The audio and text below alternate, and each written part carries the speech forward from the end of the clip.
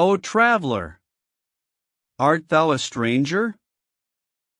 I hearken to the singing of the brooks, and fear not the rain of the fountains, so will the naiads learn to love thee. 2. The invited breezes of Daphne are Zephyrus and Auster, gently ministers of life, they will gather sweets for thee. When Eurus blows, Diana is elsewhere hunting, when Boreas blusters, go hide, for Apollo is angry. 3. The shades of the grove are thine in the day, at night they belong to Pan and his dryads. Disturb them not. For eat of the lotus by the brookside sparingly, unless thou wouldst have surcease of memory, which is to become a child of Daphne. Walk thou round the weaving spider, 'tis Arachne at work for Minerva. 6. Wouldst thou behold the tears of Daphne, break but a bud from a laurel bough, and die? Heed thou, and stay and be happy.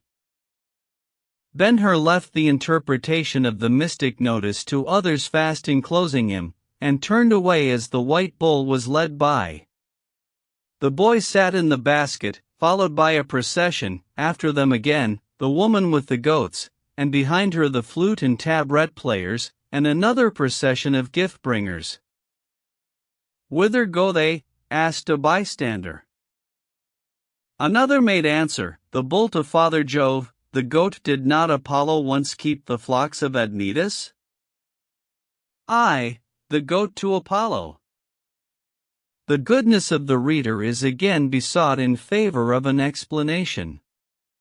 A certain facility of accommodation in the matter of religion comes to us after much intercourse with people of a different faith. Gradually we attain the truth that every creed is illustrated by good men who are entitled to our respect, but whom we cannot respect without courtesy to their creed.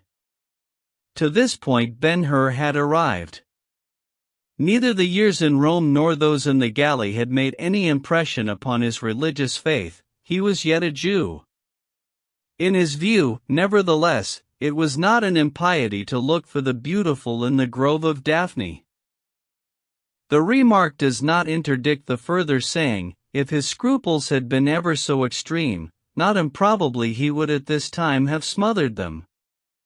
He was angry, not as the irritable, from chafing of a trifle, nor was his anger like the fool's, pumped from the wells of nothing, to be dissipated by a reproach or a curse. It was the wrath peculiar to ardent natures rudely awakened by the sudden annihilation of a hope dream, if you will, in which the choicest happinesses were thought to be certainly in reach. In such case nothing intermediate will carry off the passion, the quarrel is with fate. Let us follow the philosophy a little further, and say to ourselves, it were well in such quarrels if fate were something tangible, to be dispatched with a look or a blow, or a speaking personage with whom high words were possible, then the unhappy mortal would not always end the affair by punishing himself. In ordinary mood, Ben-Hur would not have come to the grove alone, or, coming alone, he would have availed himself of his position in the consul's family, and made provision against wandering idly about, unknowing and unknown. He would have had all the points of interest in mind, and gone to them under guidance, as in the dispatch of business, or, wishing to squander days of leisure in the beautiful place, he would have had in hand a letter to the master of it all, whoever he might be. This would have made him a sightseer, like the shouting herd he was accompanying, whereas he had no reverence for the deities of the grove, nor curiosity. A man in the blindness of bitter disappointment, he was adrift, not waiting for fate, but seeking it as a desperate challenger. Everyone has known this condition of mind, though perhaps not all in the same degree. Everyone will recognize it as the condition in which he has done brave things with apparent serenity, and everyone reading will say, fortunate for Ben-Hur if the folly which now catches him is but a friendly harlequin with whistle and painted cap, and not some violence with a pointed sword pitiless. Chapter 6. Ben-Hur entered the woods with the processions. He had not interest enough at first to ask where they were going, yet, to relieve him from absolute indifference, he had a vague impression that they were in movement to the temples, which were the central objects of the grove, supreme in attractions. Presently, as singers dreamfully play with a flitting chorus, he began repeating to himself, "Better be a worm, and feed on the mulberries of Daphne, than a king's guest."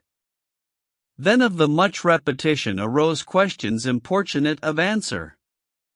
Was life in the grove so very sweet? Wherein was the charm? Did it lie in some tangled depth of philosophy?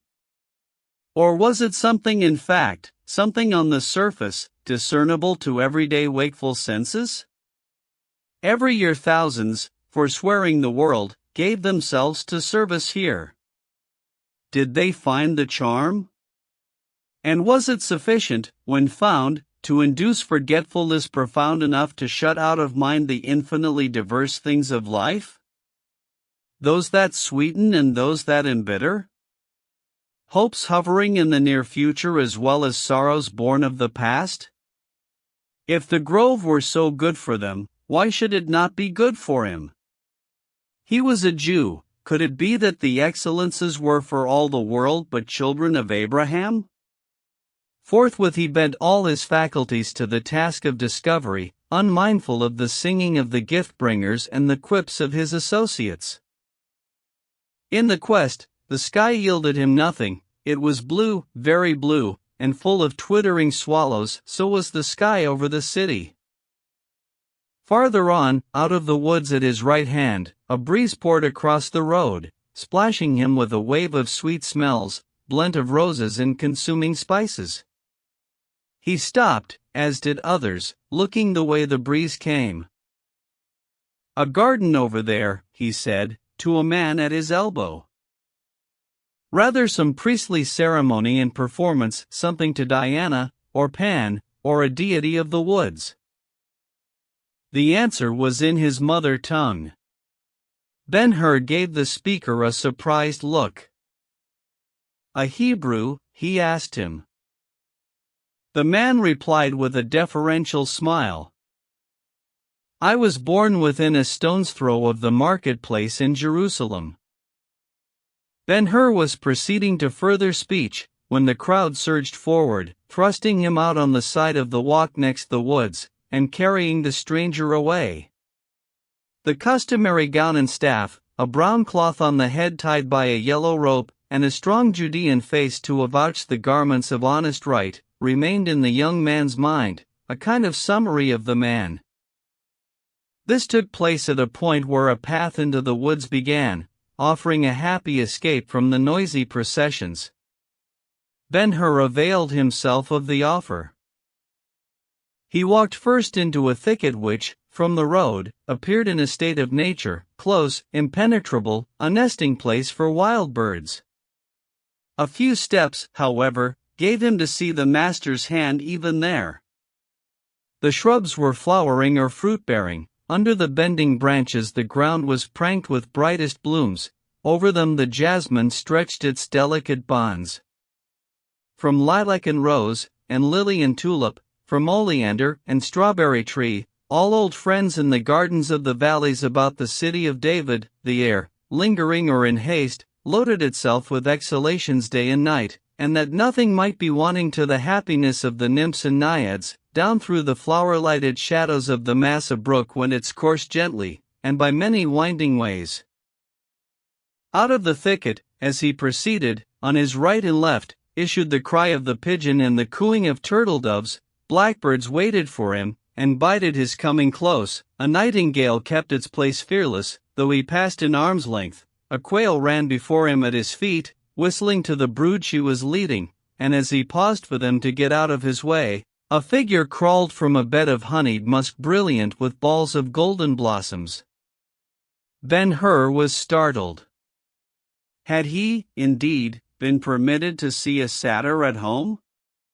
The creature looked up at him, and showed in its teeth a hooked pruning knife. He smiled at his own scare, and, lo!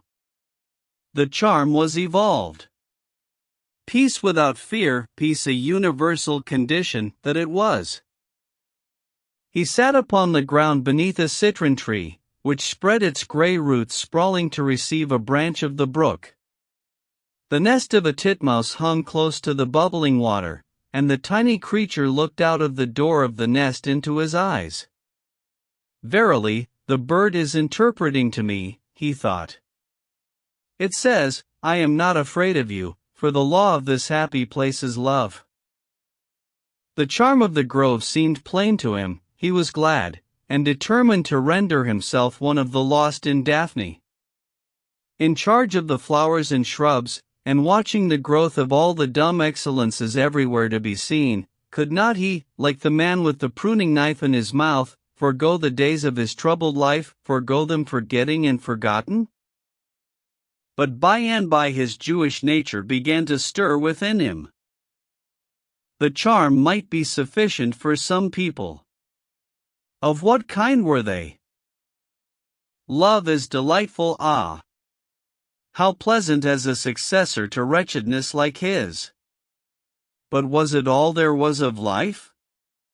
All? There was an unlikeness between him and those who buried themselves contentedly here. They had no duties they could not have had, but he. God of Israel, he cried aloud, springing to his feet, with burning cheeks. Mother! Tirza! Cursed be the moment, cursed the place, in which I yield myself happy in your loss. He hurried away through the thicket, and came to a stream flowing with the volume of a river between banks of masonry, broken at intervals by gated sluiceways. A bridge carried the path he was traversing across the stream, and, standing upon it, he saw other bridges, no two of them alike. Under him the water was lying in a deep pool, clear as a shadow. Down a little way it tumbled with a roar over rocks, then there was another pool, and another cascade, and so on, out of view, and bridges and pools and resounding cascades said, plainly as inarticulate things can tell a story, the river was running by permission of a master, exactly as the master would have it, tractable as became a servant of the gods. Forward from the bridge he beheld a landscape of wide valleys and irregular heights, with groves and lakes and fanciful houses linked together by white paths and shining streams. The valleys were spread below, that the river might be poured upon them for refreshment in days of drought, and they were as green carpets figured with beds and fields of flowers, and flecked with flocks of sheep white as balls of snow, and the voices of shepherds following the flocks were heard afar. As if to tell him of the pious inscription of all he beheld, the altars out under the open sky seemed countless, each with a white-gowned figure attending it, while processions in white went slowly hither and thither between them, and the smoke of the altars half-risen hung collected in pale clouds over the devoted places. Here, there, happy in flight, intoxicated in pause, from object to object, point to point, now in the meadow, now on the heights, now lingering to penetrate the groves and observe the processions, then lost in efforts to pursue the paths and streams which trended mazily into dim perspectives to end finally in what might be a fitting end to scene so beautiful. What adequate mysteries were hidden behind an introduction so marvelous? Here and there, the speech was beginning, his gaze wandered, so he could not help the conviction, forced by the view, and as the sum of it all, that there was peace in the air and on the earth, an invitation everywhere to come and lie down here and be at rest. Suddenly a revelation dawned upon him. The grove was, in fact, a temple, one far-reaching, wall-less temple. Never anything like it. The architect had not stopped to pother about columns and porticos, proportions or interiors, or any limitation upon the epoch he sought to materialize. He had simply made a servant of nature. Art can go no further. So the cunning son of Jupiter and Callisto built the old Arcadia, and in this, as in that, the genius was Greek. From the bridge Ben-Hur went forward into the nearest valley. He came to a flock of sheep. The shepherd was a girl, and she beckoned him, "Come." Farther on, the path was divided by an altar, a pedestal of black gneiss, capped with a slab of white marble deftly foliated, and on that a brazier of bronze holding a fire. Close by it, a woman, seeing him, waved a wand of willow, and as he passed called him, "Stay." And the temptation in her smile was that of passionate youth.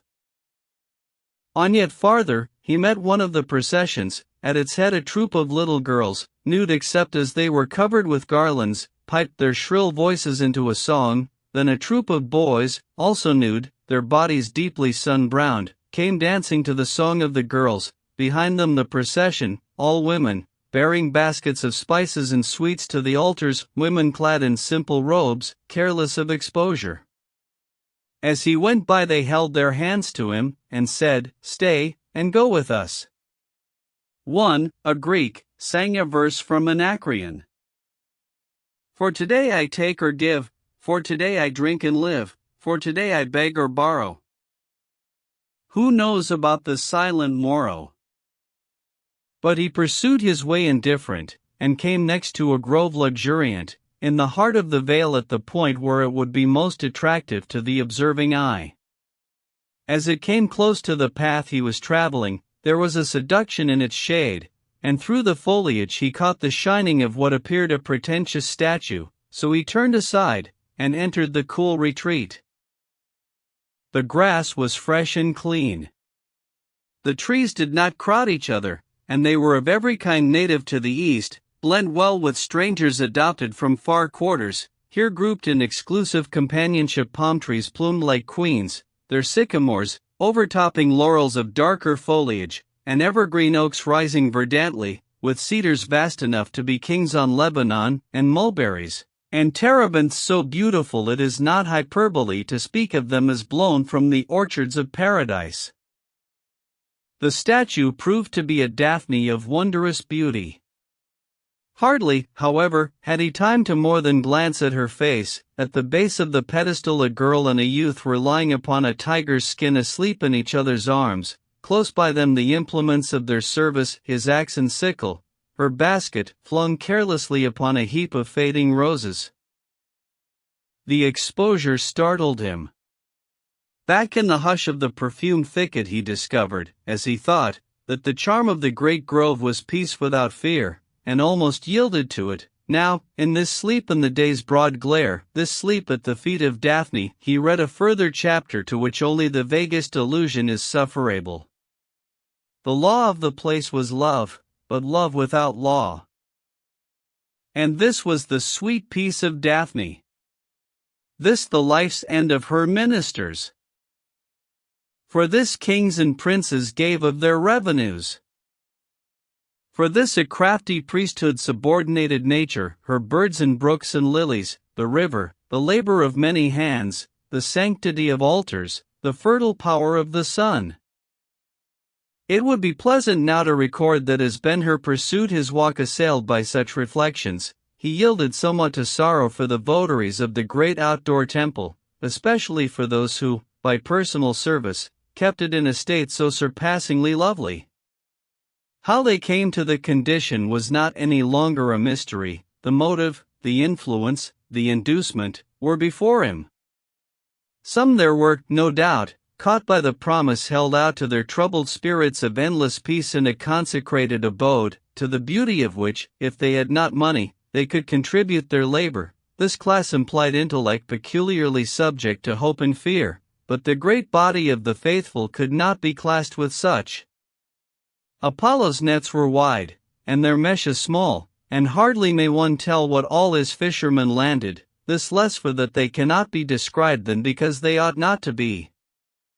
Enough that the mass were of the Sybarites of the world, and of the herds in number vaster and in degree lower, devotees of the unmixed sensualism to which the East was almost wholly given. Not to any of the exaltations, not to the singing god, or his unhappy mistress, not to any philosophy requiring for its enjoyment the calm of retirement, nor to any service for the comfort there is in religion, nor to love in its holier sense, were they abiding their vows. Good reader, why shall not the truth be told here? Why not learn that, at this age, there were in all earth but two peoples capable of exaltations of the kind referred to, those who lived by the law of Moses, and those who lived by the law of Brahma. They alone could have cried you, better a law without love than a love without law. Besides that, sympathy is in great degree a result of the mood we are in at the moment. Anger forbids the emotion. On the other hand, it is easiest taken on when we are in a state of most absolute self-satisfaction. Ben-Hur walked with a quicker step, holding his head higher, and, while not less sensitive to the delightfulness of all about him, he made his survey with calmer spirit, though sometimes with curling lip, that is to say, he could not so soon forget how nearly he himself had been imposed upon. Chapter 7. In front of Ben-Hur there was a forest of cypress trees, each a column tall and straight as a mast. Venturing into the shady precinct, he heard a trumpet gaily blown, and an instant after saw lying upon the grass close by the countryman whom he had run upon in the road going to the temples. The man arose, and came to him. "I give you peace again," he said, pleasantly. "Thank you," Ben-Hur replied, then asked, "Go you my way?" "I am for the stadium, if that is your way." "The stadium?" "Yes. The trumpet you heard but now was a call for the competitors." "Good friend," said Ben-Hur, frankly, "I admit my ignorance of the grove, and if you will let me be your follower, I will be glad." "That will delight me." "Hark! I hear the wheels of the chariots. They are taking the track." Ben-Hur listened a moment, then completed the introduction by laying his hand upon the man's arm, and saying, "I am the son of Arius, the duumvir, and thou?" "I am Malak, a merchant of Antioch." "Well, good Malak, the trumpet, and the gride of wheels, and the prospect of diversion excite me. I have some skill in the exercises. In the palestry of Rome I am not unknown. Let us to the course." Malak lingered to say, quickly, "The duumvir was a Roman, yet I see his son in the garments of a Jew." "The noble Arius was my father by adoption," Ben-Hur answered. "Ah! I see, and beg pardon." Passing through the belt of forest, they came to a field with a track laid out upon it, in shape and extent exactly like those of the stadia. The course, or track proper, was of soft earth, rolled and sprinkled, and on both sides defined by ropes, stretched loosely upon upright javelins. For the accommodation of spectators, and such as had interests reaching forward of the mere practice, there were several stands shaded by substantial awnings, and provided with seats in rising rows. In one of the stands the two newcomers found places. Ben-Hur counted the chariots as they went by, 9 in all. "I commend the fellows," he said, "with good will. Here in the East, I thought they aspired to nothing better than the two, but they are ambitious, and play with royal fours. Let us study their performance." 8 of the fours passed the stand, some walking, others on the trot, and all unexceptionally handled. Then the 9th one came on the gallop. Ben-Hur burst into exclamation. "I have been in the stables of the Emperor, Malak, but, by our father Abraham of blessed memory, I never saw the like of these." The last 4 was then sweeping past. All at once they fell into confusion. Someone on the stand uttered a sharp cry. Ben-Hur turned, and saw an old man half risen from an upper seat, his hands clenched and raised, his eyes fiercely bright, his long white beard fairly quivering. Some of the spectators nearest him began to laugh. They should respect his beard at least. "Who is he?" asked Ben-Hur. "A mighty man from the desert, somewhere beyond Moab, an owner of camels and herds, and horses descended, they say, from the racers of the first pharaoh, Sheikh Ilderim by name and title." Thus Malak replied.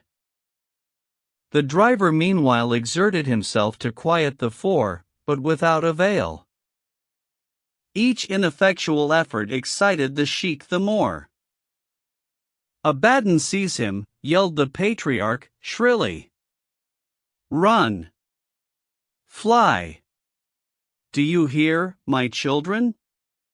The question was to his attendants, apparently of the tribe. "Do you hear? They are desert-born, like yourselves. Catch them, quick!" The plunging of the animals increased. "Accursed Roman," and the sheik shook his fist at the driver. Did he not swear he could drive them, swear it by all his brood of bastard Latin gods? "Nay, hands off me, off, I say." They should run swift as eagles, and with the temper of hand-bred lambs, he swore. "Cursed be he, cursed the mother of liars who calls him son. See them, the priceless.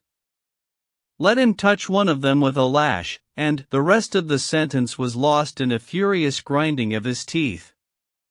"To their heads, some of you, and speak them a word, one is enough, from the tent song your mothers sang you.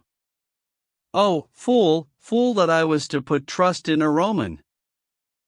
Some of the shrewder of the old man's friends planted themselves between him and the horses. An opportune failure of breath on his part helped the stratagem. Ben-Hur, thinking he comprehended the sheik, sympathized with him.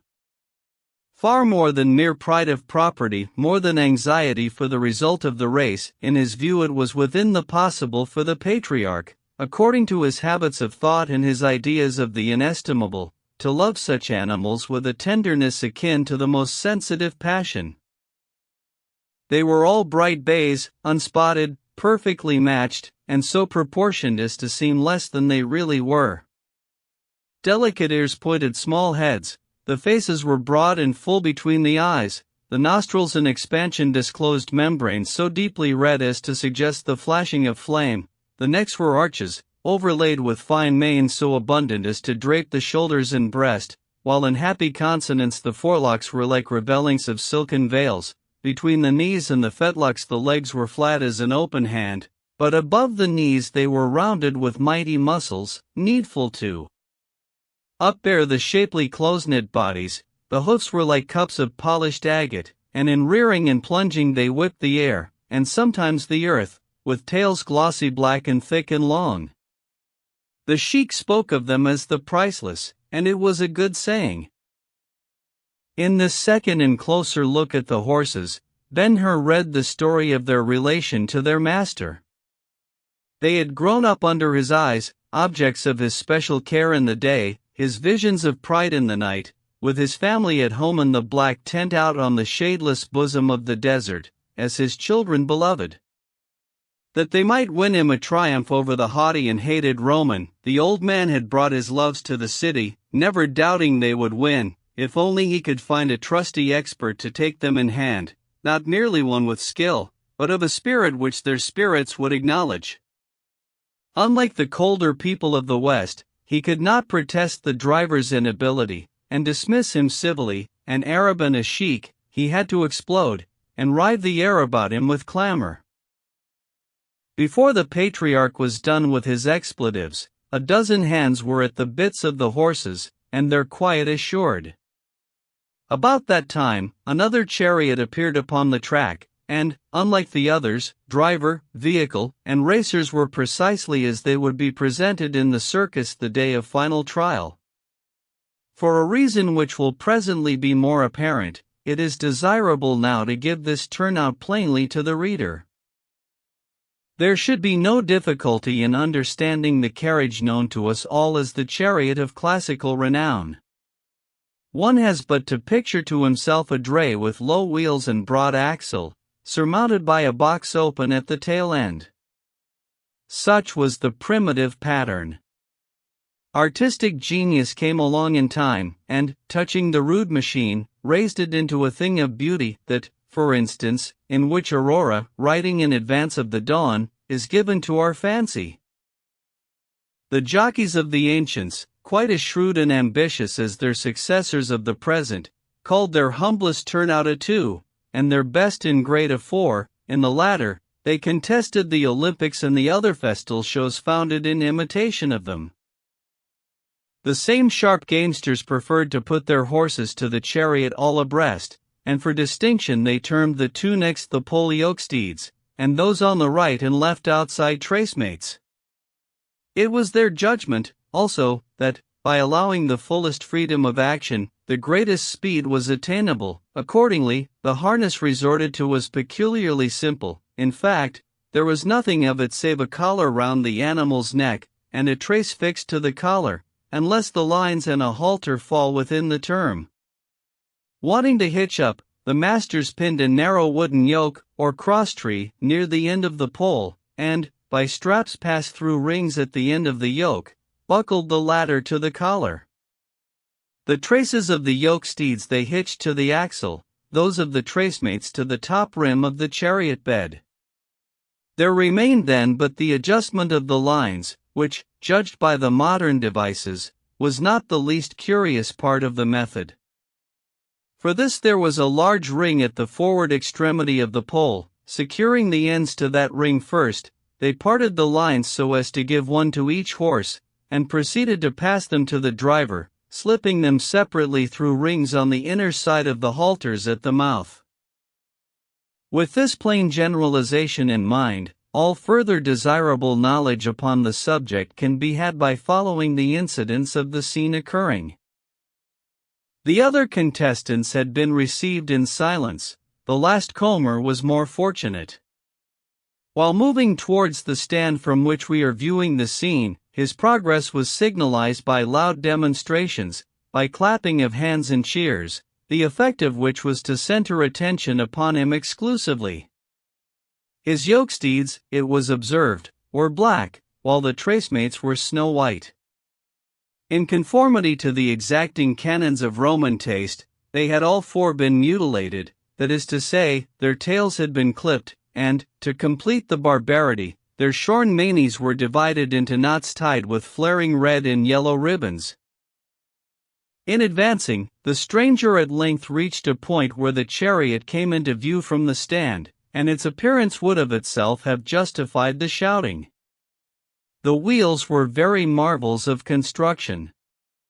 Stout bands of burnished bronze reinforced the hubs, otherwise very light. The spokes were sections of ivory tusks, set in with the natural curve outward to perfect the dishing. Considered important then as now, bronze tires held the fellies, which were of shining ebony. The axle, in keeping with the wheels, was tipped with heads of snarling tigers done in brass, and the bed was woven of willow wands gilded with gold. The coming of the beautiful horses and resplendent chariot drew Ben-Hur to look at the driver with increased interest. Who was he? When Ben-Hur asked himself the question first, he could not see the man's face, or even his full figure, yet the air and manner were familiar, and pricked him keenly with a reminder of a period long gone. Who could it be? Nearer now, and the horses approaching at a trot. From the shouting and the gorgeousness of the turnout, it was thought he might be some official favorite or famous prince. Such an appearance was not inconsistent with exalted rank. Kings often struggled for the crown of leaves which was the prize of victory.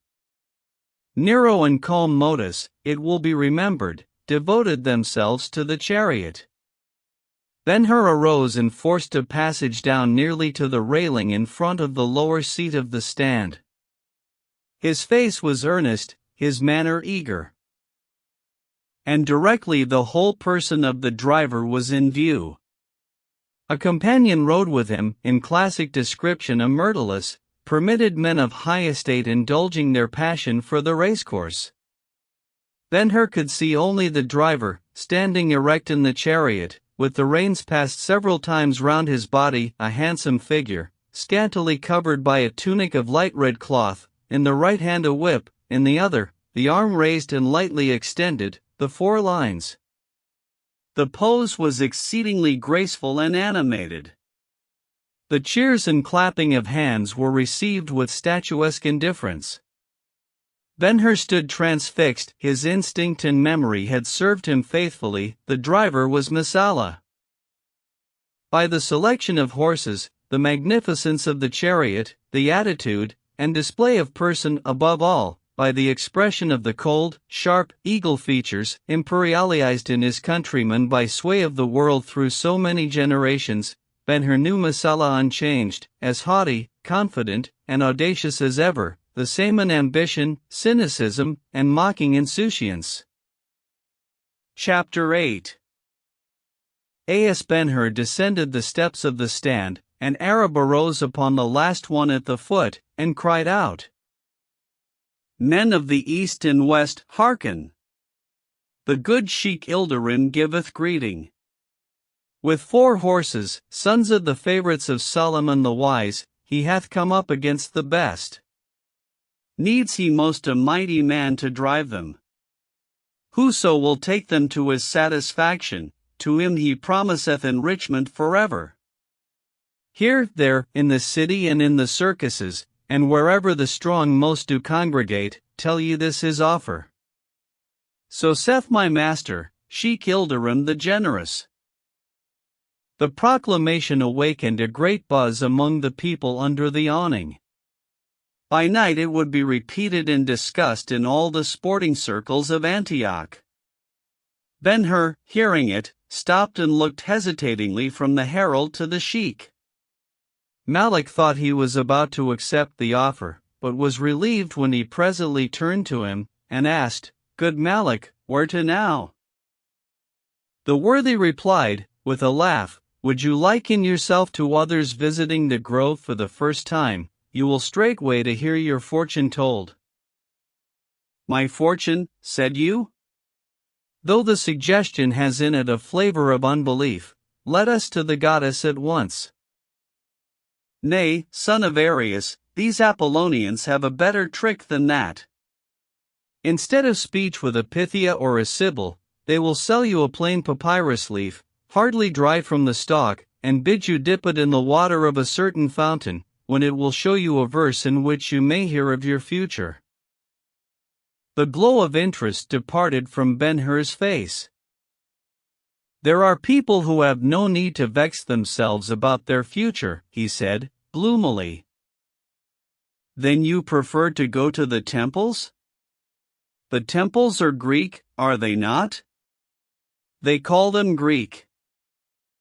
The Hellenes were masters of the beautiful in art, but in architecture they sacrificed variety to unbending beauty. Their temples are all alike. How call you the fountain?" "Castalia." "Oh. It has repute throughout the world. Let us thither." Malik kept watch on his companion as they went, and saw that for the moment at least his good spirits were out. To the people passing he gave no attention. Over the wonders they came upon there were no exclamations. Silently, even sullenly, he kept a slow pace. The truth was, the sight of Messala had set Ben-Hur to thinking. It seemed scarce an hour ago that the strong hands had torn him from his mother, scarce an hour ago that the Roman had put seal upon the gates of his father's house. He recounted how, in the hopeless misery of the life, if such it might be called, in the galleys, he had had little else to do, aside from labor, than dream dreams of vengeance, in all of which Messala was the principal. There might be, he used to say to himself, escape for gratis, but for Messala never. And to strengthen and harden his resolution, he was accustomed to repeat over and over, "Who pointed us out to the persecutors? And when I begged him for help, not for myself, who mocked me, and went away laughing?" And always the dream had the same ending. "The day I meet him, help me, thou good God of my people, help me to some fitting special vengeance." And now the meeting was at hand. Perhaps, if he had found Messala poor and suffering, Ben-Hur's feeling had been different, but it was not so. He found him more than prosperous, in the prosperity there was a dash and glittered gleam of sun on gilt of gold. So it happened that what Malak accounted a passing loss of spirit was pondering when the meeting should be, and in what manner he could make it most memorable. They turned after a while into an avenue of oaks, where the people were going and coming in groups, footmen here, and horsemen, their women in litters borne by slaves, and now and then chariots rolled by thunderously. At the end of the avenue the road, by an easy grade, descended into a lowland, where, on the right hand, there was a precipitous facing of grey rock, and on the left an open meadow of vernal freshness. Then they came in view of the famous fountain of Castalia. Edging through a company assembled at the point, Ben-Hur beheld a jet of sweet water pouring from the crest of a stone into a basin of black marble, where, after much boiling and foaming, it disappeared as through a funnel. By the basin, under a small portico cut in the solid wall, sat a priest, old, bearded, wrinkled, cowled, never being more perfectly eremitish. From the manner of the people present, hardly might one say which was the attraction, the fountain, forever sparkling, or the priest, forever there. He heard, saw, was seen, but never spoke. Occasionally a visitor extended a hand to him with a coin in it. With a cunning twinkle of the eyes, he took the money, and gave the party in exchange a leaf of papyrus. The receiver made haste to plunge the papyrus into the basin, then, holding the dripping leaf in the sunlight, he would be rewarded with a versified inscription upon its face, and the fame of the fountain seldom suffered loss by poverty of merit in the poetry. Before Ben-Hur could test the oracle, some other visitors were seen approaching across the meadow, and their appearance piqued the curiosity of the company, his not less than theirs. He saw first a camel, very tall and very white, in leading of a driver on horseback. A howdah on the animal, besides being unusually large, was of crimson and gold. 2 other horsemen followed the camel with tall spears in hand. "What a wonderful camel," said one of the company. "A prince from afar," another one suggested. "More likely a king." "If he were on an elephant, I would say he was a king." A third man had a very different opinion. "A camel and a white camel," he said, authoritatively. "By Apollo, friends, they who come yonder, you can see there are 2 of them, are neither kings nor princes, they are women." In the midst of the dispute the strangers arrived. The camel seen at hand did not belie his appearance afar. A taller, statelier brute of his kind no traveler at the fountain, though from the remotest parts, had ever beheld. Such great black eyes! Such exceedingly fine white hair! Feet so contractile when raised, so soundless in planting, so broad when set, nobody had ever seen the peer of this camel. And how well he became his housing of silk, and all its frippery of golden fringe and golden tassel. The tinkling of silver bells went before him, and he moved lightly, as if unknowing of his burden. But who were the man and woman under the howdah? Every eye saluted them with the inquiry. If the former were a prince or a king, the philosophers of the crowd might not deny the impartiality of time. When they saw the thin, shrunken face buried under an immense turban, the skin of the hue of a mummy, making it impossible to form an idea of his nationality, they were pleased to think the limit of life was for the great as well as the small. They saw about his person nothing so enviable as the shawl which draped him. The woman was seated in the manner of the East, amidst veils and laces of surpassing fineness. Above her elbows she wore armlets fashioned like coiled asps, and linked to bracelets at the wrists by strands of gold, otherwise the arms were bare and of singular natural grace, complemented with hands modeled daintily as a child's. One of the hands rested upon the side of the carriage, showing tapered fingers glittering with rings, and stained at the tips till they blushed like the pink of mother of pearl. She wore an open caul upon her head, sprinkled with beads of coral, and strung with coin pieces called sunlets, some of which were carried across her forehead, while others fell down her back, half smothered in the mass of her straight blue-black hair, of itself an incomparable ornament, not needing the veil which covered it, except as a protection against sun and dust. From her elevated seat she looked upon the people calmly, pleasantly, and apparently so intent upon studying them as to be unconscious of the interest she herself was exciting, and, what was unusual, nay, in violent contravention of the custom among women of rank in public, she looked at them with an open face. It was a fair face to see, quite youthful, in form, oval, complexion not white, like the Greek, nor brunette, like the Roman, nor blonde, like the Gaul, but rather the tinting of the sun of the upper Nile upon a skin of such transparency that the blood shone through it on cheek and brow with nigh the ruddiness of lamplight. The eyes, naturally large, were touched along the lids with the black paint immemorial throughout the East. The lips were slightly parted, disclosing, through their scarlet lake, teeth of glistening whiteness. To all these excellences of countenance the reader is finally besought to superadd the air derived from the pose of a small head, classic in shape, set upon a neck long, drooping, and graceful, the air, we may fancy, happily described by the word queenly.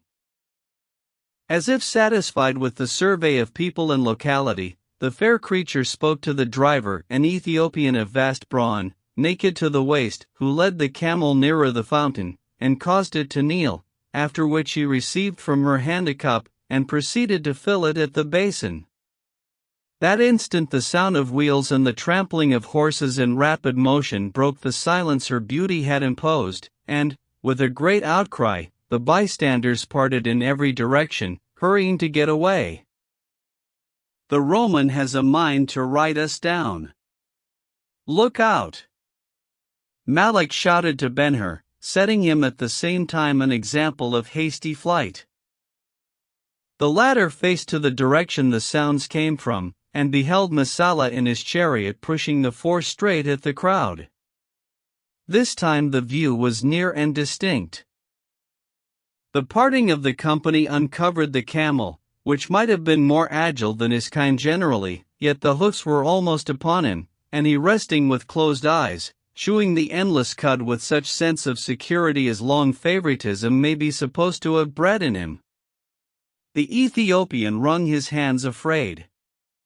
In the howdah, the old man moved to escape, but he was hampered with age, and could not, even in the face of danger, forget the dignity which was plainly his habit.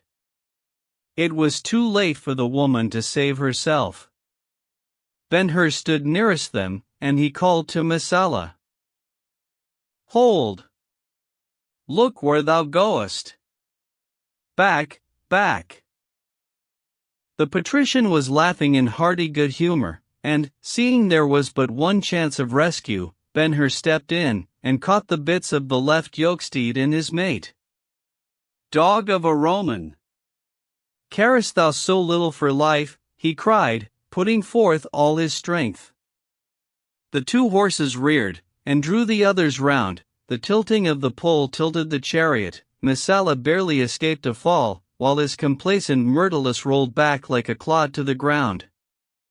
Seeing the peril past, all the bystanders burst into derisive laughter. The matchless audacity of the Roman then manifested itself. Loosing the lines from his body, he tossed them to one side, dismounted, walked round the camel, looked at Ben-Hur, and spoke partly to the old man and partly to the woman. Pardon, I pray you both. I am Messala, he said, and, by the old mother of the earth, I swear I did not see you or your camel. As to these good people, perhaps I trusted too much to my skill. I sought a laugh at them, the laugh is theirs. Good may it do them! The good-natured, careless look and gesture he threw the bystanders accorded well with the speech. To hear what more he had to say, they became quiet. Assured of victory over the body of the offended, he signed his companion to take the chariot to a safer distance, and addressed himself boldly to the woman. Thou hast interest in the good man here, whose pardon, if not granted now, I shall seek with the greater diligence hereafter, his daughter, I should say. She made him no reply. Ay, Pallas, thou art beautiful. Beware Apollo mistake thee not for his lost love. I wonder what land can boast herself thy mother. Turn not away. A truce. A truce. There is the sun of India in thine eyes, in the corners of thy mouth, Egypt hath set her love signs. Part pole. Turn not to that slave, fair mistress, before proving merciful to this one. Tell me at least that I am pardoned. At this point she broke in upon him. Wilt thou come here? She asked, smiling, and with gracious bend of the head to Ben-Hur. Take the cup and fill it, I pray thee, she said to the latter. My father is thirsty. I am thy most willing servant. Ben-Hur turned about to do the favor, and was face to face with Messala. Their glances met, the Jews defiant, the Romans sparkling with humor. O stranger, beautiful as cruel, Messala said, waving his hand to her. If Apollo get thee not, thou shalt see me again. Not knowing thy country, I cannot name a god to commend thee to, so, by all the gods, I will commend thee to myself. Seeing the Myrtilus had the fore composed and ready, he returned to the chariot. The woman looked after him as he moved away, and whatever else there was in her look, there was no displeasure. Presently she received the water, her father drank, then she raised the cup to her lips, and, leaning down, gave it to Ben-Hur, never action more graceful and gracious. Keep it, we pray of thee. It is full of blessings, all thine. Immediately the camel was aroused, and on his feet, and about to go, when the old man called, Stand thou here. Ben-Hur went to him respectfully. Thou hast served the stranger well today. There is but one God. In his holy name I thank thee. I am Balthasar, the Egyptian. In the great orchard of palms, beyond the village of Daphne, in the shade of the palms, Sheikh Ilderim the generous abideth in his tents, and we are his guests. Seek us there. Thou shalt have welcome sweet with the savor of the grateful. Ben-Hur was left in wonder at the old man's clear voice and reverent manner. As he gazed after the two departing, he caught sight of Messala going as he had come, joyous, indifferent, and with a mocking laugh. Chapter 9. As a rule, there is no surer way to the dislike of men than to behave well where they have behaved badly. In this instance, happily, Malak was an exception to the rule. The affair he had just witnessed raised Ben-Hur in his estimation, since he could not deny him courage and address. Could he now get some insight into the young man's history, the results of the day would not be all unprofitable to good Master Simonides. On the latter point, referring to what he had as yet learned, two facts comprehended it all. The subject of his investigation was a Jew, and the adopted son of a famous Roman. Another conclusion which might be of importance was beginning to formulate itself in the shrewd mind of the emissary. Between Messala and the son of the duumvir there was a connection of some kind. But what was it, and how could it be reduced to assurance? With all his sounding, the ways and means of solution were not at call. In the heat of the perplexity, Ben-Hur himself came to his help. He laid his hand on Malika's arm and drew him out of the crowd, which was already going back to its interest in the grey old priest and the mystic fountain. Good Malik, he said, stopping, may a man forget his mother? The question was abrupt and without direction, and therefore of the kind which leaves the person addressed in a state of confusion. Malik looked into Ben-Hur's face for a hint of meaning, but saw, instead, two bright red spots, one on each cheek, and in his eyes traces of what might have been repressed tears. Then he answered, mechanically, no, adding, with fervor, never, and a moment after, when he began to recover himself, if he is an Israelite, never. And when at length he was completely recovered, my first lesson in the synagogue was the Shema, my next was the saying of the son of Sirach, honor thy father with thy whole soul, and forget not the sorrows of thy mother. The red spots on Ben-Hur's face deepened. The words bring my childhood back again, and, Malik, they prove you a genuine Jew. I believe I can trust you.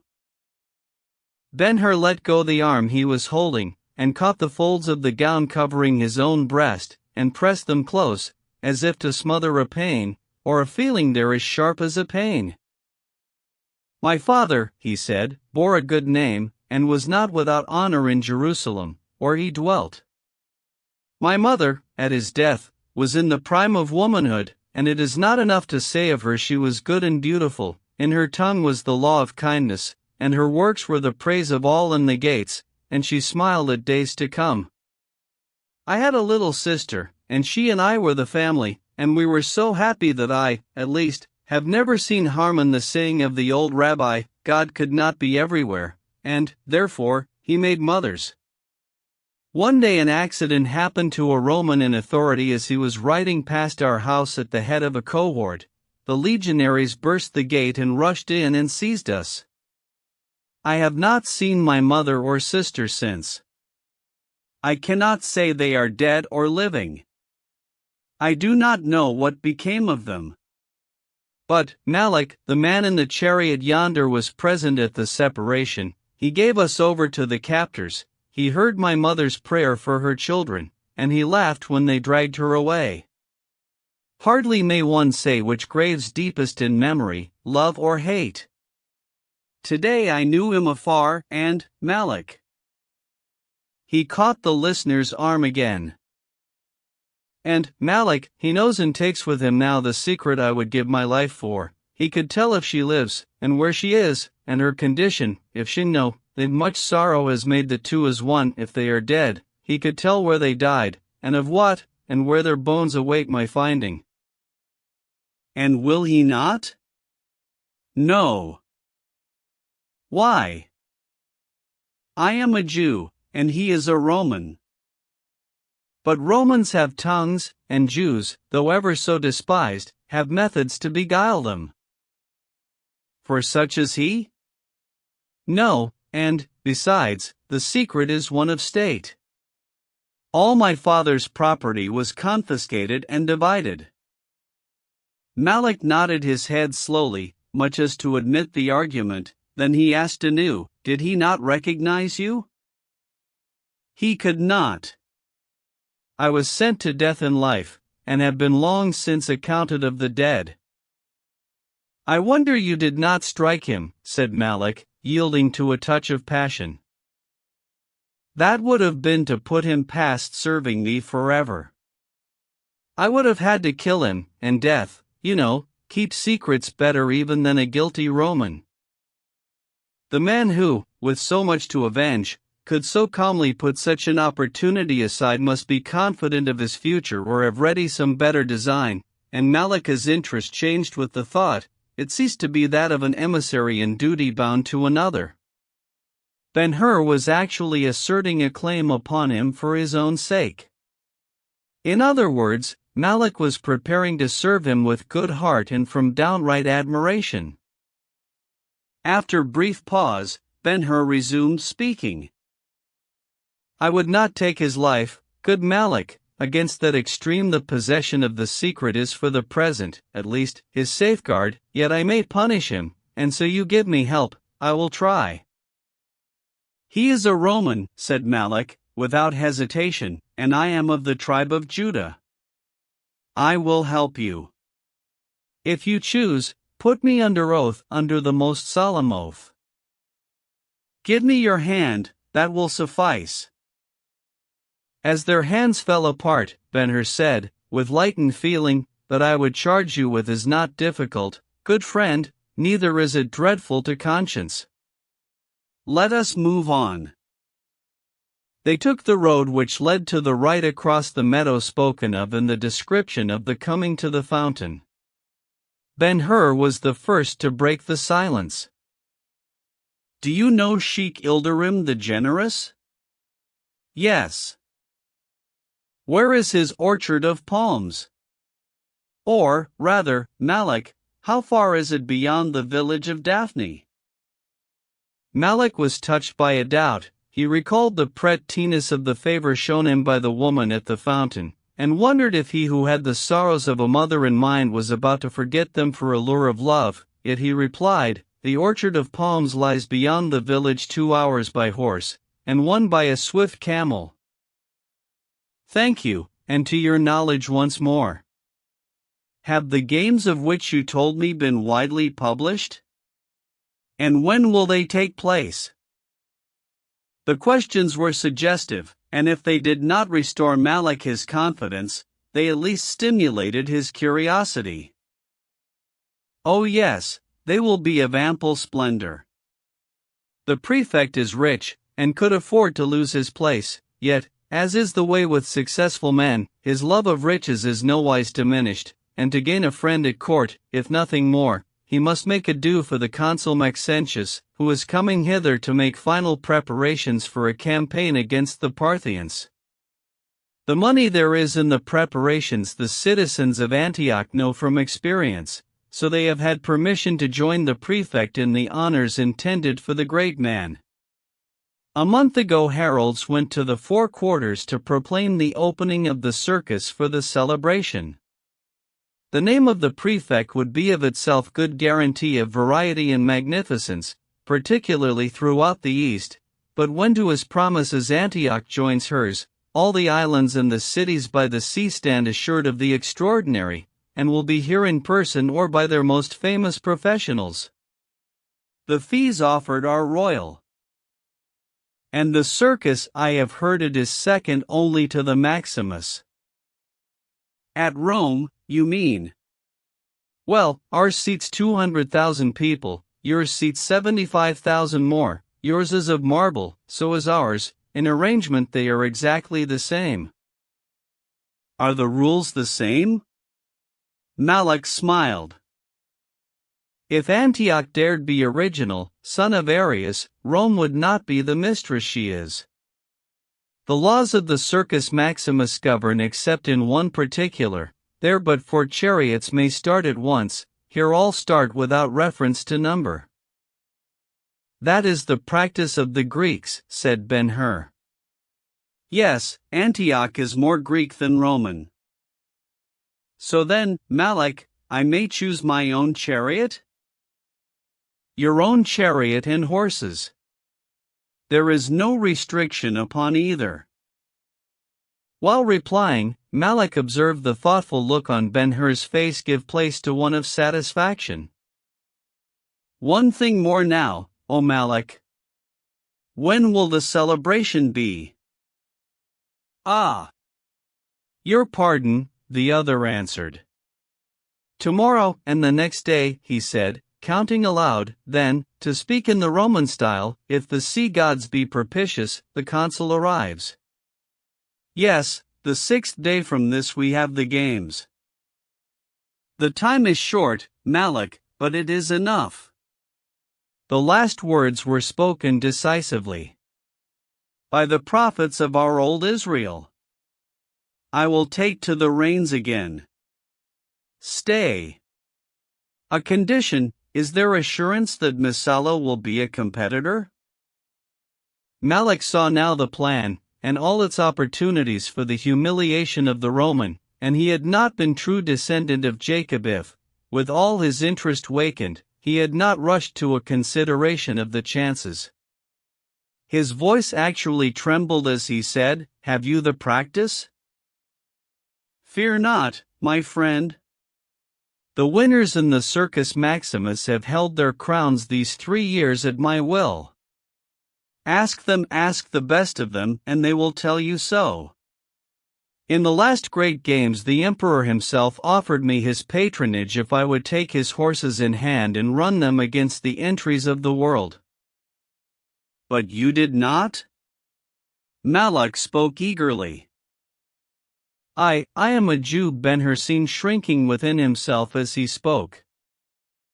And, though I wear a Roman name, I dared not do professionally a thing to sully my father's name in the cloisters and courts of the temple. In the palaestry I could indulge practice which, if followed into the circus, would become an abomination, and if I take to the course here, Malak, I swear it will not be for the prize or the winner's fee. Hold, swear not so, cried Malak. The fee is 10,000 sestertii. A fortune for life. Not for me, though the prefect trebled it 50 times. Better than that, better than all the imperial revenues from the first year of the first Caesar, I will make this race to humble my enemy. Vengeance is permitted by the law. Malak smiled and nodded as if saying, Right, trust me, a Jew to understand a Jew. The Messala will drive, he said, directly. He is committed to the race in many ways, by publication in the streets, and in the baths and theaters, the palace and barracks, and, to fix him past retreat, his name is on the tablets of every young spendthrift in Antioch. In wager, Malak? Yes, in wager, and every day he comes ostentatiously to practice, as you saw him. Ah! And that is the chariot, and those the horses, with which he will make the race. Thank you, Malak. You have served me well already. I am satisfied. Now be my guide to the orchard of palms, and give me introduction to Sheikh Ilderim the Generous. When? Today. His horses may be engaged tomorrow. You like them, then? Ben-Hur answered with animation. I saw them from the stand an instant only, for Messala then drove up, and I might not look at anything else, yet I recognized them as of the blood which is the wonder as well as the glory of the deserts. I never saw the kind before, except in the stables of Caesar, but once seen, they are always to be known. Tomorrow, upon meeting, I will know you, Malak, though you do not so much as salute me. I will know you by your face, by your form, by your manner, and by the same signs I will know them, and with the same certainty. If all that is said of them be true, and I can bring their spirit under control of mine, I can. Win the sestertii, said Malak, laughing. No, answered Ben-Hur, as quickly. I will do what better becomes a man born to the heritage of Jacob. I will humble mine enemy in a most public place. But, he added, impatiently, we are losing time. How can we most quickly reach the tents of the sheik? Malak took a moment for reflection. It is best we go straight to the village, which is fortunately nearby. If 2 swift camels are to be had for hire there, we will be on the road but an hour. Let us about it, then. The village was an assemblage of palaces in beautiful gardens, interspersed with khans of princely sort. Dromedaries were happily secured, and upon them the journey to the famous orchard of palms was begun. Chapter 10. Beyond the village the country was undulating and cultivated. In fact, it was the garden land of Antioch, with not a foot lost to labor. The steep faces of the hills were terraced, even the hedges were brighter of the trailing vines which, besides the lure of shade, offered passers-by sweet promises of wine to come, and grapes in clustered purple ripeness. Over melon patches, and through apricot and fig tree groves, and groves of oranges and limes, the whitewashed houses of the farmers were seen, and everywhere Plenty, the smiling daughter of peace, gave notice by her thousand signs that she was at home, making the generous traveler merry at heart, until he was even disposed to give Rome her dues. Occasionally, also, views were had of Taurus and Lebanon, between which, a separating line of silver, the Orontes placidly pursued its way. In course of their journey the friends came to the river, which they followed with the windings of the road, now over bold bluffs, and then into valleys, all alike allotted for country seats, and if the land was in full foliage of oak and sycamore and myrtle, and bay and arbutus, and perfuming jasmine, the river was bright with slanted sunlight, which would have slept where it fell but for ships in endless procession, gliding with the current, tacking for the wind, or bounding under the impulse of oars, some coming, some going, and all suggestive of the sea, and distant peoples, and famous places, and things coveted on account of their rarity. To the fancy there is nothing so winsome as a white sail seaward blown, unless it be a white sail homeward bound, its voyage happily done. And down the shore the friends went continuously till they came to a lake fed by backwater from the river, clear, deep, and without current. An old palm tree dominated the angle of the inlet. Turning to the left at the foot of the tree, Malak clapped his hands and shouted, "Look, look! The orchard of palms!" The scene was nowhere else to be found unless in the favored oases of Arabia or the Ptolemean farms along the Nile, and to sustain his sensation new as it was delightful, Ben-Hur was admitted into a tract of land apparently without limit and level as a floor. All underfoot was fresh grass, in Syria the rarest and most beautiful production of the soil. If he looked up, it was to see the sky palely blue through the groinery of countless date-bearers, very patriarchs of their kind, so numerous and old, and of such mighty girth, so tall, so serried, so wide of branch, each branch so perfect with fronds, plumy and wax-like and brilliant, they seemed enchanters enchanted. Here was the grass coloring the very atmosphere, there the lake, cool and clear, rippling but a few feet under the surface, and helping the trees to their long life and old age.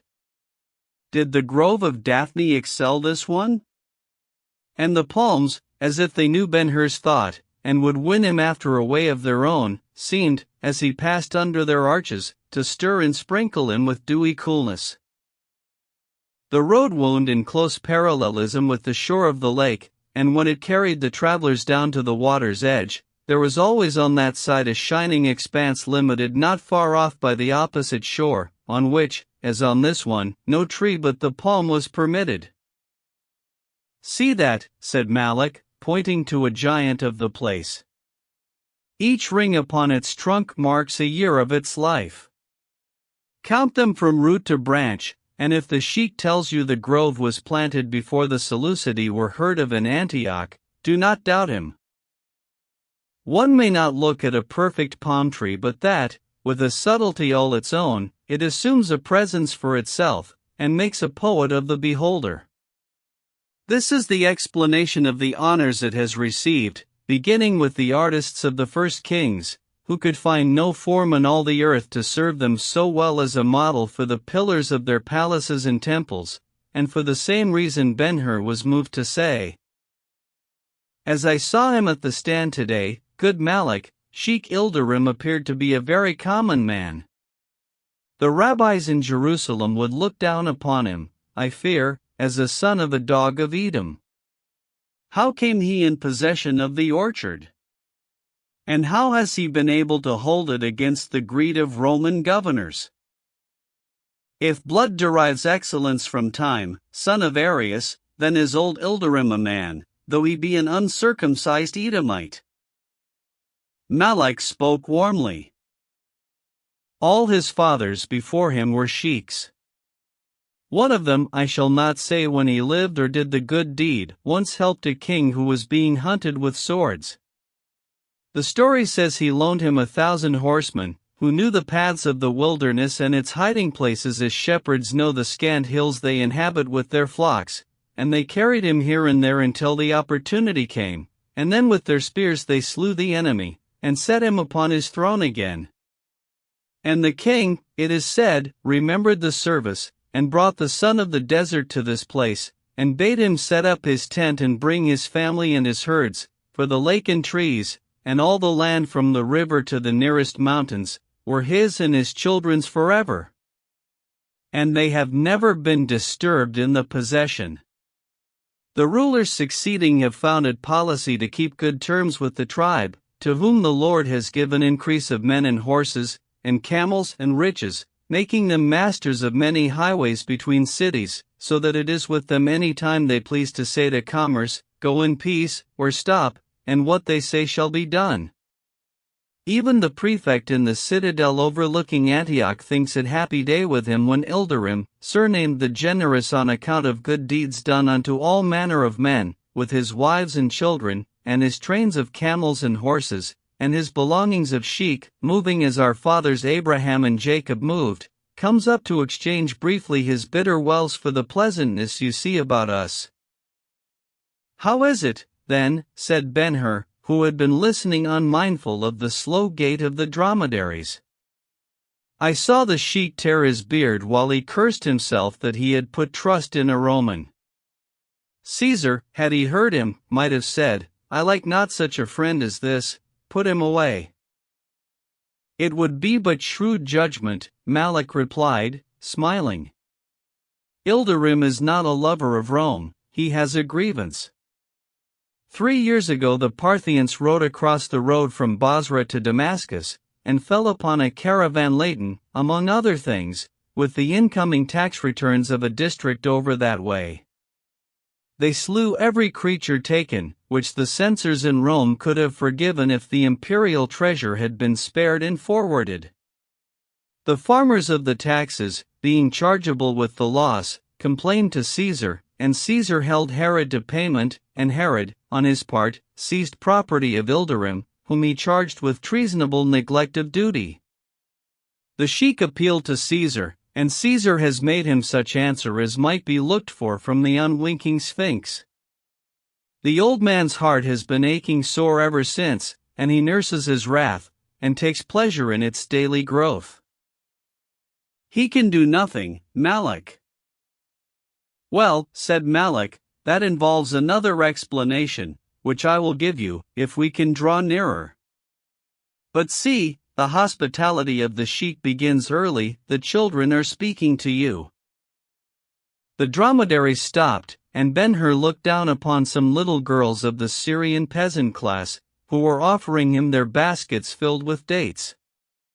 The fruit was freshly gathered, and not to be refused, he stooped and took it, and as he did so a man in the tree by which they were halted cried, Peace to you, and welcome.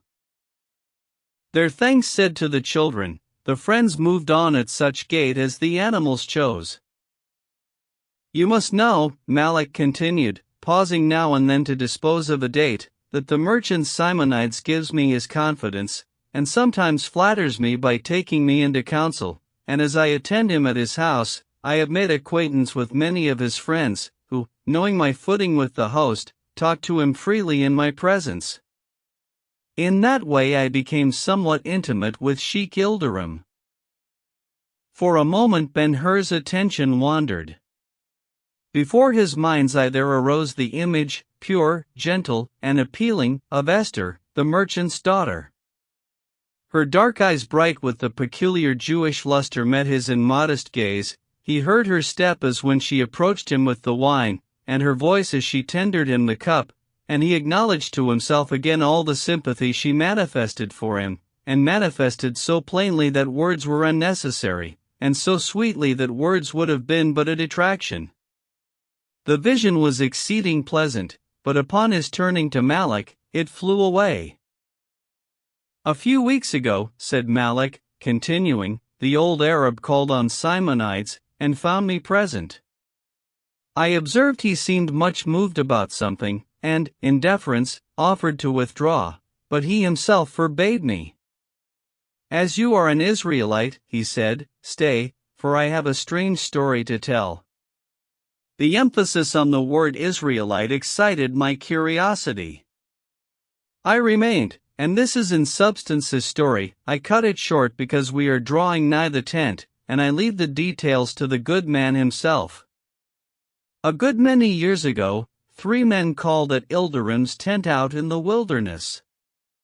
They were all foreigners, a Hindu, a Greek, and an Egyptian, and they had come on camels, the largest he had ever seen, and all white. He welcomed them, and gave them rest.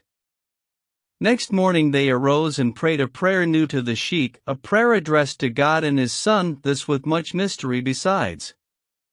After breaking fast with him, the Egyptian told who they were, and whence they had come. Each had seen a star, out of which a voice had bidden them go to Jerusalem and ask, "Where is he that is born King of the Jews?" They obeyed. From Jerusalem they were led by a star to Bethlehem, where, in a cave, they found a child newly born, which they fell down and worshipped, and after worshipping it, and giving it costly presents, and bearing witness of what it was, they took to their camels, and fled without pause to the sheikh, because if Herod, meaning him surnamed the Great, could lay hands upon them, he would certainly kill them. And, faithful to his habit, the sheikh took care of them, and kept them concealed for a year, when they departed, leaving with him gifts of great value, and each going a separate way. It is, indeed, a most wonderful story, Ben-Hur exclaimed at its conclusion. What did you say they were to ask at Jerusalem? They were to ask, "Where is he that is born King of the Jews?" Was that all? There was more to the question, but I cannot recall it. And they found the child? Yes, and worshipped him. It is a miracle, Malik. Ilderim is a grave man, though excitable as all Arabs are. A lie on his tongue is impossible. Malik spoke positively. Thereupon the dromedaries were forgotten, and, quite as unmindful of their riders, they turned off the road to the growing grass.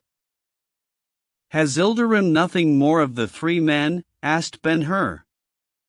What became of them? Ah, yes, that was the cause of his coming to Simonides the day of which I was speaking. Only the night before that day the Egyptian reappeared to him. Where? Here at the door of the tent to which we are coming. How knew he the man? As you knew the horses today, by face and manner. By nothing else? He rode the same great white camel, and gave him the same name, Balthasar, the Egyptian. It is a wonder of the Lord's. Ben-Hur spoke with excitement. And Malik, wondering, asked, Why so? Balthasar, you said? Yes. Balthasar, the Egyptian. That was the name the old man gave us at the fountain today. Then, at the reminder, Malik became excited. It is true, he said, and the camel was the same, and you saved the man's life. And the woman, said Ben-Hur, like one speaking to himself, the woman was his daughter. He fell to thinking, and even the reader will say he was having a vision of the woman, and that it was more welcome than that of Esther, if only because it stayed longer with him, but no. Tell me again, he said, presently. Were the 3 to ask, Where is he that is to be king of the Jews? Not exactly. The words were born to be king of the Jews. Those were the words as the old sheik caught them first in the desert, and he has ever since been waiting the coming of the king, nor can anyone shake his faith that he will come. How, as king? Yes, and bringing the doom of Rome, so says the sheik. Ben-Hur kept silent a while, thinking and trying to control his feeling. The old man is one of many millions, he said, slowly, one of many millions each with a wrong to avenge, and this strange faith, Malik, is bread and wine to his hope, for who but a Herod may be king of the Jews while Rome endures? But, following the story, did you hear what Simonides said to him? If Ilderim is a grave man, Simonides is a wise one, Malik replied. I listened, and he said, "But hark! Someone comes overtaking us." The noise grew louder, until presently they heard the rumble of wheels mixed with the beating of horse hoofs. A moment later Sheikh Ilderim himself appeared on horseback, followed by a train, among which were the 4 wine-red Arabs drawing the chariot. The Sheikh's chin, in its muffling of long white beard, was drooped upon his breast. Our friends had out-traveled him, but at sight of them he raised his head and spoke kindly. "Peace to you, my friend Malik. Welcome. And tell me you are not going, but just come, that you have something for me from the good Simonides. May the Lord of his fathers keep him in life for many years to come. Take up the straps, both of you, and follow me. I have bread in Laban, or, if you prefer it, Arak, and the flesh of young kid. Come." They followed after him to the door of the tent, in which, when they were dismounted, he stood to receive them, holding a platter with 3 cups filled with creamy liquor just drawn from a great smoke-stained skin bottle, pendant from the central post. "Drink," he said, heartily, "drink, for this is the fear not of the tentmen." They each took a cup, and drank till but the foam remained. "Enter now, in God's name." And when they were gone in, Malik took the sheikh aside, and spoke to him privately, after which he went to Ben-Hur and excused himself. "I have told the sheikh about you, and he will give you the trial of his horses in the morning. He is your friend. Having done for you all I can, you must do the rest, and let me return to Antioch. There is one there who has my promise to meet him tonight. I have no choice but to go. I will come back tomorrow prepared, if all goes well in the meantime, to stay with you until the games are over." With blessings given and received, Malik set out in return. Chapter 11. What time the lower horn of a new moon touched the castellated piles on Mount Sulpius, and 2/3 of the people of Antioch were out on their housetops comforting themselves with the night breeze when it blew, and with fans when it failed, Simonite sat in the chair which had come to be a part of him, and from the terrace looked down over the river, and his ships swing at their moorings. The wall at his back cast its shadow broadly over the water to the opposite shore. Above him the endless tramp upon the bridge went on. Esther was holding a plate for him containing his frugal supper, some wheaten cakes, light as wafers, some honey, and a bowl of milk, into which he now and then dipped the wafers after dipping them into the honey. "Malik is a laggard tonight," he said, showing where his thoughts were. "Do you believe he will come?" Esther asked. "Unless he is taken to the sea or the desert, and is yet following on, he will come." Simonides spoke with quiet confidence. "He may write," she said. "Not so, Esther. He would have dispatched a letter when he found he could not return, and told me so. Because I have not received such a letter, I know he can come, and will." "I hope so," she said, very softly.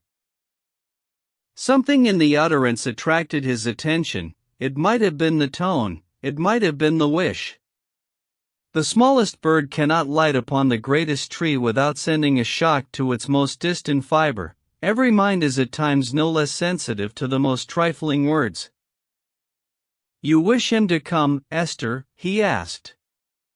"Yes," she said, lifting her eyes to his. "Why?" "Can you tell me?" he persisted. Because she hesitated, then began again, "Because the young man is," the stop was full. "Our master." "Is that the word?" "Yes." "And you still think I should not suffer him to go away without telling him to come, if he chooses, and take us and all we have, all, Esther, the goods, the shekels, the ships, the slaves, and the mighty credit, which is a mantle of cloth of gold and finest silver spun for me by the greatest of the angels of men's success. She made no answer. Does that move you nothing? No, he said, with the slightest taint of bitterness. Well, I have found, Esther, the worst reality is never unendurable when it comes out from behind the clouds through which we at first see it darkly, never, not even the rack. I suppose it will be so with death. And by that philosophy the slavery to which we are going must afterwhile become sweet. It pleases me even now to think what a favored man our master is. The fortune cost him nothing, not an anxiety, not a drop of sweat, not so much as a thought, it attaches to him undreamed of, and in his youth. And, Esther, let me waste a little vanity with the reflection, he gets what he could not go into the market and buy with all the pelfin sum. Thee, my child, my darling, thou blossom from the tomb of my lost Rachel. He drew her to him, and kissed her twice, once for herself, once for her mother. Say not so, she said, when his hand fell from her neck. Let us think better of him, he knows what sorrow is, and will set us free. Ah, thy instincts are fine in Esther, and thou knowest I lean upon them in doubtful cases where good or bad is to be pronounced of a person standing before thee as he stood this morning. But, his voice rose and hardened, these limbs upon which I cannot stand, this body drawn and beaten out of human shape, they are not all I bring him of myself. Oh no, no. I bring him a soul which has triumphed over torture and Roman malice keener than any torture. I bring him a mind which has eyes to see gold at a distance farther than the ships of Solomon sailed, and power to bring it to hand, Esther, into my palm here for the fingers to grip and keep lest it take wings at some other's word, a mind skilled at scheming. He stopped and laughed. Why, Esther, before the new moon which in the courts of the temple on the holy hill they are this moment celebrating, passes into its next quartering, I could ring the world so as to startle even Caesar, for know you, child, I have that faculty which is better than any one sense, better than a perfect body, better than courage and will, better than experience, ordinarily the best product of the longest lives, the faculty divinest of men, but which, he stopped, and laughed again, not bitterly, but with real zest. But which even the great do not sufficiently account, while with the herd it is a non-existent, the faculty of drawing men to my purpose and holding them faithfully to its achievement, by which, as against things to be done, I multiply myself into hundreds and thousands. So the captains of my ships plow the seas, and bring me honest returns, so Malak follows the youth, our master, and will just then a footstep was heard upon the terrace. Ha, Esther! Said I not so? He is here, and we will have tidings. For thy sake, sweet child, my lily just budded, I pray the Lord God, who has not forgotten his wandering sheep of Israel, that they be good and comforting. Now we will know if he will let thee go with all thy beauty, and me with all my faculties. Malak came to the chair. Peace to you, good master, he said, with a low obeisance, and to you, Esther, most excellent of daughters. He stood before them deferentially, and the attitude and the address left it difficult to define his relation to them. The one was that of a servant, the other indicated the familiar and friend. On the other side, Simonides, as was his habit in business, after answering this salutation went straight to the subject. What of the young man, Malak? The events of the day were told quietly and in the simplest words, and until he was through there was no interruption, nor did the listener in the chair so much as move a hand during the narration, but for his eyes, wide open and bright, and an occasional long-drawn breath, he might have been accounted an effigy. Thank you, Malak, he said, heartily, at the conclusion, you have done well, no one could have done better. Now what say you of the young man's nationality? He is an Israelite, good master, and of the tribe of Judah. You are positive? Very positive. He appears to have told you but little of his life. He has somewhere learned to be prudent. I might call him distrustful. He baffled all my attempts upon his confidence until we started from the Castalian Fount going to the village of Daphne. A place of abomination. Why went he there? I would say from curiosity, the first motive of the many who go, but, very strangely, he took no interest in the things he saw. Of the temple, he merely asked if it were Grecian. Good master, the young man has a trouble of mind from which he would hide, and he went to the grove, I think, as we go to sepulchres with our dead, he went to bury it. That were well, if so, Simonides said, in a low voice, then louder, Malak, the curse of the time is prodigality. The poor make themselves poorer as apes of the rich, and the merely rich carry themselves like princes. Saw you signs of the weakness in the youth? Did he display money's coin of Rome or Israel? None, good master. Surely, Malak, where there are so many inducements to folly, so much, to eat and drink, surely he made you generous offer of some sort. His age, if nothing more, would warrant that much. He neither ate nor drank in my company. In what he said or did, Malak, could you in any wise detect his master idea? You know they peep through cracks close enough to stop the wind. Give me to understand you, said Malak, in doubt. Well, you know we nor speak nor act, much less decide grave questions concerning ourselves, except as we be driven by a motive. In that respect, what made you of him? As to that, Master Simonides, I can answer with much assurance. He is devoted to finding his mother and sister, that first. Then he has a grievance against Rome, and as the Messala of whom I told you had something to do with the wrong, the great present object is to humiliate him. The meeting at the fountain furnished an opportunity, but it was put aside as not sufficiently public. The Messala is influential, said Simonides, thoughtfully. Yes, but the next meeting will be in the circus. Well, and then? The son of Arius will win. How know you? Malak smiled. I am judging by what he says. Is that all? No, there is a much better sign, his spirit. But, Malak, his idea of vengeance, what is its scope? Does he limit it to the few who did him the wrong, or does he take in the many? And more, is his feeling but the vagary of a sensitive boy, or has it the seasoning of suffering manhood to give it endurance? You know, Malak, the vengeful thought that is root merely in the mind is but a dream of idlest sort which one clear day will dissipate, while revenge the passion is a disease of the heart which climbs up to the brain, and feeds itself on both alike.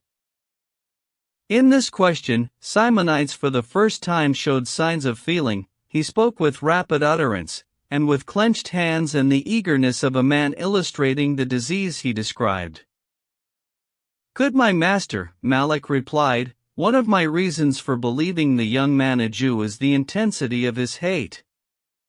It was plain to me he had himself under watch, as was natural, seeing how long he has lived in an atmosphere of Roman jealousy, yet I saw it blaze, once when he wanted to know Ilderim's feeling towards Rome, and again when I told him the story of the sheik and the wise man, and spoke of the question, where is he that is born king of the Jews? Simonides leaned forward quickly. Ah, Malak, his words, give me his words, let me judge the impression the mystery made upon him. He wanted to know the exact words. Were they to be or born to be? It appeared he was struck by a seeming difference in the effect of the two phrases. Simonides settled back into his pose of listening judge. Then, said Malak, I told him Ilderim's view of the mystery, that the king would come with the doom of Rome. The young man's blood rose over his cheeks and forehead, and he said earnestly, Who but a Herod can be king while Rome endures? Meaning what? That the empire must be destroyed before there could be another rule. Simonides gazed for a time at the ships and their shadows slowly swinging together in the river. When he looked up, it was to end the interview. Enough, Malak, he said. Get you to eat, and make ready to return to the Orchard of Palms. You must help the young man in his coming trial. Come to me in the morning. I will send a letter to Ilderim. Then in an undertone, as if to himself, he added, I may attend the circus myself. When Malak, after the customary benediction given and received, was gone, Simonides took a deep draught of milk, and seemed refreshed and easy of mind. Put the meal down, Esther, he said, it is over. She obeyed. Here now. She resumed her place upon the arm of the chair close to him. God is good to me, very good, he said, fervently. His habit is to move in mystery, yet sometimes he permits us to think we see and understand him. I am old, dear, and must go, but now, in this 11th hour, when my hope was beginning to die, he sends me this one with a promise, and I am lifted up. I see the way to a great part in a circumstance itself so great that it shall be as a new birth to the whole world. And I see a reason for the gift of my great riches, and the end for which they were designed. Verily, my child, I take hold on life anew. Esther nestled closer to him, as if to bring his thoughts from their far flying. The king has been born, he continued, imagining he was still speaking to her, and he must be near the half of common life. Balthasar says he was a child on his mother's lap when he saw him, and gave him presents and worship, and Ilderim holds it was 27 years ago last December when Balthasar and his companions came to his tent asking a hiding place from Herod. Wherefore the coming cannot now be long delayed. Tonight, tomorrow it may be. Holy Fathers of Israel, what happiness in the thought! I seem to hear the crash of the falling of old walls and the clamor of a universal change. And for the uttermost joy of men, the earth opens to take Rome in, and they look up and laugh and sing that she is not, while we are. Then he laughed at himself. Why, Esther, heard you ever the like?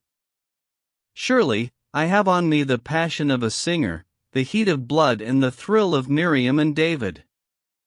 In my thoughts, which should be those of a plain worker in figures and facts, there is a confusion of cymbals clashing and harp strings loud beaten, and the voices of a multitude standing around a new risen throne. I will put the thinking by for the present, only, dear, when the king comes he will need money and men, for as he was a child born of woman he will be but a man after all, bound to human ways as you and I are. And for the money he will have need of getters and keepers, and for the men leaders. There. See you not a broad road for my walking, and the running of the youth our master, and at the end of it glory and revenge for us both, and he paused, struck with the selfishness of a scheme in which she had no part or good result, then added, kissing her, and happiness for thy mother's child. She sat still, saying nothing. Then he remembered the difference in natures, and the law by which we are not permitted always to take delight in the same cause or be equally afraid of the same thing. He remembered she was but a girl. Of what are you thinking, Esther? He said, in his common homelike way. If the thought have the form of a wish, give it me, little one, while the power remains mine. For power, you know, is a fretful thing, and hath its wings always spread for flight. She answered with a simplicity almost childish. Send for him, father. Send for him tonight, and do not let him go into the circus.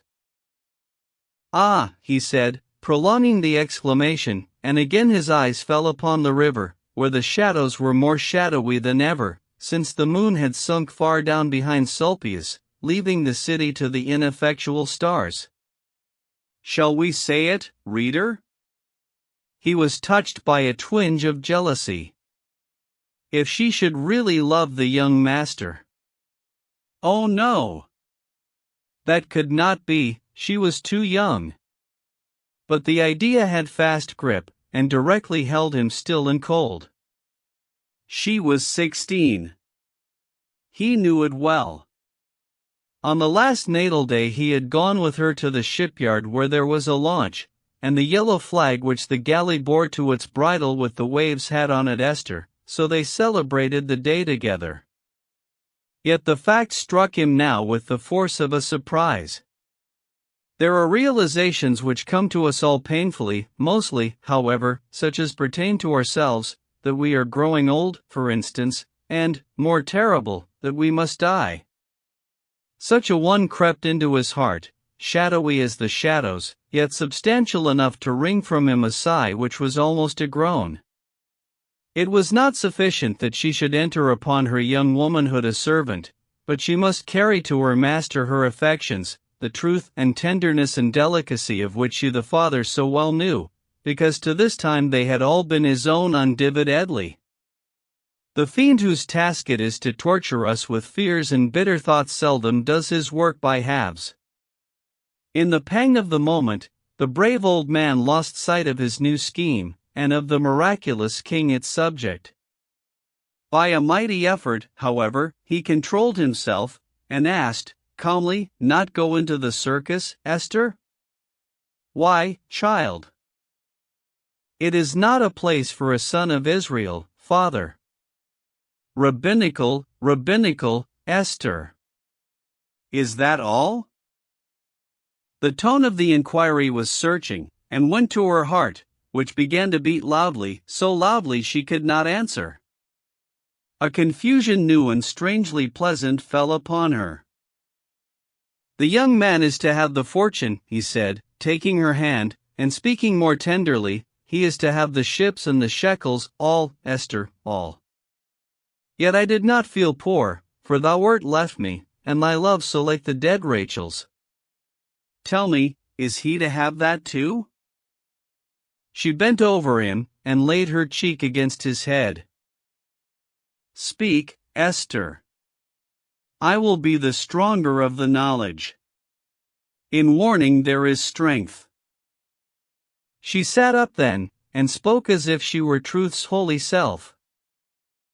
"Comfort thee, Father. I will never leave thee, though he take my love, I will be thy handmaid ever as now." And, stooping, she kissed him. "And more," she said, continuing, "he is comely in my sight," and the pleading of his voice drew me to him, and I shudder to think of him in danger. "Yes, Father, I would be more than glad to see him again. Still, the love that is unrequited cannot be perfect love, wherefore I will wait a time, remembering I am thy daughter and my mother's. A very blessing of the Lord art thou, Esther. A blessing to keep me rich, though all else be lost. And by his holy name and everlasting life, I swear thou shalt not suffer." At his request, a little later, the servant came and rolled the chair into the room, where he sat for a time thinking of the coming of the king, while she went off and slept the sleep of the innocent. Chapter 12. The palace across the river nearly opposite Simonides' place is said to have been completed by the famous Epiphanes, and was all such a habitation can be imagined, though he was a builder whose taste ran to the immense rather than the classical, now so-called an architectural imitator, in other words, of the Persians instead of the Greeks. The wall enclosing the whole island to the water's edge, and built for the double purpose of bulwark against the river and defense against the mob, was said to have rendered the palace unfit for constant occupancy, insomuch that the legates abandoned it and moved to another residence erected for them on the western ridge of Mount Sulpius, under the temple of Jupiter. Persons were not wanting, however, who flatly denied the bill against the ancient abode. They said, with shrewdness at least, that the real object of the removal of the legates was not a more healthful locality, but the assurance afforded them by the huge barracks, named, according to the prevalent style, citadel, situated just over the way on the eastern ridge of the mount. And the opinion had plausible showing. Among other pertinent things, it was remarked that the palace was kept in perpetual readiness for use, and when a consul, general of the army, king, or visiting potentate of any kind arrived at Antioch, quarters were at once assigned him on the island. As we have to do with but one apartment in the old pile, the residue of it is left to the reader's fancy, and as pleases him, he may go through its gardens, baths, halls, and labyrinth of rooms to the pavilions on the roof, all furnished as became a house of fame in a city which was more nearly Milton's gorgeous East than any other in the world. At this age the apartment alluded to would be termed a saloon. It was quite spacious, floored with polished marble slabs, and lighted in the day by skylights in which colored mica served as glass. The walls were broken by Atlantes, no two of which were alike, but all supporting a cornice wrought with arabesques exceedingly intricate in form, and more elegant on account of superadditions of color, blue, green, Tyrian purple, and gold. Around the room ran a continuous divan of Indian silks and wool of cashmere. The furniture consisted of tables and stools of Egyptian patterns grotesquely carved. We have left Simonides in his chair perfecting his scheme in aid of the miraculous king, whose coming he has decided is so close at hand. Esther is asleep, and now, having crossed the river by the bridge, and made way through the lion-guarded gate and a number of Babylonian halls and courts, let us enter the gilded saloon. There are 5 chandeliers hanging by sliding bronze chains from the ceiling, one in each corner, and in the center one enormous pyramids of lighted lamps, illuminating even the demoniac faces of the Atlantes and the complex tracery of the cornice. About the tables, seated or standing, or moving restlessly from one to another, there are probably 100 persons, whom we must study at least for a moment. They are all young, some of them little more than boys. That they are Italians and mostly Romans is passed out. They all speak Latin in purity, while each one appears in the indoor dress of the great capital on the Tiber, that is, in tunics short of sleeve and skirt, a style of vesture well adapted to the climate of Antioch, and especially comfortable in the too close atmosphere of the saloon. On the divan here in their togas and lacerni lie where they have been carelessly tossed, some of them significantly bordered with purple. On the divan also lie sleepers stretched at ease. Whether they were overcome by the heat and fatigue of the sultry day or by Bacchus we will not pause to inquire. The hum of voices is loud and incessant. Sometimes there is an explosion of laughter, sometimes a burst of rage or exultation, but over all prevails a sharp, prolonged rattle, at first somewhat confusing to the non-familiar. If we approach the tables, however, the mystery solves itself. The company is at the favorite games, draughts, and dice, singly or together, and the rattle is merely of the tesserae, or ivory cubes, loudly shaken, and the moving of the hosts on the checkered boards. Who are the company? Good Flavius, said a player, holding his peace in suspended movement, thou sayest yon Lucerna, that one in front of us on the divan. It is fresh from the shop, and hath a shoulder buckle of gold broad as a palm.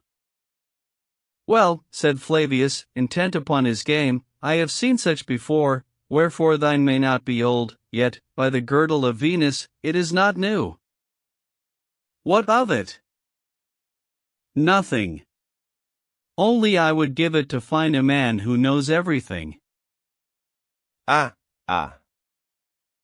For something cheaper I will find thee here several with purple who will take thy offer. But play. There, check. So, by all the Jupiters. Now, what sayest thou? Again? Be it so. And the wager? A sestertium. Then each drew his tablets and stylus and made a memorandum, and, while they were resetting the pieces, Flavius returned to his friend's remark. A man who knows everything. The oracles would die. What wouldst thou with such a monster? Answer to one question, my Flavius, then, purple. I would cut his throat. And the question? I would have him tell me the hour, said I, nay, the minute Maxentius will arrive tomorrow. Good play, good play. I have you. And why the minute? Hast thou ever stood uncovered in the Syrian sun on the quay at which he will land? The fires of the Vesta are not so hot, and, by the stater of our father Romulus, I would die, if die I must, in Rome. Avernus is here, there, in the square before the Forum, I could stand, and, with my hand raised thus, touch the floor of the gods. Ha, by Venus, my Flavius, thou didst beguile me. I have lost. O fortune! Again? I must have back my sestertium. Be it so. And they played again and again, and when day, stealing through the skylights, began to dim the lamps, it found the two in the same places at the same table, still at the game. Like most of the company, they were military attaches of the consul, awaiting his arrival and amusing themselves meantime. During this conversation a party entered the room, and, unnoticed at first, proceeded to the central table. The signs were that they had come from a revel just dismissed. Some of them kept their feet with difficulty. Around the leader's brow was a chaplet which marked him master of the feast, if not the giver. The wine had made no impression upon him unless to heighten his beauty, which was of the most manly Roman style. He carried his head high raised, the blood flushed his lips and cheeks brightly, his eyes glittered, though the manner in which, shrouded in a toga spotless white and of ample folds, he walked was too nearly imperial for one sober and not a Caesar. In going to the table, he made room for himself and his followers with little ceremony and no apologies, and when at length he stopped, and looked over it and at the players, they all turned to him, with a shout like a cheer. Messala! Messala, they cried.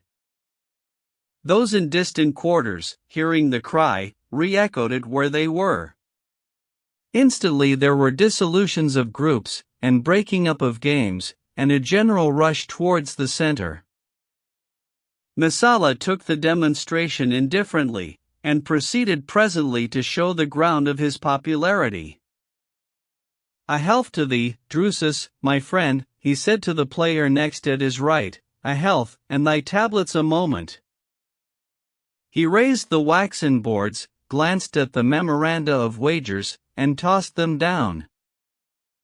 Denarii, only denarii, coin of cartmen and butchers, he said, with a scornful laugh. By the drunken Semele, to what is Rome coming, when a Caesar sits o' nights waiting a turn of fortune to bring him but a beggarly denarius? The scion of the Drusi reddened to his brows, but the bystanders broke in upon his reply by surging closer around the table, and shouting, the Messala! The Messala! Men of the Tiber, Messala continued, wresting a box with the dice in it from a hand nearby, who is he most favored of the gods? A Roman. Who is the lawgiver of the nations? A Roman. Who is he, by sword right, the universal master? The company were of the easily inspired, and the thought was one to which they were born. In a twinkling they snatched the answer from him. A Roman, they shouted. Yet, he lingered to catch their ears, yet there is a better than the best of Rome. He tossed his patrician head and paused, as if to sting them with his sneer. Hear ye, he asked. There is a better than the best of Rome. I, Hercules, cried one. Bacchus, yelled a satirist. Jove, thundered the crowd. No, Messala answered, among men. Name him, they demanded. I will, he said, the next lull. He who to the perfection of Rome hath added the perfection of the East, who to the arm of conquest, which is Western, hath also the art needful to the enjoyment of dominion, which is Eastern. Part pole. His best is a Roman, after all, someone shouted, and there was a great laugh, and long clapping of hands and admission that Messala had the advantage. In the East, he continued, we have no gods, only wine, women, and fortune, and the greatest of them is fortune, wherefore our motto, who dareth what I dare. Fit for the Senate, fit for battle, fittest for him who, seeking the best, challenges the worst. His voice dropped into an easy, familiar tone, but without relaxing the ascendancy he had gained. In the great chest up in the citadel I have 5 talents coin current in the markets, and here are the receipts for them. From his tunic he drew a roll of paper, and, flinging it on the table, continued, amidst breathless silence, every eye having him in view fixed on his, every ear listening. The sum lies there, the measure of what I dare. Who of you dares so much? You are silent. Is it too great? I will strike off 1 talent. What? Still silent? Come, then, throw me once for these 3 talents, only 3, for 2, for 1, at least, 1 for the honor of the river by which you were born, Rome East against Rome West, Orontes the barbarous against Tiber the sacred. He rattled the dice overhead while waiting. The Orontes against the Tiber, he repeated, with an increase of scornful emphasis. Not a man moved, then he flung the box upon the table, and, laughing, took up the receipts. By the Olympian Jove, I know now ye have fortunes to make or to mend, therefore are ye come to Antioch. Oh, Cecilius! Here, Messala, cried a man behind him, here am I, perishing in the mob, and begging a drachma to settle with the ragged ferryman. But, Pluto take me. These new ones have not so much as an obelisk among them. The sally provoked a burst of laughter, under which the saloon rang and rang again. Messala alone kept his gravity.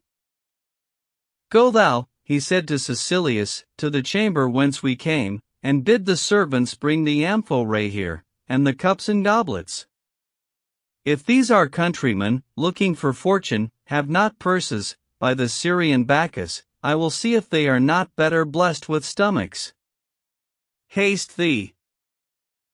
Then he turned to Drusus, with a laugh heard throughout the apartment. Ha, my friend. Be thou not offended because I leveled the Caesar in thee down to the denarii. Thou sayest I did but use the name to try these fine fledglings of our old Rome. Come, my Drusus, come. He took up the box again and rattled the dice merrily. Here, for what sum thou wilt, let us measure fortunes. The manner was frank, cordial, winsome. Drusus melted in a moment. By the Nymphe, yes, he said, laughing. I will throw with thee.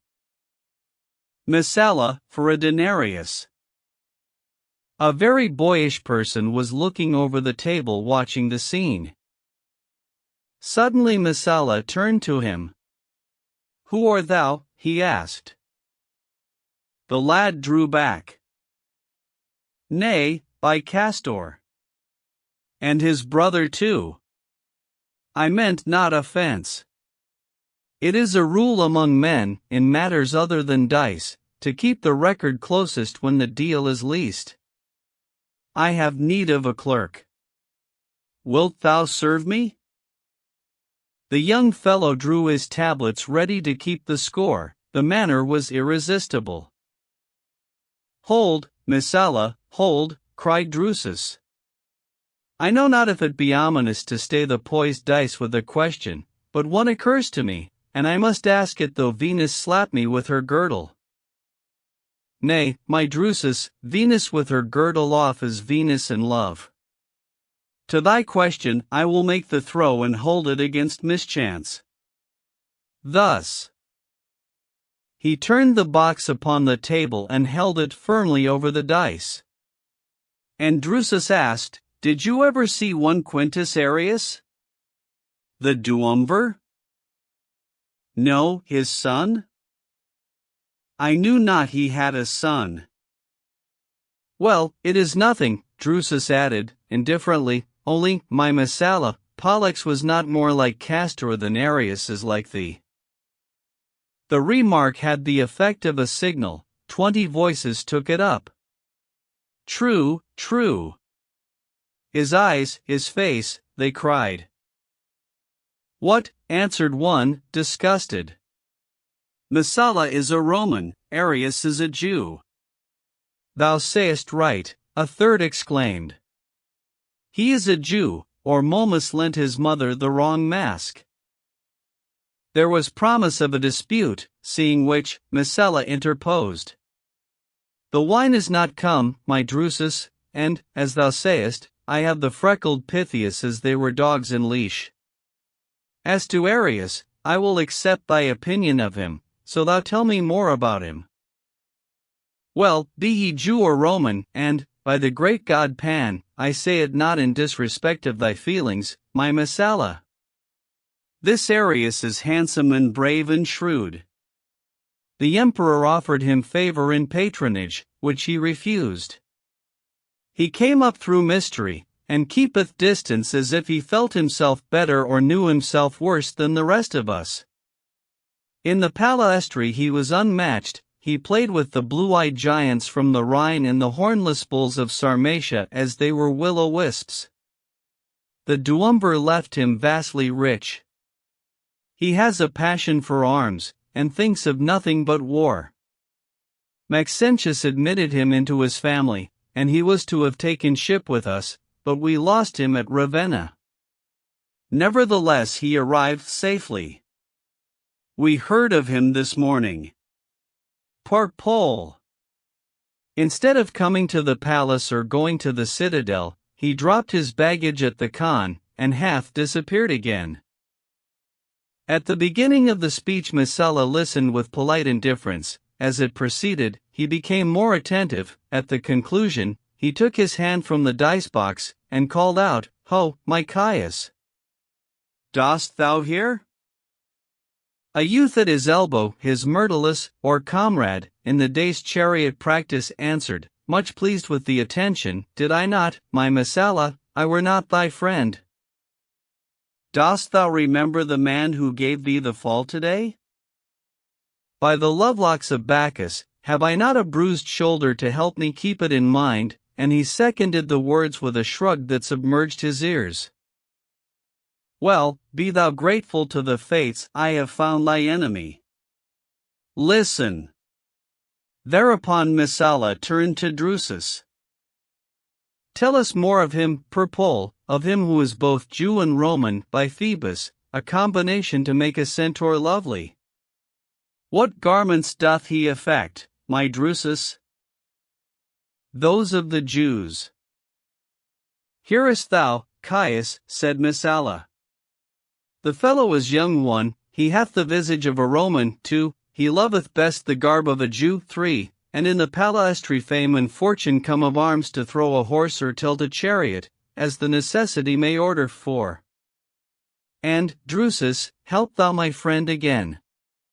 Doubtless this Arrius hath tricks of language, otherwise he could not so confound himself, today a Jew, tomorrow a Roman, but of the rich tongue of Athene discourseth he in that as well? With such purity, Messala, he might have been a contestant in the Isthmia. Art thou listening, Caius? Said Messala. The fellow is qualified to salute a woman, for that matter Aristomache herself in the Greek, and as I keep the count, that is 5. What sayest thou? Thou hast found him, my Messala, Caius answered, or I am not myself. Thy pardon, Drusus, and pardon of all, for speaking in riddles thus, Messala said, in his winsome way. By all the decent gods, I would not strain thy courtesy to the point of breaking, but now help thou me. See. He put his hand on the dice box again, laughing. See how close I hold the Pythias and their secret. Thou didst speak, I think, of mystery in connection with the coming of the son of Arius. Tell me of that. 'Tis nothing, Messala, nothing, Drusus replied, a child's story. When Arius, the father, sailed in pursuit of the pirates, he was without wife or family. He returned with a boy, him of whom we speak, and next day adopted him. Adopted him? Messala repeated. By the gods, Drusus, thou dost, indeed, interest me. Where did the duumvir find the boy? And who was he? Who shall answer thee that, Messala? Who but the young Arius himself? Parpole. In the fight the duumvir, then but a tribune, lost his galley. A returning vessel found him and one other, all of the crew who survived, afloat upon the same plank. I give you now the story of the rescuers, which hath this excellence, at least it hath never been contradicted. They say, the duumvir's companion on the plank was a Jew. A Jew, echoed Messala. And a slave. How, Drusus? A slave? When the two were lifted to the deck, the duumvir was in his tribune's armor, and the other in the vesture of a rower. Messala arose from leaning against the table. A galley, he checked the debasing word, and looked around, for once in his life at loss. Just then a procession of slaves filed into the room, some with great jars of wine, others with baskets of fruits and confections, others again with cups and flagons, mostly silver. There was inspiration in the sight. Instantly Messala climbed upon a stool. Men of the Tiber, he said, in a clear voice, let us turn this waiting for our chief into a feast of Bacchus. Whom choose ye for master? Drusus arose. Who shall be master but the giver of the feast, he said. Answer, Romans. They gave their reply in a shout.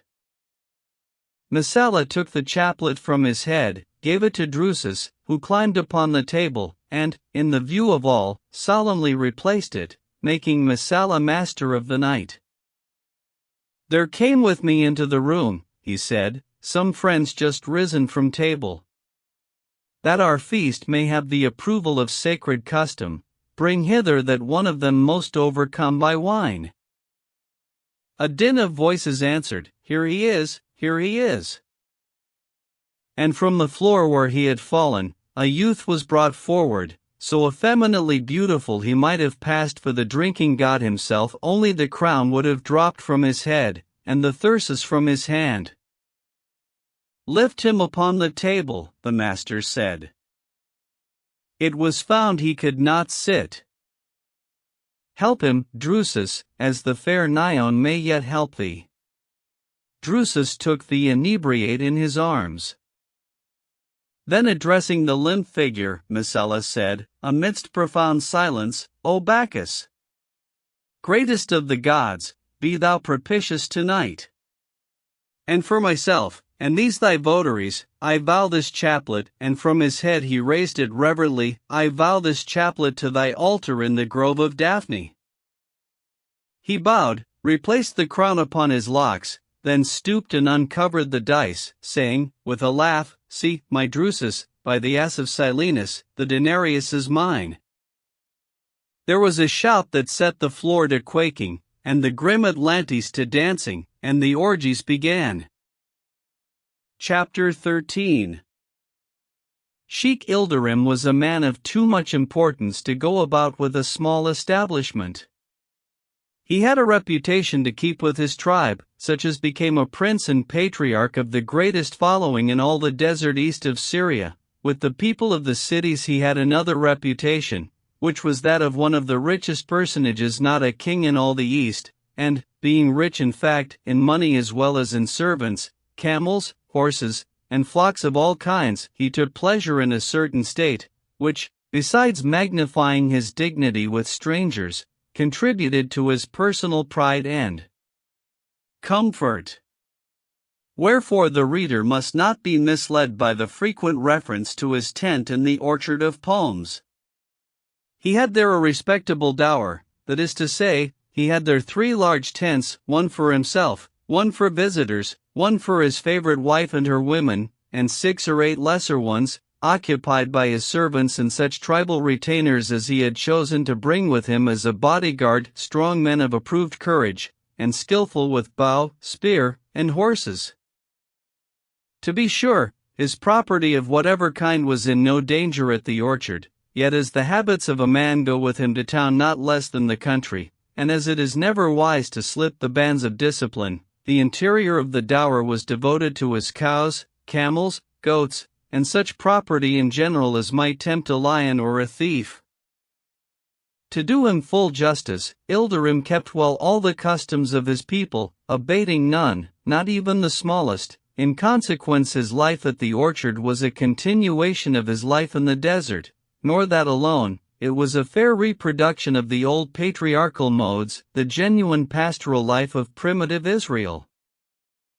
Recurring to the morning the caravan arrived at the orchard, here, planted here, he said, stopping his horse, and thrusting a spear into the ground. Door to the south, the lake before it thus, and these, the children of the desert, to sit under at the going down of the sun. At the last words he went to a group of 3 great palm trees, and patted one of them as he would have patted his horse's neck, or the cheek of the child of his love. Who but the sheik could have right say to the caravan, Halt! Or of the tent, Here be it pitched?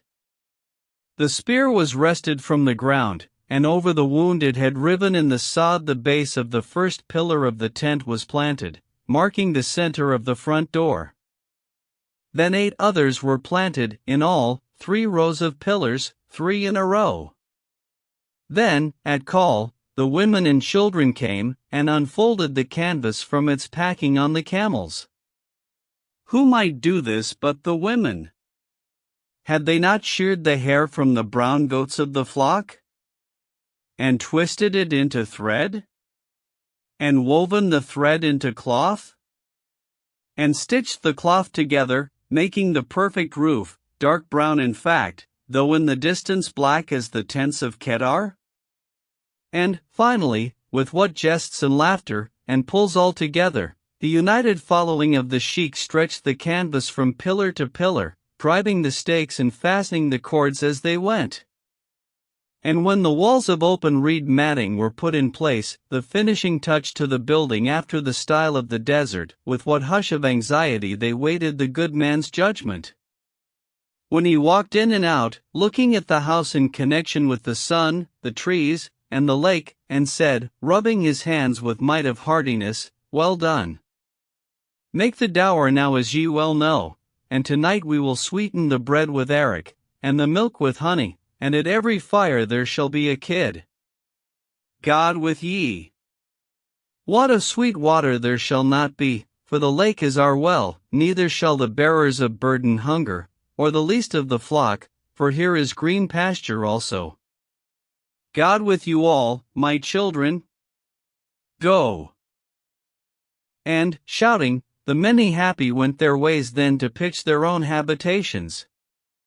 A few remained to arrange the interior for the sheik, and of these the men servants hung a curtain to the central row of pillars, making 2 apartments, the one on the right sacred to Ilderim himself, the other sacred to his horses, his jewels of Solomon, which they let in, and with kisses and love taps set at liberty.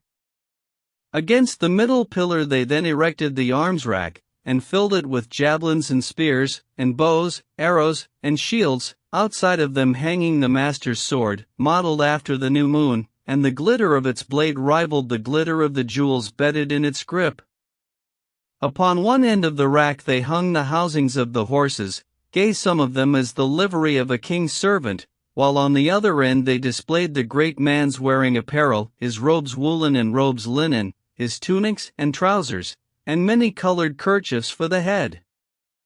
Nor did they give over the work until he pronounced it well. Meantime the women drew out and set up the divan, more indispensable to him than the beard down flowing over his breast, white as Aaron's. They put a frame together in shape of 3 sides of a square, the opening to the door, and covered it with cushions and base curtains, and the cushions with a changeable spread striped brown and yellow. At the corners they placed pillows and bolsters sacked in cloth blue and crimson, then around the divan they laid a margin of carpet, and the inner space they carpeted as well. And when the carpet was carried from the opening of the divan to the door of the tent, their work was done, whereupon they again waited until the master said it was good. Nothing remained then but to bring and fill the jars with water, and hang the skin bottles of arrack ready for the hand tomorrow the Laban. Nor might an Arab see why Ilderim should not be both happy and generous in his tent by the lake of sweet waters, under the palms of the orchard of palms. Such was the tent at the door of which we left Ben-Hur.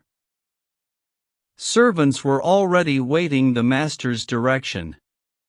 One of them took off his sandals, another unlatched Ben-Hur's Roman shoes, then the 2 exchanged their dusty outer garments for fresh ones of white linen.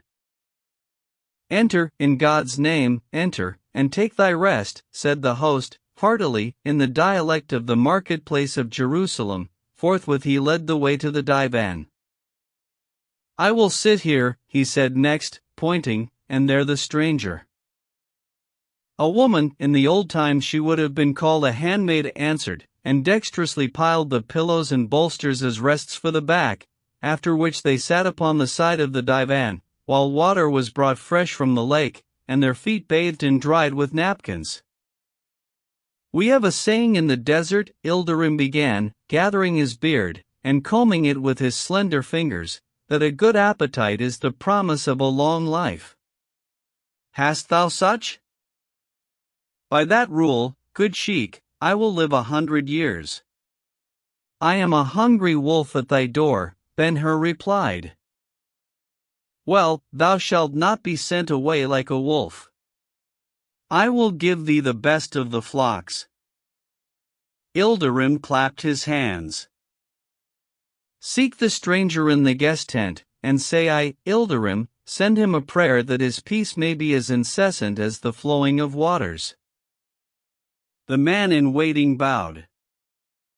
"Say, also," Ilderim continued, "that I have returned with another for breaking of bread, and, if Balthasar the wise careth to share the loaf, 3 may partake of it, and the portion of the birds be none the less." The second servant went away. "Let us take our rest now."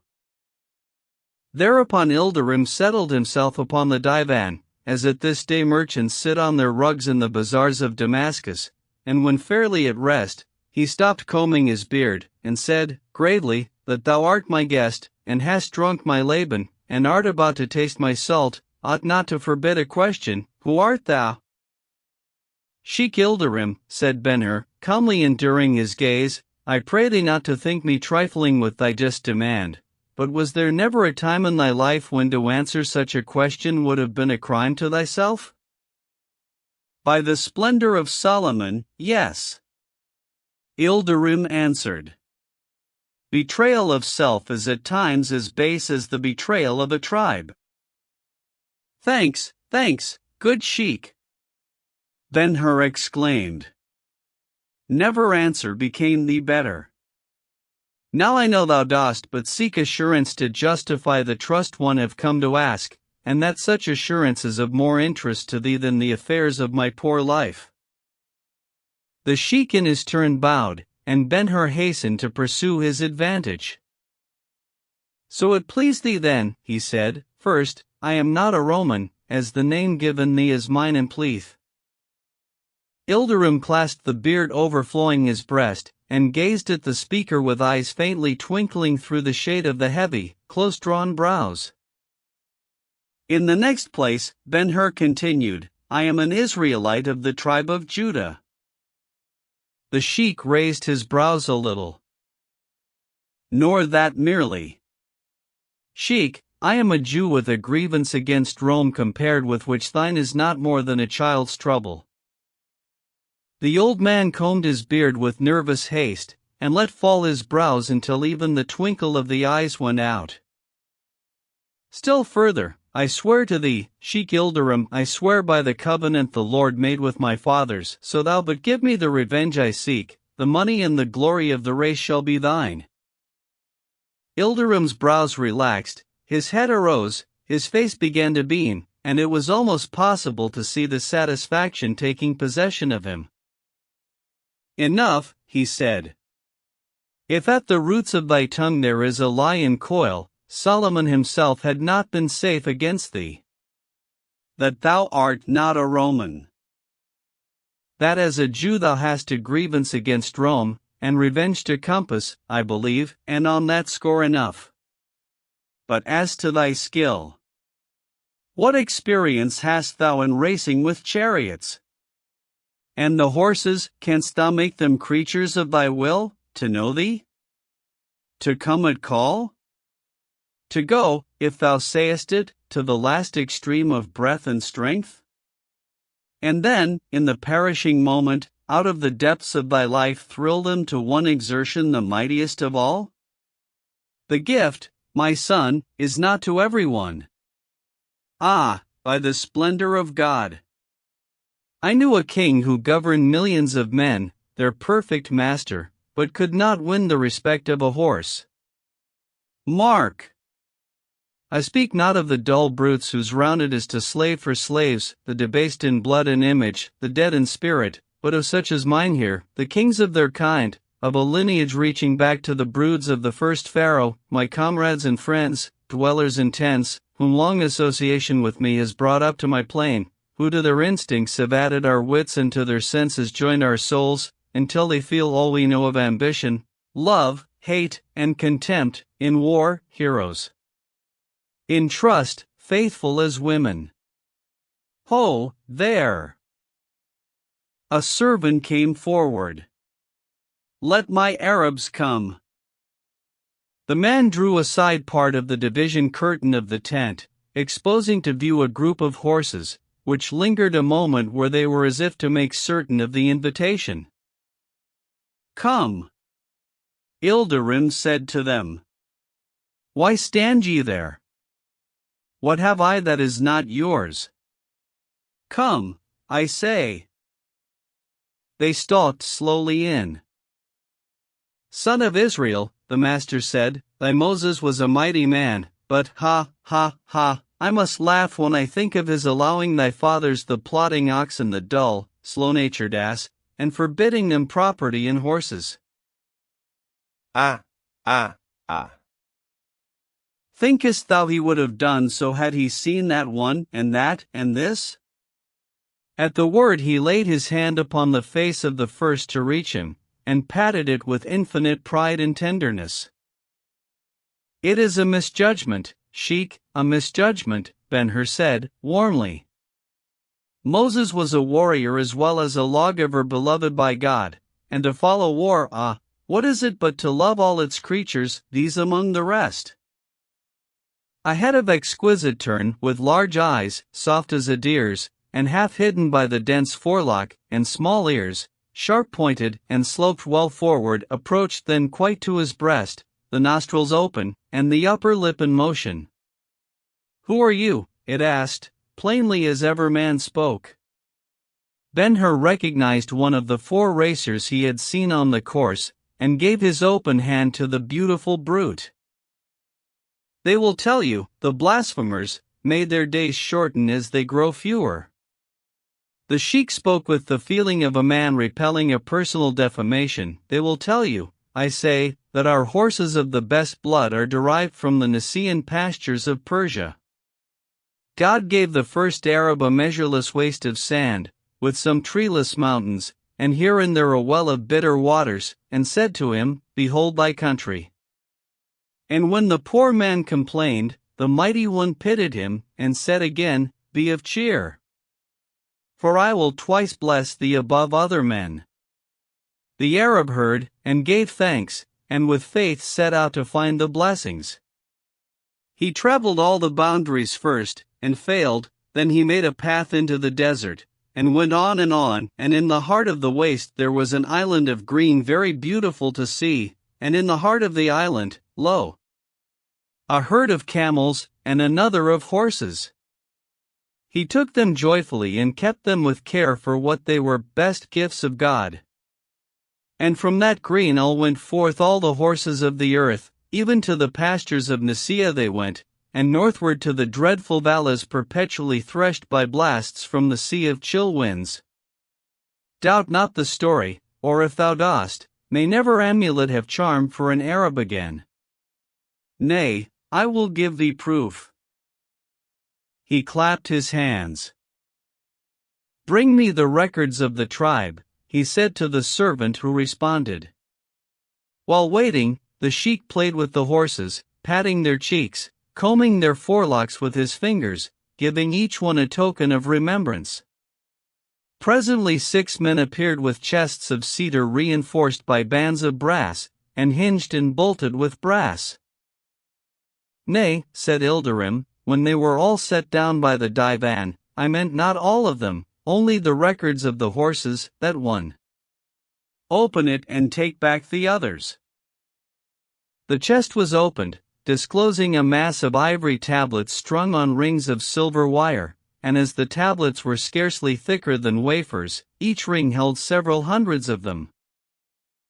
I know, said Ilderim, taking some of the rings in his hand, I know with what care and zeal, my son, the scribes of the temple and the holy city keep the names of the newly born, that every son of Israel may trace his line of ancestry to its beginning, though it antedate the patriarchs. My fathers, may the recollection of them be green forever, did not think it sinful to borrow the idea, and apply it to their dumb servants. See these tablets. Ben-Hur took the rings, and separating the tablets saw they bore rude hieroglyphs in Arabic, burned on the smooth surface by a sharp point of heated metal. Canst thou read them, O son of Israel? No. Thou must tell me their meaning. Know thou, then, each tablet records the name of a foal of the pure blood born to my fathers through the hundreds of years past, and also the names of sire and dam. Take them, and note their age, that thou mayst the more readily believe. Some of the tablets were nearly worn away. All were yellow with age.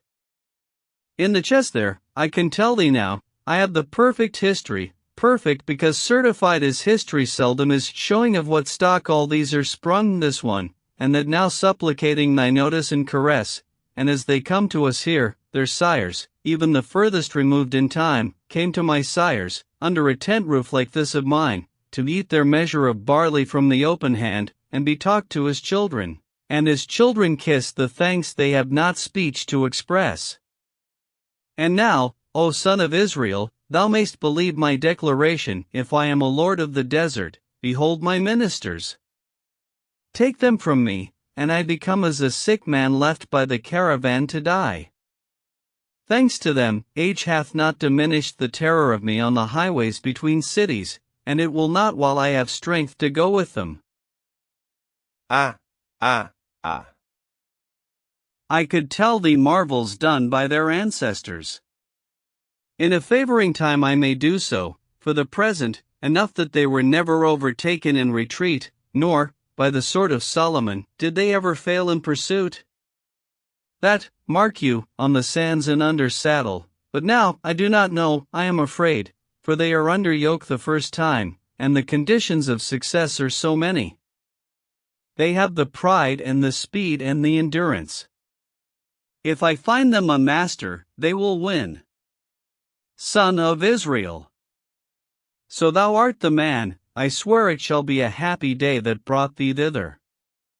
Of thyself now speak. I know now, said Ben-Hur, why it is that in the love of an Arab his horse is next to his children, and I know, also, why the Arab horses are the best in the world. But, good sheik, I would not have you judge me by words alone, for, as you know, all promises of men sometimes fail. Give me the trial first on some plain hereabout, and put the 4 in my hand tomorrow. Ilderim's face beamed again, and he would have spoken. A moment, good sheik, a moment, said Ben-Hur. Let me say further. From the masters in Rome I learned many lessons, little thinking they would serve me in a time like this. I tell thee these thy sons of the desert, though they have separately the speed of eagles and the endurance of lions, will fail if they are not trained to run together under the yoke. For bethink thee, sheik, in every 4 there is one the slowest and one the swiftest, and while the race is always to the slowest, the trouble is always with the swiftest. It was so today, the driver could not reduce the best to harmonious action with the poorest. My trial may have no better result, but if so, I will tell thee of it, that I swear. Wherefore, in the same spirit I say, can I get them to run together, moved by my will, the 4 as one, thou shalt have the sestertii and the crown, and I my revenge. What sayest thou? Ilderim listened, combing his beard the while.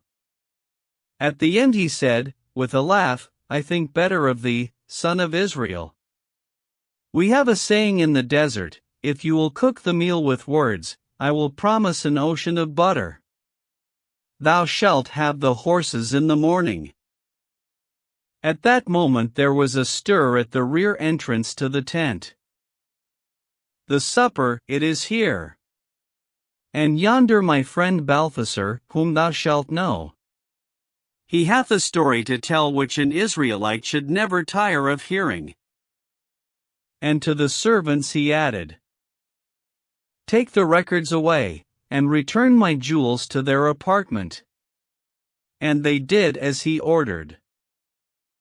Chapter 14.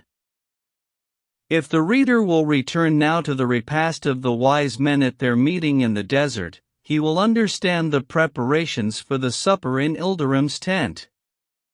The differences were chiefly such as were incident to ampler means and better service. 3 rugs were spread on the carpet within the space so nearly enclosed by the divan. A table not more than a foot in height was brought and set within the same place, and covered with a cloth. Off to one side a portable earthenware oven was established under the presidency of a woman whose duty it was to keep the company in bread, or, more precisely, in hot cakes of flour from the handmills grinding with constant sound in a neighboring tent. Meanwhile Balthasar was conducted to the divan, where Ilderim and Ben-Hur received him standing. A loose black gown covered his person, his step was feeble, and his whole movement slow and cautious, apparently dependent upon a long staff and the arm of a servant. Peace to you, my friend, said Ilderim, respectfully. Peace and welcome. The Egyptian raised his head and replied, And to thee, good sheik, to thee and thine, peace and the blessing of the one God, God the true and loving. The manner was gentle and devout, and impressed Ben-Hur with a feeling of awe, besides which the blessing included in the answering salutation had been partly addressed to him, and while that part was being spoken, the eyes of the aged guest, hollow yet luminous, rested upon his face long enough to stir an emotion new and mysterious, and so strong that he again and again during the repast scanned the much wrinkled and bloodless face for its meaning, but always there was the expression bland, placid, and trustful as a child's. A little later he found that expression habitual. "This is he, O Balthasar," said the sheik, laying his hand on Ben-Hur's arm, "who will break bread with us this evening."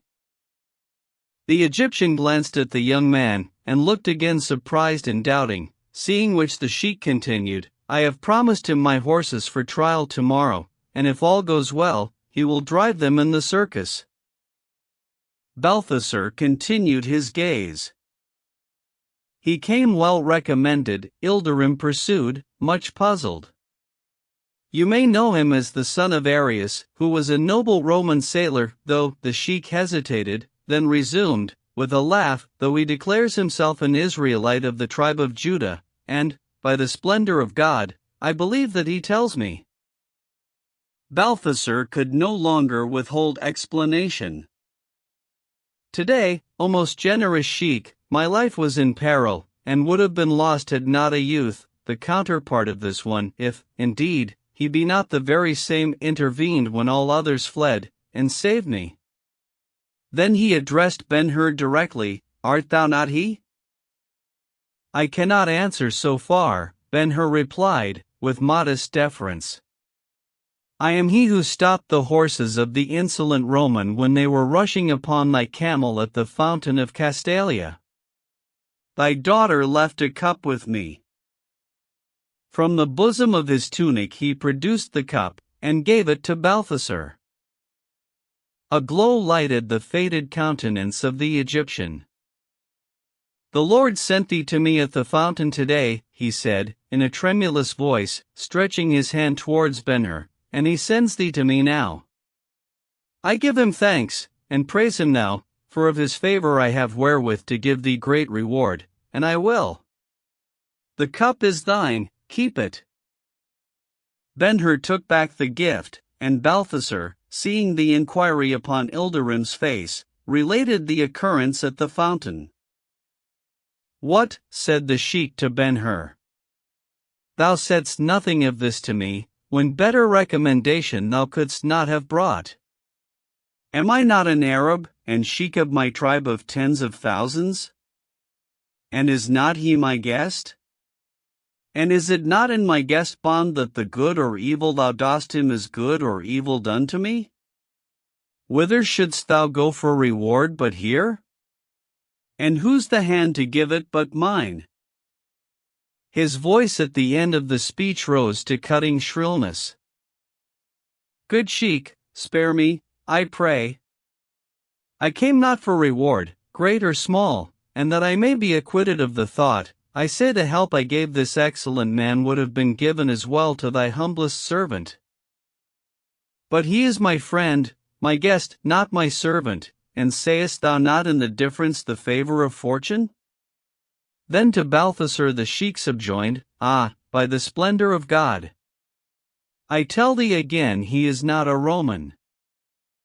With that he turned away, and gave attention to the servants, whose preparations for the supper were about complete.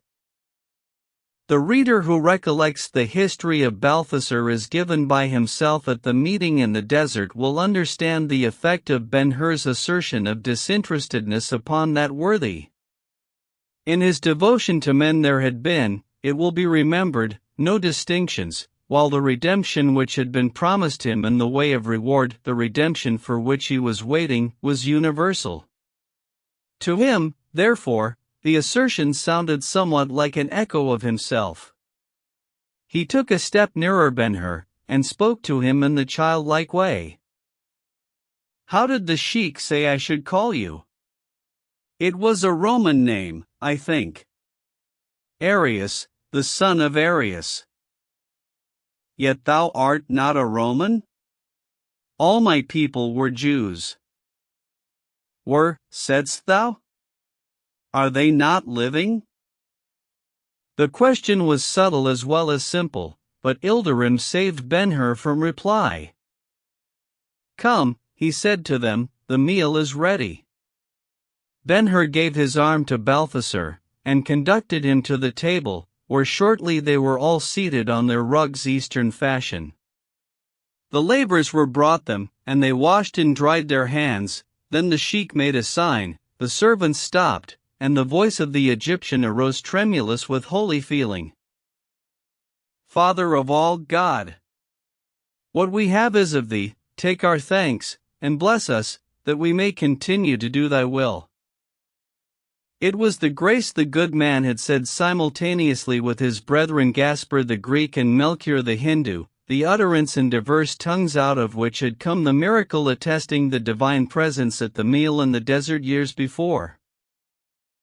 The table to which they immediately addressed themselves was, as may be thought, rich in the substantials and delicacies favored in the East, in cakes hot from the oven, vegetables from the gardens, meats singly, compounds of meats and vegetables, milk of kine, and honey and butter, all eaten or drunk, it should be remarked, without any of the modern accessories, knives, forks, spoons, cups, or plates. And in this part of the repast but little was said, for they were hungry. But when the dessert was in course it was otherwise. They laved their hands again, had the lapcloths shaken out, and with a renewed table and the sharp edge of their appetites gone they were disposed to talk and listen. With such a company, an Arab, a Jew, and an Egyptian, all believers alike in one God, there could be at that age but one subject of conversation, and of the three, which should be speaker but he to whom the deity had been so nearly a personal appearance, who had seen him in a star, had heard his voice and direction, had been led so far and so miraculously by his spirit? And of what should he talk but that of which he had been called to testify? Chapter 15. The shadows cast over the orchard of palms by the mountains at set of sun left no sweet margin time of violet sky and drowsing earth between the day and night. The latter came early and swift, and against its glooming in the tent this evening the servants brought 4 candlesticks of brass, and set them by the corners of the table. To each candlestick there were 4 branches, and on each branch a lighted silver lamp and a supply cup of olive oil. In light ample, even brilliant, the group at dessert continued their conversation, speaking in the Syriac dialect, familiar to all peoples in that part of the world. The Egyptian told his story of the meeting of the 3 in the desert, and agreed with the sheik that it was in December, 27 years before, when he and his companions, fleeing from Herod, arrived at the tent praying shelter. The narrative was heard with intense interest, even the servants lingering when they could to catch its details. Ben-Hur received it as became a man listening to a revelation of deep concern to all humanity, and to none of more concern than the people of Israel. In his mind, as we shall presently see, there was crystallizing an idea which was to change his course of life, if not absorb it absolutely. As the recital proceeded, the impression made by Balthasar upon the young Jew increased. At its conclusion, his feeling was too profound to permit a doubt of its truth. Indeed, there was nothing left him desirable in the connection but assurances, if such were to be had, pertaining exclusively to the consequences of the amazing event. And now there is wanting an explanation which the very discerning may have heretofore demanded. Certainly it can be no longer delayed. Our tale begins, in point of date not less than fact, to trench close upon the opening of the ministry of the Son of Mary, whom we have seen but once since this same Balthasar left him worshipfully in his mother's lap in the cave by Bethlehem. Henceforth to the end the mysterious child will be a subject of continual reference, and slowly though surely the current of events with which we are dealing will bring us nearer and nearer to him, until finally we see him a man we would like, if armed contrariety of opinion would permit it, to add a man whom the world could not do without. Of this declaration, apparently so simple, a shrewd mind inspired by faith will make much and in welcome. Before his time, and since, there have been men indispensable to particular people and periods, but his indispensability was to the whole race, and for all time a respect in which it is unique, solitary, divine. To Sheikh Ilderim the story was not new. He had heard it from the three wise men together under circumstances which left no room for doubt. He had acted upon it seriously, for the helping a fugitive escape from the anger of the first Herod was dangerous. Now one of the three sat at his table again, a welcome guest and revered friend. Sheikh Ilderim certainly believed the story, yet, in the nature of things, its mighty central fact could not come home to him with the force and absorbing effect it came to Ben-Hur. He was an Arab, whose interest in the consequences was but general. On the other hand, Ben-Hur was an Israelite and a Jew, with more than a special interest in, if the solecism can be pardoned, the truth of the fact. He laid hold of the circumstance with a purely Jewish mind.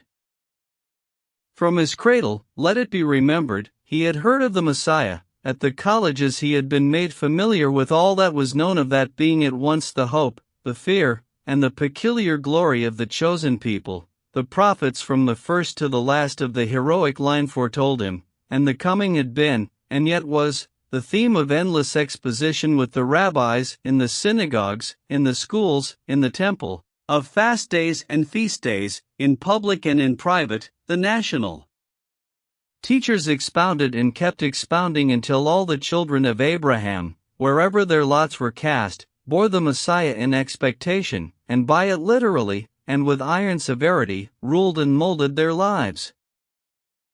Doubtless, it will be understood from this that there was much argument among the Jews themselves about the Messiah, and so there was, but the disputation was all limited to one point, and one only: when would he come? Disquisition is for the preacher, whereas the writer is but telling a tale, and that he may not lose his character, the explanation he is making requires notice merely of a point connected with the Messiah about which the unanimity among the chosen people was matter of marvelous astonishment. He was to be, when come, the King of the Jews, their political king, their Caesar. By their instrumentality he was to make armed conquest of the earth, and then, for their profit and in the name of God, hold it down forever. On this faith, dear reader, the Pharisees are separatists, the latter being rather a political term. In the cloisters and around the altars of the temple, built an edifice of hope far overtopping the dream of the Macedonian. His but covered the earth, theirs covered the earth and filled the skies, that is to say, in their bold, boundless fantasy of blasphemous egotism, God the Almighty was in effect to suffer them for their uses to nail him by the ear to a door in sign of eternal servitude. Returning directly to Ben-Hur, it is to be observed now that there were two circumstances in his life the result of which had been to keep him in a state comparatively free from the influence and hard effects of the audacious faith of his separatist countrymen.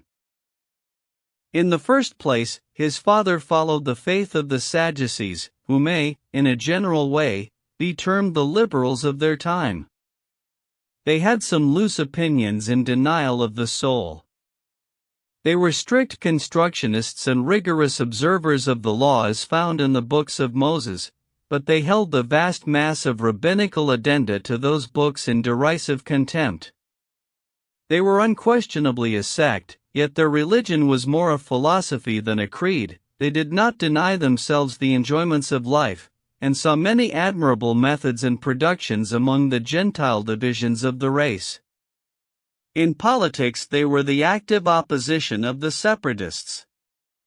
In the natural order of things, these circumstances and conditions, opinions and peculiarities, would have descended to the son as certainly and really as any portion of his father's estate, and, as we have seen, he was actually in course of acquiring them when the second saving event overtook him. Upon a youth of Ben-Hur's mind and temperament, the influence of 5 years of affluent life in Rome can be appreciated best by recalling that the great city was then, in fact, the meeting place of the nations, their meeting place politically and commercially, as well as for the indulgence of pleasure without restraint. Round and round the golden milestone in front of the Forum, now in gloom of eclipse, now in unapproachable splendor, flowed all the active currents of humanity. If excellences of manner, refinements of society, attainments of intellect, and glory of achievement made no impression upon him, how could he, as the son of Arius, pass day after day, through a period so long, from the beautiful villa near Misenum into the receptions of Caesar, and be wholly uninfluenced by what he saw there of kings, princes, ambassadors, hostages, and delegates, suitors all of them from every known land, waiting humbly the yes or no which was to make or unmake them? As mere assemblages, to be sure, there was nothing to compare with the gatherings at Jerusalem in celebration of the Passover, yet when he sat under the purple velaria of the Circus Maximus, one of 350,000 spectators, he must have been visited by the thought that possibly there might be some branches of the family of man worthy divine consideration, if not mercy, though they were of the uncircumcised, some, by their sorrows, and, yet worse, by their hopelessness in the midst of sorrows, fitted for brotherhood in the promises to his countrymen. That he should have had such a thought under such circumstances was but natural. We think so much, at least, will be admitted, but when the reflection came to him, and he gave himself up to it, he could not have been blind to a certain distinction.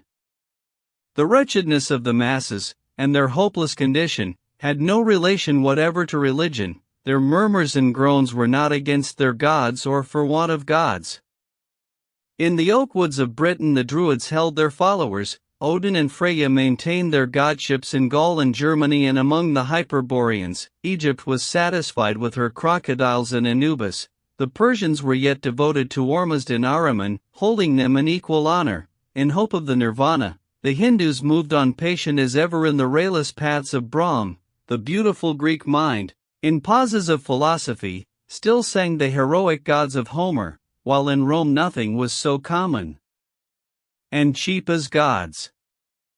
According to whim, the masters of the world, because they were masters, carried their worship and offerings indifferently from altar to altar, delighted in the pandemonium they had erected. Their discontent, if they were discontented, was with the number of gods, for, after borrowing all the divinities of the earth, they proceeded to deify their Caesars, and vote them altars and holy service. No, the unhappy condition was not from religion, but misgovernment and usurpations and countless tyrannies. The Avernus men had been tumbled into, and were praying to be relieved from, was terribly but essentially political. The supplication everywhere alike, in Laudanum, Alexandria, Athens, Jerusalem, was for a king to conquer with, not a god to worship. Studying the situation after 2,000 years, we can see and say that religiously there was no relief from the universal confusion except some god could prove himself a true god, and a masterful one, and come to the rescue. But the people of the time, even the discerning and philosophical, discovered no hope except in crushing Rome. That done, the relief would follow in restorations and reorganizations. Therefore they prayed, conspired, rebelled, fought, and died, drenching the soil today with blood, tomorrow with tears, and always with the same result. It remains to be said now that Ben-Hur was in agreement with the mass of men of his time, not Romans. The 5 years' residence in the capital served him with opportunity to see and study the miseries of the subjugated world, and in full belief that the evils which afflicted it were political, and to be cured only by the sword, he was going forth to fit himself for a part in the day of resort to the heroic remedy. By practice of arms he was a perfect soldier, but war has its higher fields, and he who would move successfully in them must know more than to defend with shield and thrust with spear. In those fields the general finds his tasks, the greatest of which is the reduction of the many into one, and that one himself. The consummate captain is a fighting man armed with an army.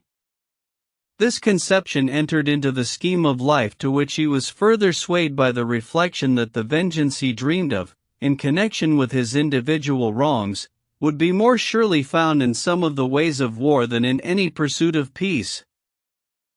The feelings with which he listened to Balthasar can be now understood. The story touched two of the most sensitive points of his being, so they rang within him. His heart beat fast and faster still when, searching himself, he found not a doubt either that the recital was true in every particular, or that the child so miraculously found was the Messiah. Marveling much that Israel rested so dead to the revelation, and that he had never heard of it before that day, two questions presented themselves to him as centering all it was at that moment further desirable to know. Where was the child then? And what was his mission? With apologies for the interruptions, he proceeded to draw out the opinions of Balthasar, who was in nowise loath to speak. Chapter 16. If I could answer you, Balthasar said, in his simple, earnest, devout way. Oh, if I knew where he is, how quickly I would go to him. The sea should not stay me, nor the mountains. You have tried to find him, then? Asked Ben-Hur. A smile flitted across the face of the Egyptian. The first task I charged myself with after leaving the shelter given me in the desert, Balthasar cast a grateful look at Ilderim, was to learn what became of the child. But a year had passed, and I dared not go up to Judea in person, for Herod still held the throne bloody-minded as ever.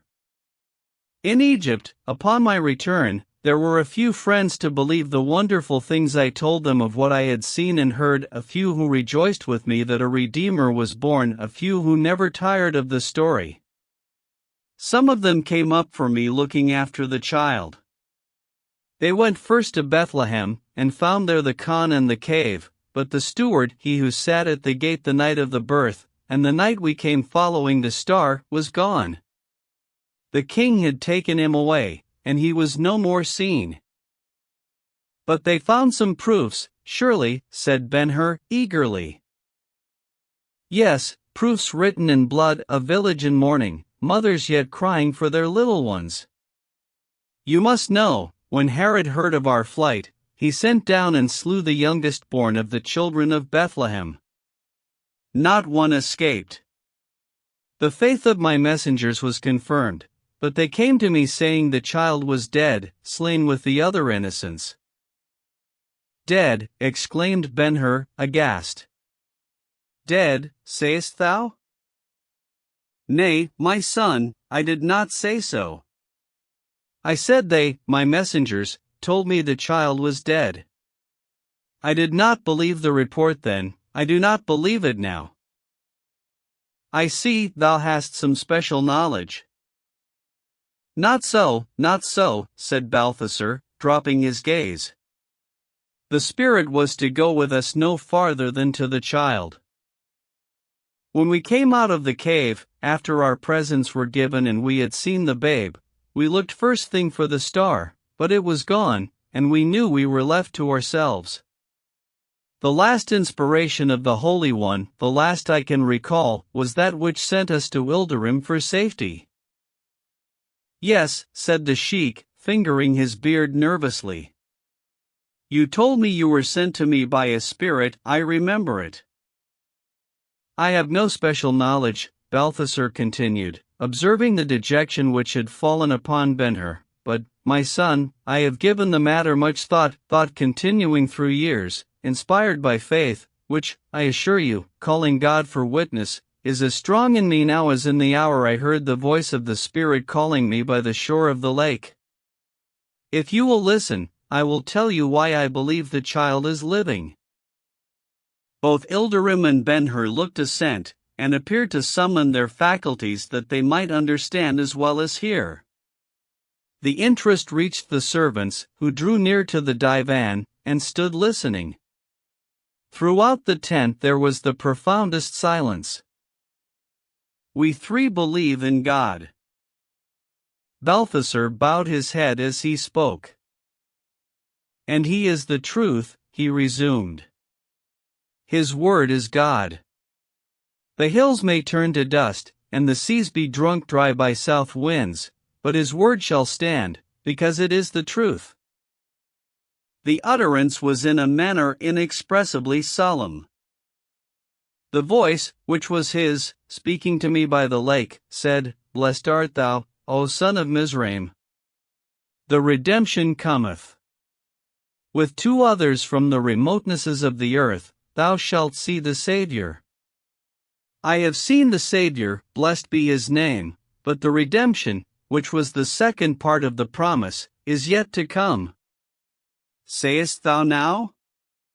If the child be dead, there is no agent to bring the redemption about, and the word is not, and God, nay, I dare not say it. He threw up both hands in horror. The redemption was the work for which the child was born, and so long as the promise abides, not even death can separate him from his work until it is fulfilled, or at least in the way of fulfillment. Take you that now as one reason for my belief, then give me further attention. The good man paused. Wilt thou not taste the wine? It is at thy hand, see, said Ilderim, respectfully. Balthasar drank, and, seeming refreshed, continued. The Savior I saw was born of woman, in nature like us, and subject to all our ills, even death. Let that stand as the first proposition. Consider next the work set apart to him. Was it not a performance for which only a man is fitted, a man wise, firm, discreet, a man, not a child?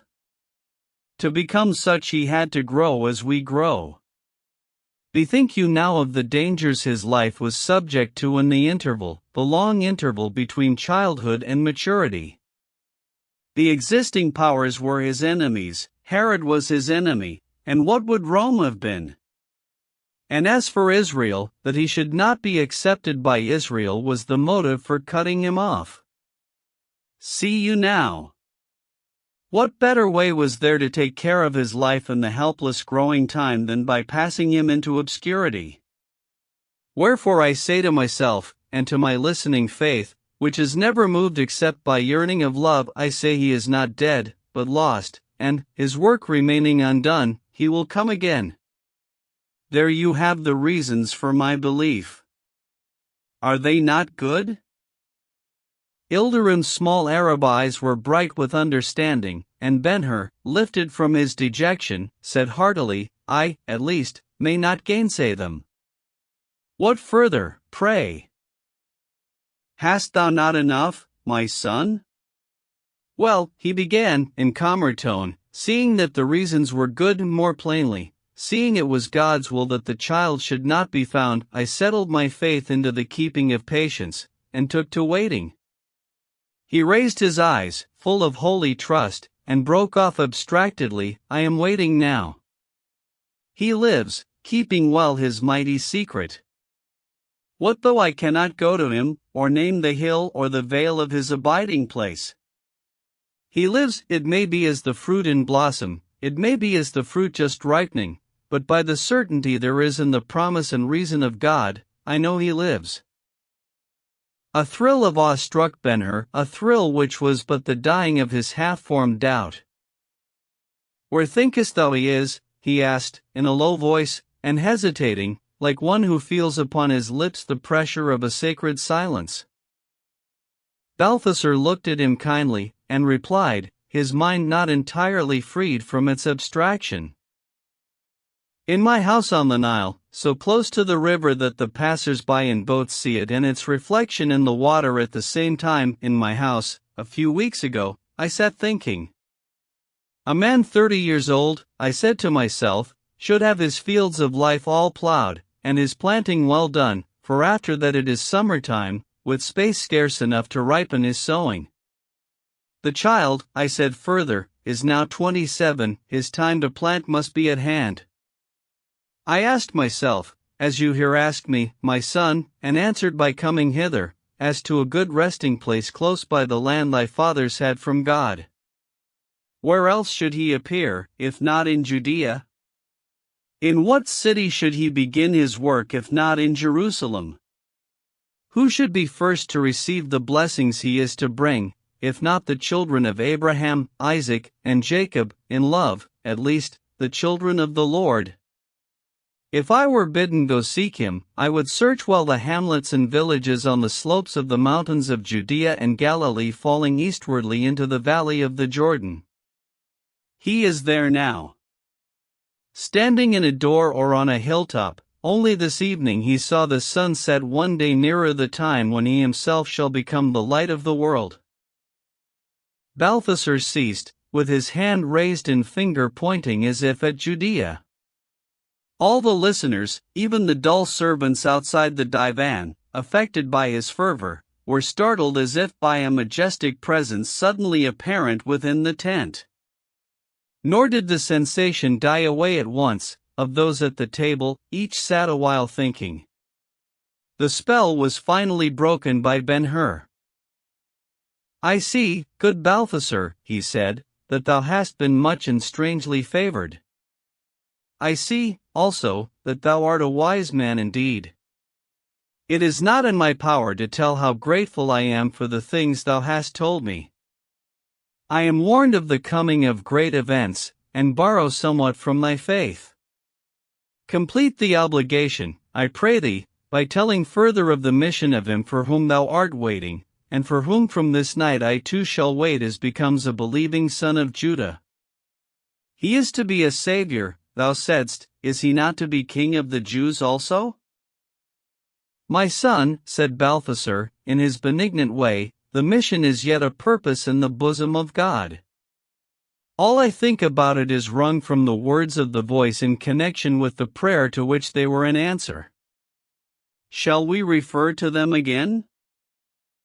Thou art the teacher.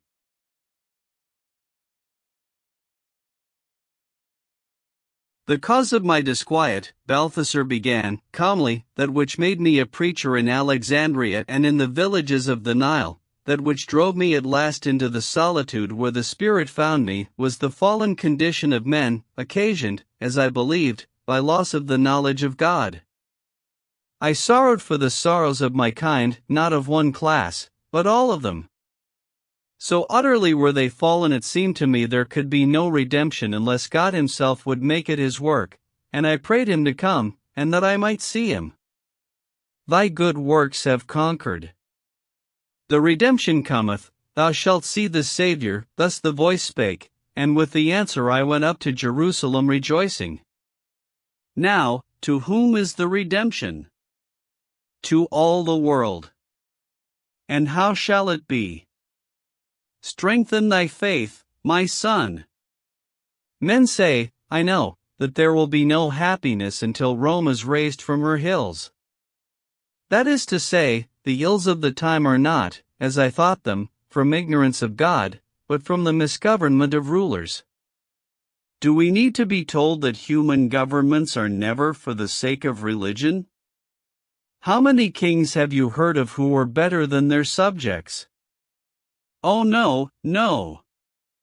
The redemption cannot be for a political purpose, to pull down rulers and powers, and vacate their places merely that others may take and enjoy them.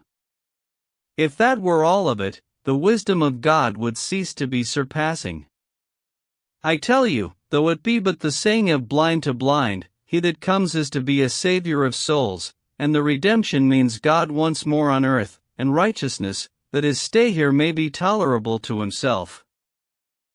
Disappointment showed plainly on Ben-Hur's face, his head drooped, and if he was not convinced, he yet felt himself incapable that moment of disputing the opinion of the Egyptian. Not so Ilderim.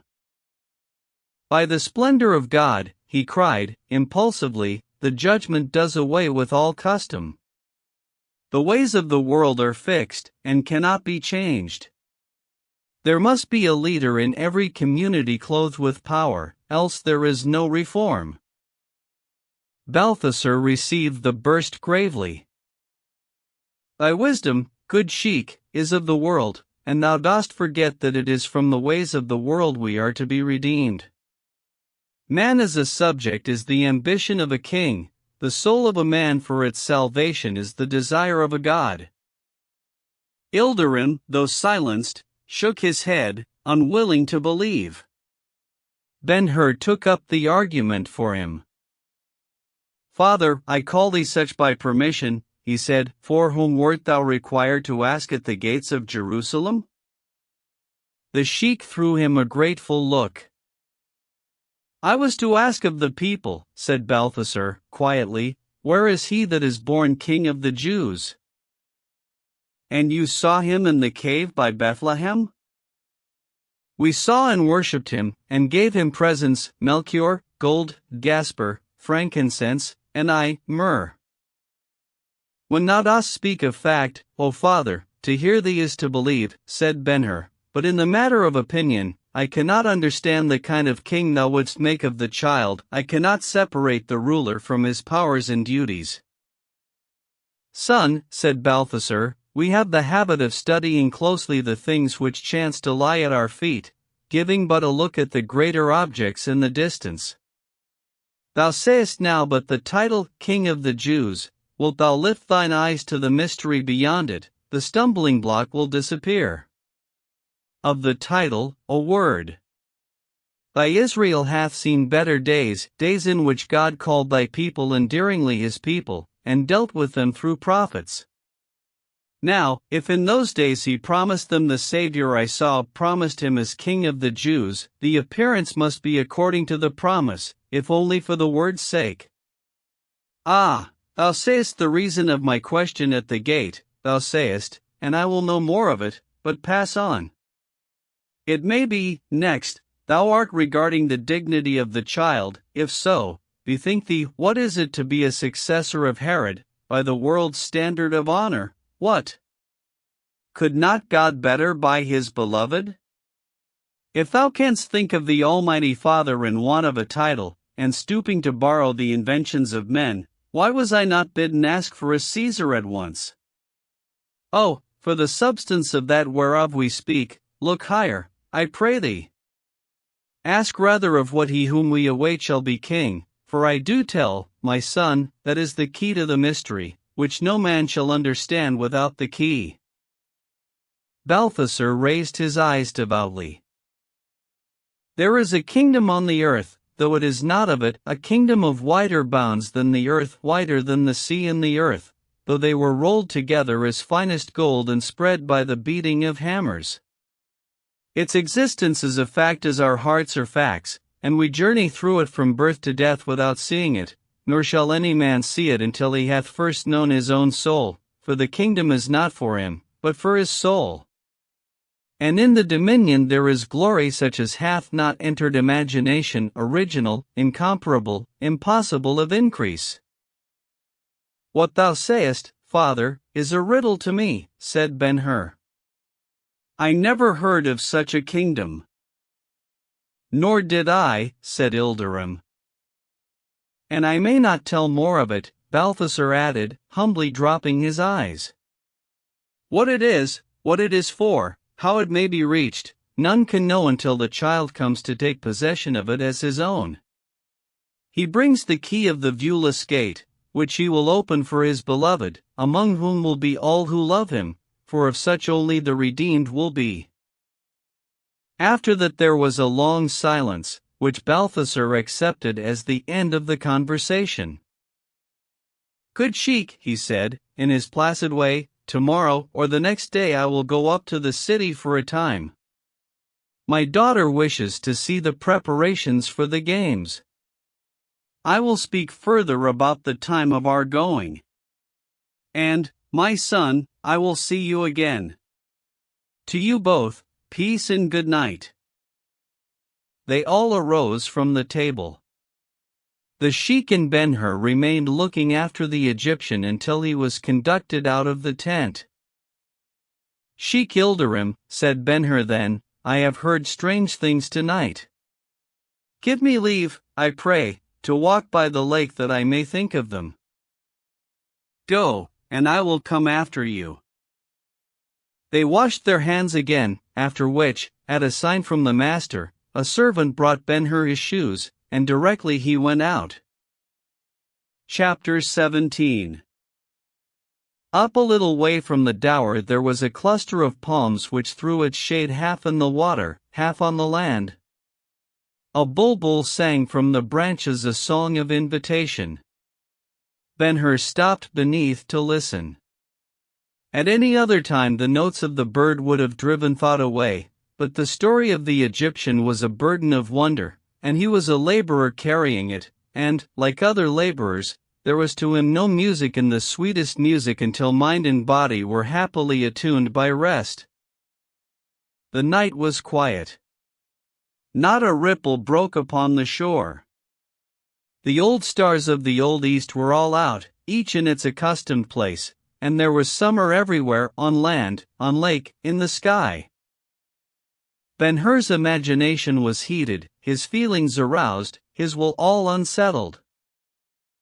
So the palms, the sky, the air, seemed to him of the far south zone into which Balthasar had been driven by despair for men. The lake, with its motionless surface, was a suggestion of the Nilotic mother by which the good man stood praying when the spirit made its radiant appearance. Had all these accessories of the miracle come to Ben-Hur? Or had he been transferred to them? And what if the miracle should be repeated, and to him?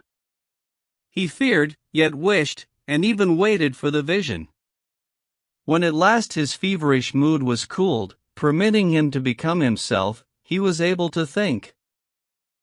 His scheme of life has been explained. In all reflection about it heretofore there had been one hiatus which he had not been able to bridge or fill up, one so broad he could see but vaguely to the other side of it. When, finally, he was graduated a captain as well as a soldier, to what object should he address his efforts? Revolution he contemplated, of course, but the processes of revolution have always been the same, and to lead men into them there have always been required, first, a cause or pretense to enlist adherents, second, an end, or something as a practical achievement. As a rule he fights well who has wrongs to redress, but vastly better fights he who, with wrongs as a spur, has also steadily before him a glorious result in prospect, a result in which he can discern balm for wounds, compensation for valor, remembrance and gratitude in the event of death. To determine the sufficiency of either the cause or the end, it was needful that Ben-Hur should study the adherents to whom he looked when all was ready for action. Very naturally, they were his countrymen. The wrongs of Israel were to every son of Abraham, and each one was a cause vastly holy, vastly inspiring. The cause was there, but the end, what should it be? The hours and days he had given this branch of his scheme were past calculation, all with the same conclusion, a dim, uncertain, general idea of national liberty. Was it sufficient? He could not say no, for that would have been the death of his hope. He shrank from saying yes, because his judgment taught him better. He could not assure himself even that Israel was able single-handed to successfully combat Rome. He knew the resources of that great enemy, he knew her art was superior to her resources. A universal alliance might suffice, but, alas! That was impossible, except, and upon the exception how long and earnestly he had dwelt, except a hero would come from one of the suffering nations, and by martial successes accomplish a renown to fill the whole earth.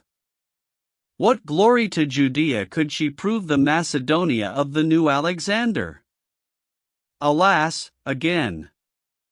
Under the rabbi's valor was possible, but not discipline. And then the taunt of Messala in the garden of Herod, all you conquer in the 6 days, you lose on the 7th. So it happened he never approached the chasm thinking to surmount it, but he was beaten back, and so incessantly had he failed in the object that he had about given it over, except as a thing of chance. The hero might be discovered in his day, or he might not. God only knew. Such a state of mind, there need be no lingering upon the effect of Malachus' skeleton recital of the story of Balthasar. He heard it with a bewildering satisfaction. A feeling that here was the solution of the trouble, here was the requisite hero found at last, and he a son of the lion tribe, and king of the Jews.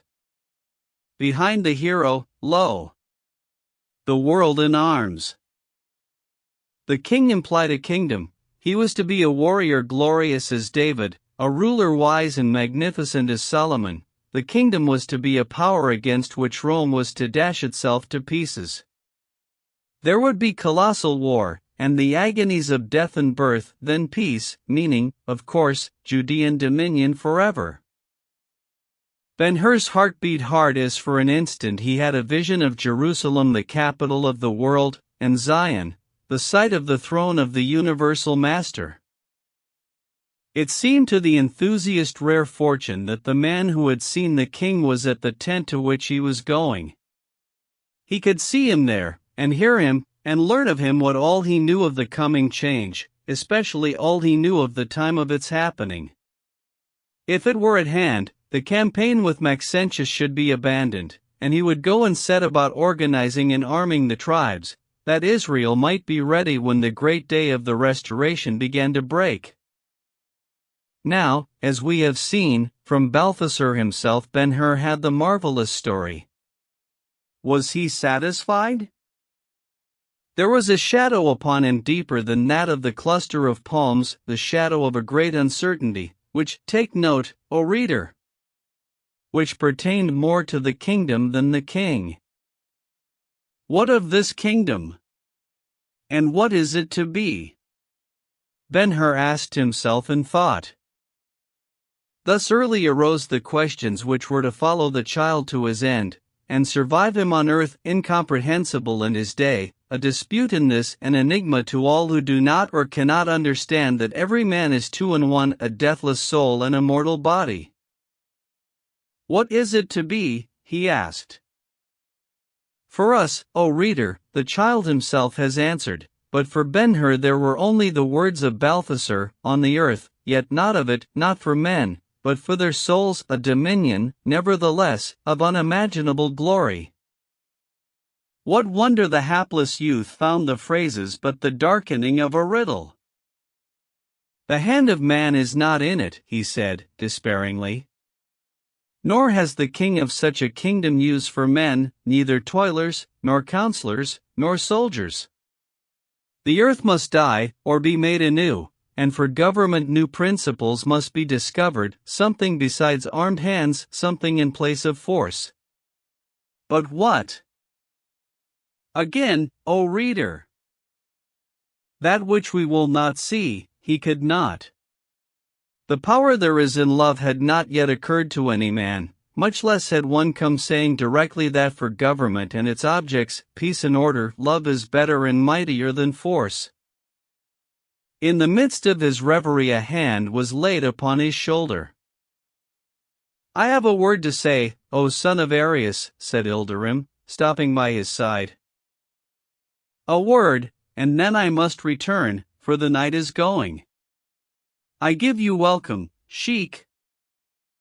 As to the things you have heard but now, said Ilderim, almost without pause, take in belief all save that relating to the kind of kingdom the child will set up when he comes. As to so much keep virgin mind until you hear Simonides the merchant, a good man here in Antioch, to whom I will make you known. The Egyptian gives you coinage of his dreams which are too good for the earth. Simonides is wiser, he will ring you the sayings of your prophets, giving book and page, so you cannot deny that the child will be king of the Jews. In fact, by the splendor of God.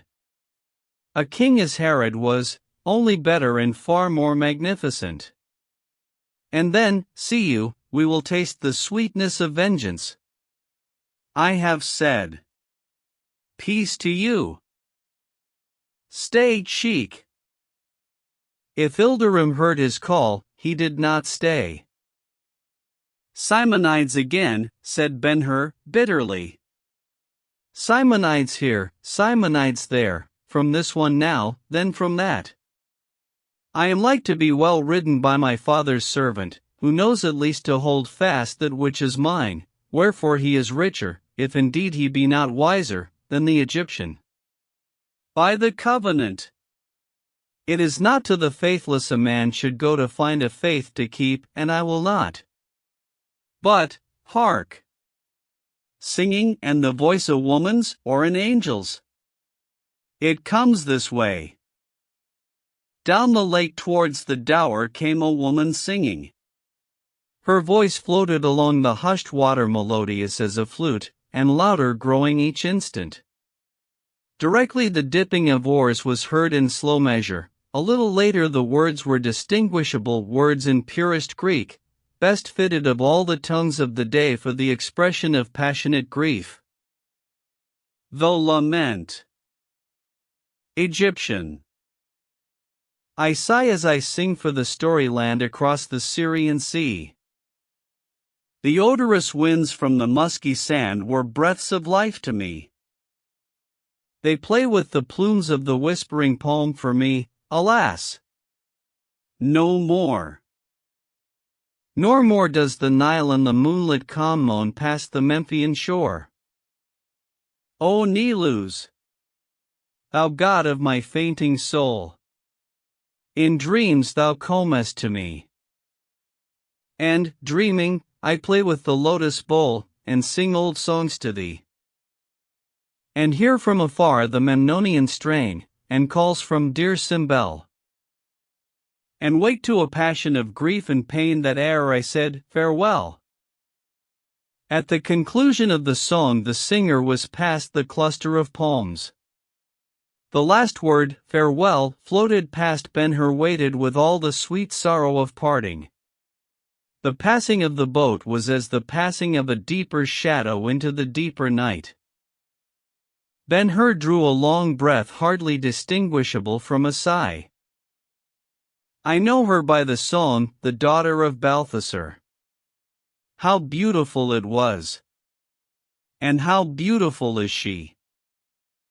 He recalled her large eyes curtained slightly by the drooping lids, the cheeks oval and rosy rich, the lips full and deep with dimpling in the corners, and all the grace of the tall, lithe figure. How beautiful she is, he repeated. And his heart made answer by a quickening of its movement. Then, almost the same instant, another face, younger and quite as beautiful, more childlike and tender, if not so passionate, appeared as if held up to him out of the lake. Esther, he said, smiling. As I wished, a star has been sent to me. He turned, and passed slowly back to the tent. His life had been crowded with griefs and with vengeful preparations, too much crowded for love. Was this the beginning of a happy change? And if the influence went with him into the tent, whose was it? Esther had given him a cup. So had the Egyptian. And both had come to him at the same time under the palms. Which? Book 5. Only the actions of the just smell sweet and blossom in the dust. Surely. And, through the heat of conflict, keeps the law, in calmness made, and sees what he foresaw.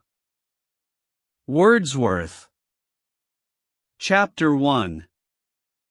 The morning after the bacchanalia in the saloon of the palace, the divan was covered with young patricians. Maxentius might come, and the city thronged to receive him. The legion might descend from Mount Sulpius in glory of arms and armor. From Nymphaeum to Omphalos there might be ceremonial splendors to shame the most notable ever before seen or heard of in the gorgeous East. Yet would the many continue to sleep ignominiously on the divan where they had fallen or been carelessly tumbled by the indifferent slaves. That they would be able to take part in the reception that day was about as possible as for the lay figures in the studio of a modern artist to rise and go bonnet and plumed through the 1, 2, 3 of a waltz. Not all, however, who participated in the orgy were in the shameful condition. When dawn began to peer through the skylights of the saloon, Messala arose, and took the chaplet from his head, in sign that the revel was at end. Then he gathered his robe about him, gave a last look at the scene, and, without a word, departed for his quarters. Cicero could not have retired with more gravity from a night-long senatorial debate. 3 hours afterwards 2 couriers entered his room, and from his own hand received each a dispatch, sealed and in duplicate, and consisting chiefly of a letter to Valerius Gratus, the procurator, still resident in Caesarea. The importance attached to the speedy and certain delivery of the paper may be inferred. One courier was to proceed overland, the other by sea, both were to make the utmost haste. It is of great concern now that the reader should be fully informed of the contents of the letter thus forwarded, and it is accordingly given. Antioch, 12. Cal. July. Messala to Gratus. O my Midas! I pray thou take no offense at the address, seeing it is one of love and gratitude, and an admission that thou art most fortunate among men, seeing, also, that thy ears are as they were derived from thy mother, only proportionate to thy matured condition. O my Midas! I have to relate to thee an astonishing event, which, though as yet somewhat in the field of conjecture, will, I doubt not, justify thy instant consideration. Allow me first to revive thy recollection. Remember, a good many years ago, a family of a prince of Jerusalem, incredibly ancient and vastly rich, by name Ben-Hur. If thy memory have a limp or ailment of any kind, there is, if I mistake not, a wound on thy head which may help thee to a revival of the circumstance. Next, to arouse thy interest. In punishment of the attempt upon thy life, for dear repose of conscience, may all the gods forbid it should ever prove to have been an accident, the family were seized and summarily disposed of, and their property confiscated. And inasmuch, O my Midas, as the action had the approval of our Caesar, who was as just as he was wise, be there flowers upon his altar forever, there should be no shame in referring to the sums which were realized to us respectively from that source, for which it is not possible I can ever cease to be grateful to thee, certainly not while I continue, as at present, in the uninterrupted enjoyment of the part which fell to me. In vindication of thy wisdom, a quality for which, as I am now advised, the son of Gordius, to whom I have boldly likened thee, was never distinguished among men or gods, I recall further that thou didst make disposition of the family of her, both of us at the time supposing the plan hit upon to be the most effective possible for the purposes in view, which were silence and delivery over to inevitable but natural death.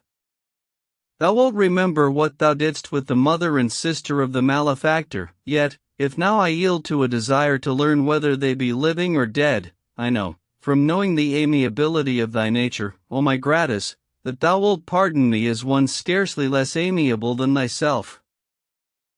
As more immediately essential to the present business, however, I take the liberty of inviting to thy remembrance that the actual criminal was sent to the galleys a slave for life, so the precept ran, and it may serve to make the event which I am about to relate the more astonishing by saying here that I saw and read the receipt for his body delivered in course to the tribune commanding a galley. Thou mayst begin now to give me more especial heed, O my most excellent Phrygian. Referring to the limit of life at the oar, the outlaw thus justly disposed of should be dead, or, better speaking, someone of the 3,000 Oceanites should have taken him to husband at least 5 years ago. And if thou wilt excuse a momentary weakness, O most virtuous and tender of men, inasmuch as I loved him in childhood, and also because he was very handsome, I used in much admiration to call him my Ganymede, he ought in right to have fallen into the arms of the most beautiful daughter of the family. Of opinion, however, that he was certainly dead, I have lived quite 5 years in calm and innocent enjoyment of the fortune for which I am in a degree indebted to him. I make the admission of indebtedness without intending it to diminish my obligation to thee. Now I am at the very point of interest. Last night, while acting as master of the feast for a party just from Rome, their extreme youth and inexperience appealed to my compassion. I heard a singular story. Maxentius, the consul, as you know, comes today to conduct a campaign against the Parthians. Of the ambitious who are to accompany him there is one, a son of the late Duumber Quintus Arrius. I had occasion to inquire about him particularly. When Arius set out in pursuit of the pirates, whose defeat gained him his final honors, he had no family. When he returned from the expedition, he brought back with him an heir. Now be thou composed as becomes the owner of so many talents in ready sestertii. The son and heir of whom I speak is he whom thou didst send to the galleys, the very Ben-Hur who should have died at his 5 years ago, returned now with fortune and rank, and possibly as a Roman citizen, thou art too firmly seated to be alarmed, but O my Midas! I am in danger, no need to tell thee of what. Who should know, if thou dost not? Sayest thou to all this, tut? When Arius, the father, by adoption, of this apparition from the arms of the most beautiful of the Oceanides, see above my opinion of what she should be, joined battle with the pirates, his vessel was sunk, and but 2 of all her crew escaped drowning, Arius himself and this one, his heir. The officers who took them from the plank on which they were floating say the associate of the fortunate tribune was a young man who, when lifted to the deck, was in the dress of a galley slave. This should be convincing, to say least, but lest thou say tut again, I tell thee, O my Midas, that yesterday, by good chance, I have avowed a fortune in consequence. I met the mysterious son of Arius face to face, and I declare now that, though I did not then recognize him, he is the very Ben-Hur who was for years my playmate, the very Ben-Hur who, if he be a man, though of the commonest grade, must this very moment of my writing be thinking of vengeance, for so would I were I heed vengeance not to be satisfied short of life, vengeance for country, mother, sister, self, and I say at last, though thou mayst think it would be first, for fortune lost. By this time, O good my benefactor and friend, my gratis, in consideration of thy sestertii in peril, their loss being the worst which could befall one of thy high estate, I quit calling thee after the foolish old king of Phrygia. By this time, I say, meaning after having read me so far, I have faith to believe thou hast ceased saying tut, and art ready to think what ought to be done in such emergency. It were vulgar to ask thee now what shall be done. Rather let me say I am thy client, or, better yet, thou art my Ulysses whose part it is to give me sound direction. And I please myself thinking I see thee when this letter is put into thy hand. I see thee read it once, thy countenance all gravity, and then again with a smile, then, hesitation ended, and thy judgment formed, it is this, or it is that, wisdom like Mercury's, promptitude like Caesar's. The sun is now fairly risen. An hour hence 2 messengers will depart from my door, each with a sealed copy hereof. One of them will go by land, the other by sea. So important do I regard it that thou shouldst be early and particularly informed of the appearance of our enemy in this part of our Roman world. I will await thy answer here. Ben-Hur's going and coming will of course be regulated by his master, the consul, who, though he exert himself without rest day and night, cannot get away under a month. Thou knowest what work it is to assemble and provide for an army destined to operate in a desolate, townless country. I saw the Jew yesterday in the grove of Daphne, and if he be not there now, he is certainly in the neighborhood, making it easy for me to keep him in eye. Indeed, wert thou to ask me where he is now, I should say, with the most positive assurance, he is to be found at the old orchard of palms, under the tent of the traitor Sheik Ilderim, who cannot long escape our strong hand. Be not surprised if Maxentius, as his first measure, places the Arab on the ship for forwarding to Rome. I am so particular about the whereabouts of the Jew because it will be important to thee, O illustrious. When thou comest to consider what is to be done, for already I know, and by the knowledge I flatter myself I am growing in wisdom, that in every scheme involving human action there are 3 elements always to be taken in account: time, place, and agency. If thou sayest this is the place, have thou then no hesitancy in trusting the business to thy most loving friend, who would be thy optist scholar as well. Miss Sala. Chapter 2. About the time the couriers departed from Messala's door with the dispatches, it being yet the early morning hour, Ben-Hur entered Ilderim's tent. He had taken a plunge into the lake and breakfasted, and appeared now in an undertunic, sleeveless, and with skirts scarcely reaching to the knee. The sheik saluted him from the divan. "I give thee peace, son of Arius," he said, with admiration, for, in truth, he had never seen a more perfect illustration of glowing, powerful, confident manhood. "I give thee peace and goodwill. The horses are ready." "I am ready." "And thou?" "The peace thou givest me, good sheik, I give thee in return. I thank thee for so much goodwill." "I am ready." Ilderim clapped his hands. "I will have the horses brought. Be seated." "Are they yoked?" "No." "Then suffer me to serve myself," said Ben-Hur. "It is needful that I make the acquaintance of thy Arabs. I must know them by name, O sheik, that I may speak to them singly, nor less must I know their temper, for they are like men, if bold, the better of scolding, if timid, the better of praise and flattery. Let the servants bring me the harness." "And the chariot?" asked the sheik. "I will let the chariot alone today. In its place, let them bring me a fifth horse, if thou hast it. He should be barebacked, and fleet as the others." Ilderim's wonder was aroused, and he summoned a servant immediately. "Bid them bring the harness for the four," he said, "the harness for the four, and the bridle for Sirius." Ilderim then arose. "Sirius is my love, and I am his, O son of Arius. We have been comrades for 20 years, in tent, in battle, in all stages of the desert we have been comrades. I will show him to you."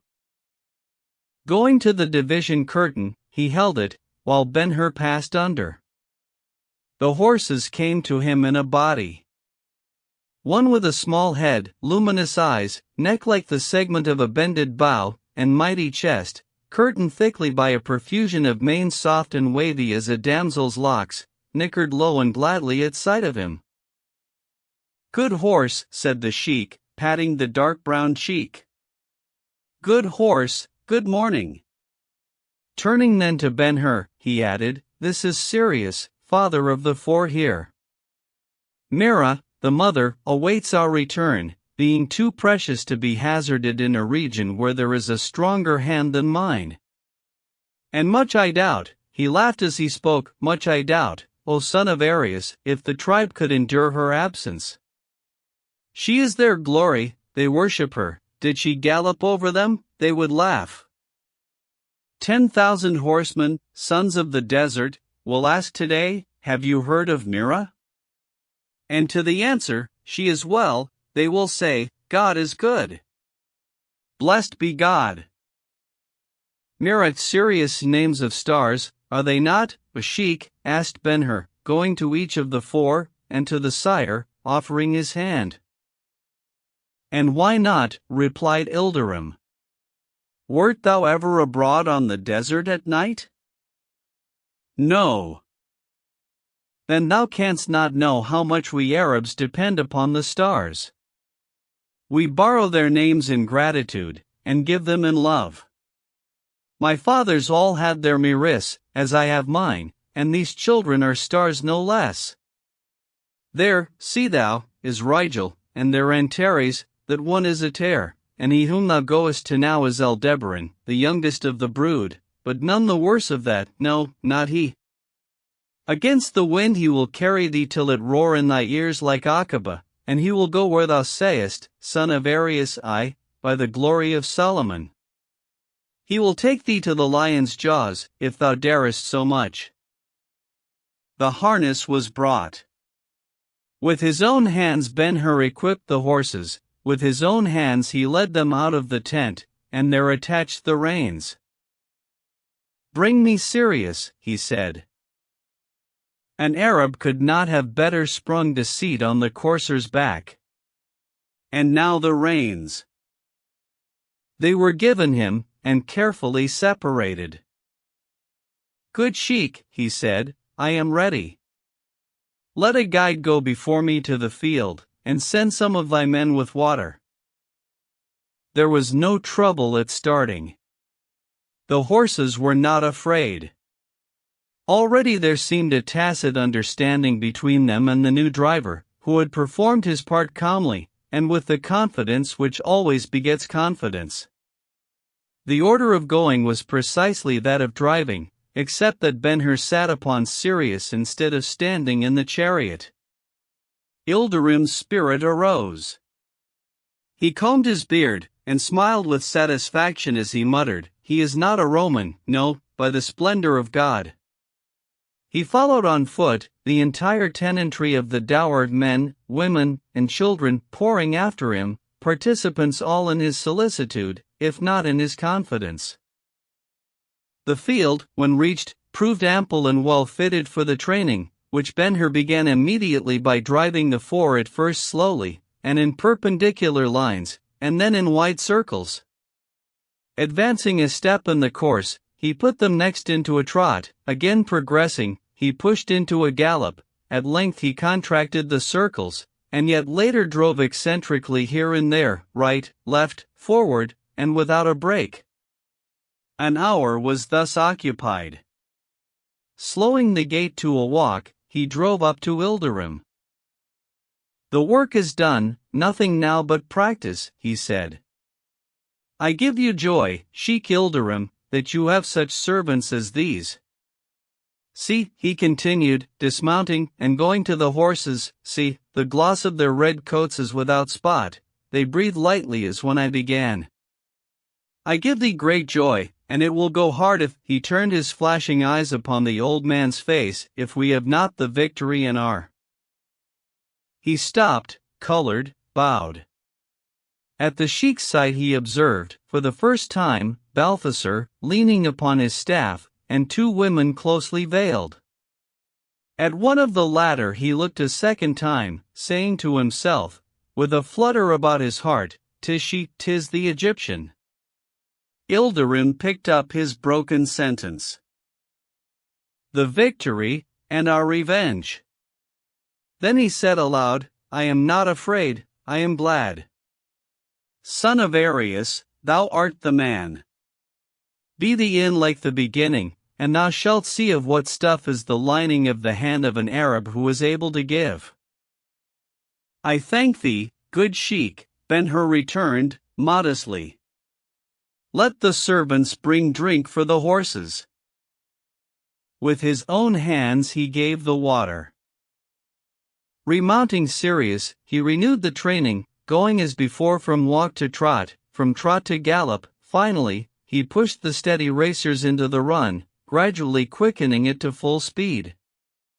The performance then became exciting, and there were applause for the dainty handling of the reins, and admiration for the four, which were the same, whether they flew forward or wheeled in varying curvature. In their action there were unity, power, grace, pleasure, all without effort or sign of labor. The admiration was unmixed with pity or reproach, which would have been as well bestowed upon swallows in their evening flight. In the midst of the exercises, and the attention they received from all the bystanders, Malik came upon the ground, seeking the sheik. "I have a message for you, O sheik," he said, availing himself of a moment he supposed favorable for the speech, "a message from Simonides, the merchant." "Simonides," ejaculated the Arab. "Ah, 'tis well. May Abaddon take all his enemies. He bade me give thee first the holy peace of God," Malik continued, "and then this dispatch, with prayer that thou read it the instant of receipt." Ilderim, standing in his place, broke the sealing of the package delivered to him, and from a wrapping of fine linen took 2 letters, which he proceeded to read. Number 1. Simonides to Sheikh Ilderim. O friend! Assure thyself first of a place in my inner heart. Then, there is in thy dower a youth of fair presence, calling himself the son of Arius, and such he is by adoption. He is very dear to me. He hath a wonderful history, which I will tell thee. Come thou today or tomorrow, that I may tell thee the history, and have thy counsel. Meantime, favor all his requests, so they be not against honor. Should there be need of reparation, I am bound to thee for it. That I have interest in this youth, keep thou private. Remember me to thy other guest. He, his daughter, thyself, and all whom thou mayst choose to be of thy company, must depend upon me at the circus the day of the games. I have seats already engaged. To thee and all thine, peace. What should I be, O my friend, but thy friend? Simonides. Number 2. Simonides to Sheikh Ilderim. O friend! Out of the abundance of my experience, I send you a word.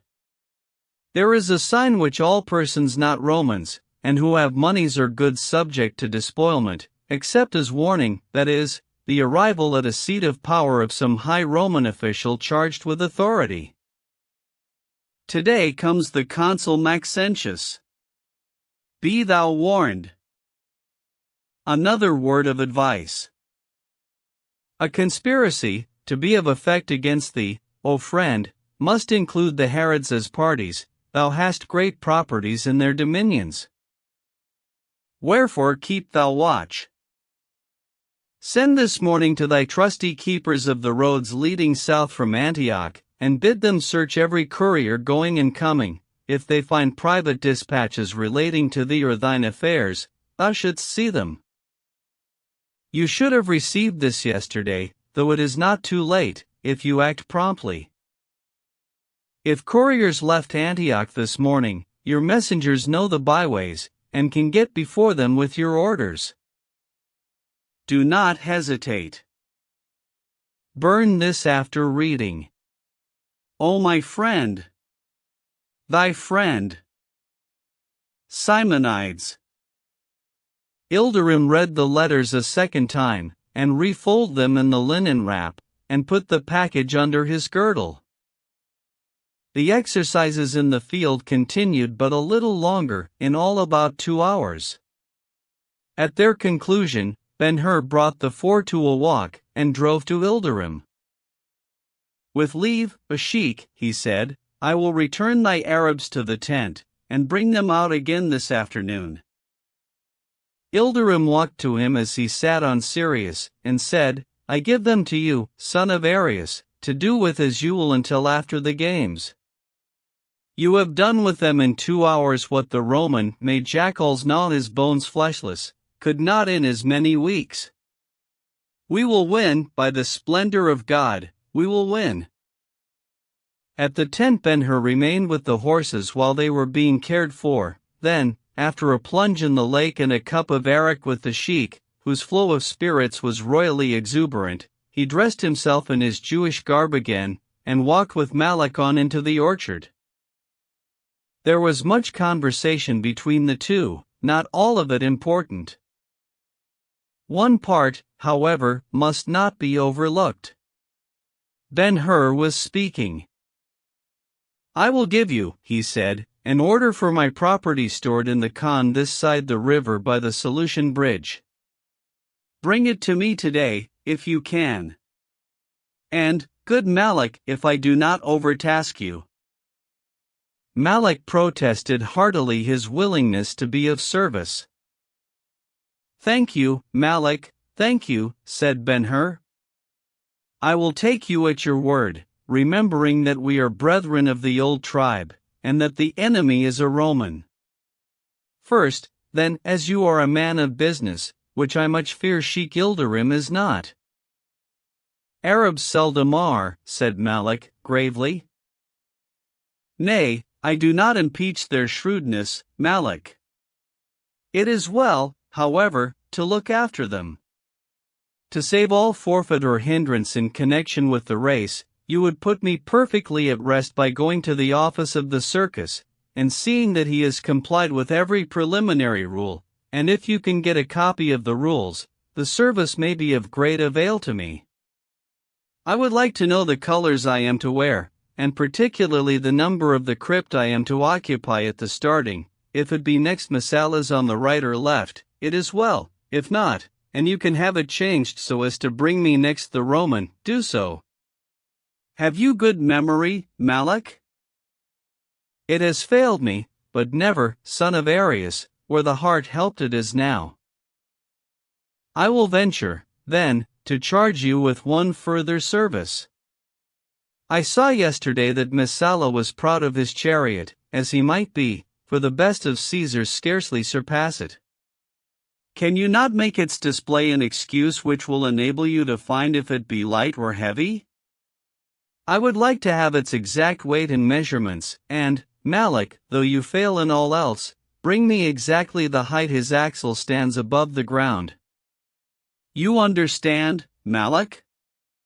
I do not wish him to have any actual advantage of me. I do not care for his splendor; if I beat him, it will make his fall the harder, and my triumph the more complete.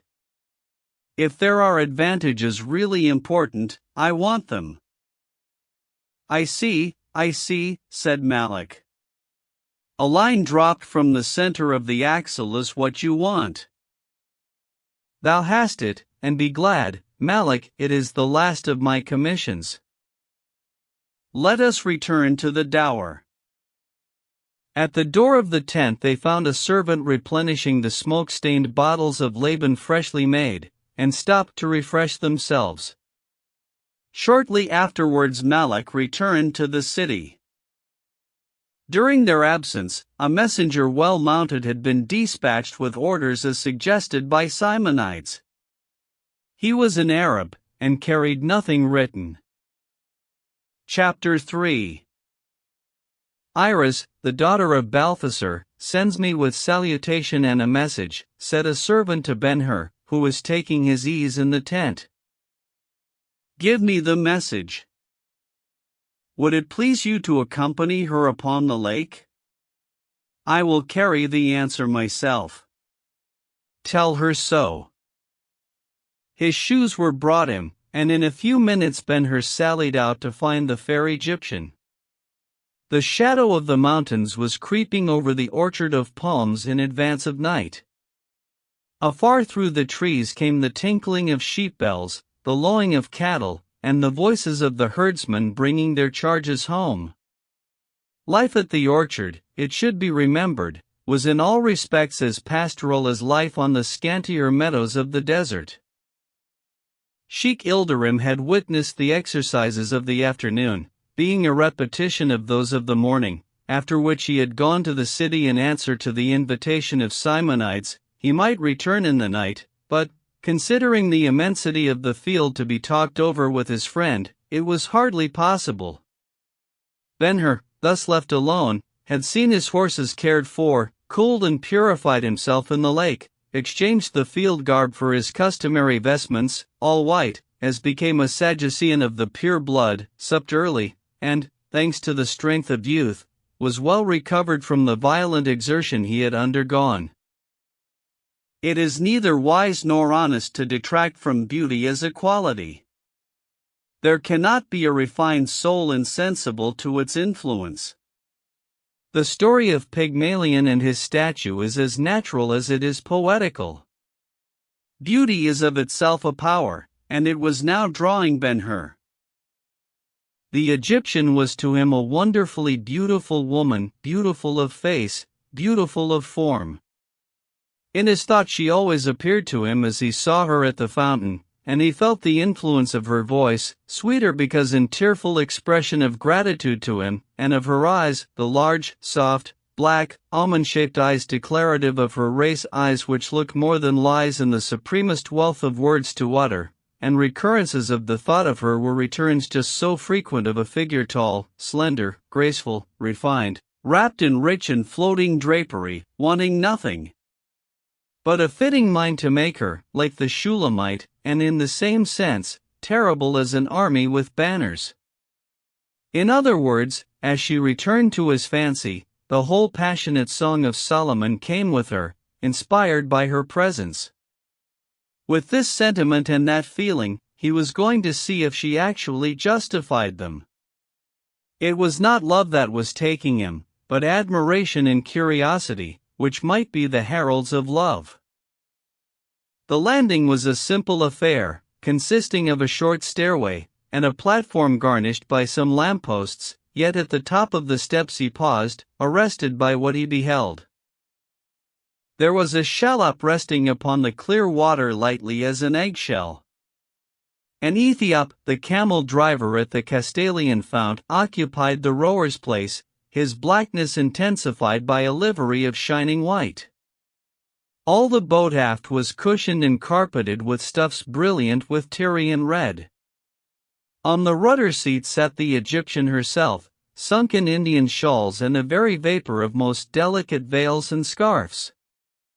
Her arms were bare to the shoulders, and, not merely faultless in shape, they had the effect of compelling attention to them. Their pose, their action, their expression, the hands, the fingers even, seemed endowed with graces and meaning. Each was an object of beauty. The shoulders and neck were protected from the evening air by an ample scarf, which yet did not hide them. In the glance he gave her, Ben-Hur paid no attention to these details. There was simply an impression made upon him, and, like strong light, it was a sensation, not a thing of sight or enumeration. Thy lips are like a thread of scarlet, thy temples are like a piece of pomegranate within thy locks. Rise up, my love, my fair one, and come away, for, lo! The winter is past, the rain is over and gone, the flowers appear on the earth, the time of the singing of birds is come, and the voice of the turtle is heard in the land. Such was the impression she made upon him translated into words. Come, she said, observing him stop, come, or I shall think you a poor sailor. The red of his cheek deepened. Did she know anything of his life upon the sea? He descended to the platform at once. I was afraid, he said, as he took the vacant seat before her. Of what? Of sinking the boat, he replied, smiling. Wait until we are in deeper water, she said, giving a signal to the black, who dipped the oars, and they were off.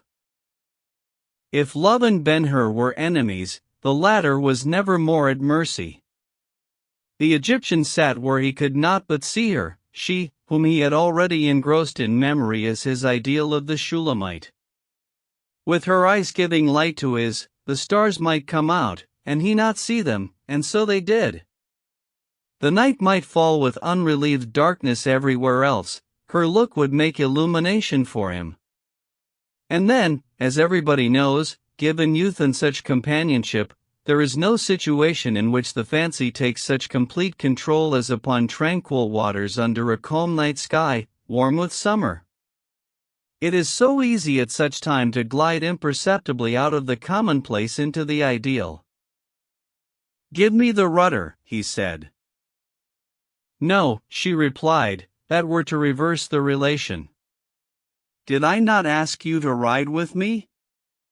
I am indebted to you, and would begin payment. You may talk and I will listen, or I will talk and you will listen, the choice is yours, but it shall be mine to choose where we go, and the way thither. And where may that be? You are alarmed again. O fair Egyptian, I but asked you the first question of every captive. Call me Egypt.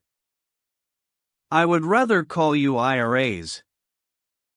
You may think of me by that name, but call me Egypt. Egypt is a country, and means many people. Yes, yes. And such a country. I see, it is to Egypt we are going. Would we were! I would be so glad. She sighed as she spoke. You have no care for me, then, he said. Ah, by that I know you were never there. I never was. Oh, it is the land where there are no unhappy people, the desired of all the rest of the earth, the mother of all the gods, and therefore supremely blessed. There, O son of Aries, there the happy find increase of happiness, and the wretched, going, drink once of the sweet water of the sacred river, and laugh and sing, rejoicing like children. Are not the very poor with you there as elsewhere? The very poor in Egypt are the very simple in wants and ways, she replied. They have no wish beyond enough, and how little that is, a Greek or a Roman cannot know. But I am neither Greek nor Roman. She laughed. I have a garden of roses, and in the midst of it is a tree, and its bloom is the richest of all. Whence came it, think you? From Persia, the home of the rose. No. From India, then. No. Ah. One of the isles of Greece. I will tell you, she said, a traveler found it perishing by the roadside on the plain of Rephaim. Oh, in Judea. I put it in the earth left bare by the receding Nile, and the soft south wind blew over the desert and nursed it, and the sun kissed it in pity, after which it could not else than grow and flourish. I stand in its shade now, and it thanks me with much perfume. As with the roses, so with the men of Israel. Where shall they reach perfection but in Egypt? Moses was but one of millions. Nay, there was a reader of dreams. Will you forget him? The friendly pharaohs are dead. Ah, yes. The river by which they dwelt sings to them in their tombs, yet the same sun tempers the same air to the same people. Alexandria is but a Roman town. She has but exchanged scepters. Caesar took from her that of the sword, and in its place left that of learning. Go with me to the Brucheium, and I will show you the College of Nations, to the Serapeum, and see the perfection of architecture, to the library, and read the Immortals, to the theatre, and hear the heroics of the Greeks and Hindus, to the quay, and count the triumphs of commerce. Descend with me into the streets, O son of Aries, and, when the philosophers have dispersed, and taken with them the masters of all the arts, and all the gods have homed their votaries, and nothing remains of the day but its pleasures, you shall hear the stories that have amused men from the beginning, and the songs which will never, never die. As he listened, Ben-Hur was carried back to the night when, in the summer house in Jerusalem, his mother, in much the same poetry of patriotism, declaimed the departed glories of Israel. I see now why you wish to be called Egypt. Will you sing me a song if I call you by that name? I heard you last night. That was a hymn of the Nile, she answered, a lament which I sing when I would fancy I smell the breath of the desert, and hear the surge of the dear old river. Let me rather give you a piece of the Indian mind. When we get to Alexandria, I will take you to the corner of the street where you can hear it from the daughter of the Ganga, who taught it to me. Kapila, you should know, was one of the most revered of the Hindu sages. Then, as if it were a natural mode of expression, she began the song. Kapila. I. Kapila, Kapila, so young and true, I yearn for a glory like thine. And hail thee from battle to ask anew, can ever thy valor be mine? Kapila sat on his charger dun, a hero never so grave. Who loveth all things hath fear of none, 'tis love that mocketh me brave. A woman gave me her soul one day, the soul of my soul to be alway, thence came my valor to me. Go try it, and see. 2. Kapila, Kapila, so old and grey, the queen is calling for me. But ere I go hence, I wish thou wouldst say, how wisdom first came to thee. Kapila stood in his temple door, a priest in Aramite guise. It did not come as men get their lore, 'tis faith that mocketh me wise. A woman gave me her heart one day, the heart of my heart to be alway, thence came my wisdom to me. Go try it, and see. Ben-Hur had not time to express his thanks for the song before the keel of the boat grated upon the underlying sand, and, next moment, the bow ran upon the shore. A quick voyage, O Egypt, he cried. And a briefer stay, she replied, as, with a strong push, the black sent them shooting into the open water again. You will give me the rudder now. Oh, no, said she, laughing. To you, the chariot, to me, the boat. We are merely at the lake's end, and the lesson is that I must not sing any more. Having been to Egypt, let us now to the grove of Daphne. Without a song on the way, he said, in deprecation. Tell me something of the Roman from whom you saved us today, she asked. The request struck Ben-Hur unpleasantly. I wish this were the Nile, he said, evasively. The kings and queens, having slept so long, might come down from their tombs and ride with us. They were of the Colossi, and would sink our boat. The pygmies would be preferable. But tell me of the Roman. He is very wicked, is he not? I cannot say. Is he of noble family, and rich? I cannot speak of his riches. How beautiful his horses were! And the bed of his chariot was gold, and the wheels ivory. And his audacity! The bystanders laughed as he rode away, they, who were so nearly under his wheels. She laughed at the recollection. They were rabble, said Ben-Hur, bitterly. He must be one of the monsters who are said to be growing up in Rome. Apollos ravenous as Cerberus. Does he reside in Antioch? He is of the east somewhere. Egypt would suit him better than Syria. Hardly, Ben-Hur replied. Cleopatra is dead. That instant the lamps burning before the door of the tent came into view. The dower, she cried. Ah, then, we have not been to Egypt. I have not seen Karnak or Phulae or Abydos. This is not the Nile. I have but heard a song of India, and been boating in a dream. Phulae, Karnak. Mourn rather that you have not seen the Rameses at Abu Simbel, looking at which makes it so easy to think of God, the maker of the heavens and earth. Or why should you mourn at all? Let us go on to the river, and if I cannot sing, she laughed, because I have said I would not, yet I can tell you stories of Egypt. Go on. Till morning comes, and the evening, and the next morning, he said, vehemently. Of what shall my stories be? Of the mathematicians? Oh, no. Of the philosophers? No, no. Of the magicians and genii? If you will. Of war? Yes. Of love? Yes. I will tell you a cure for love.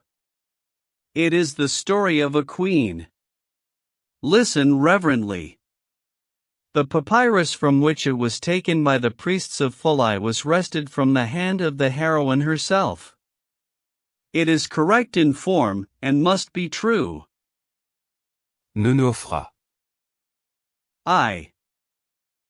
There is no parallelism in human lives. No life runs a straight line. The most perfect life develops as a circle, and terminates in its beginning, making it impossible to say. This is the commencement, that the end. Perfect lives are the treasures of God, of great days He wears them on the ring finger of His heart hand. 2. Nanihoffer dwelt in a house close by Essuan, yet closer to the first cataract, so close, indeed, that the sound of the eternal battle waged there between river and rocks was of the place apart. She grew in beauty day by day, so that it was said of her, as of the poppies in her father's garden, what will she not be in the time of blooming? Each year of her life was the beginning of a new song more delightful than any of those which went before.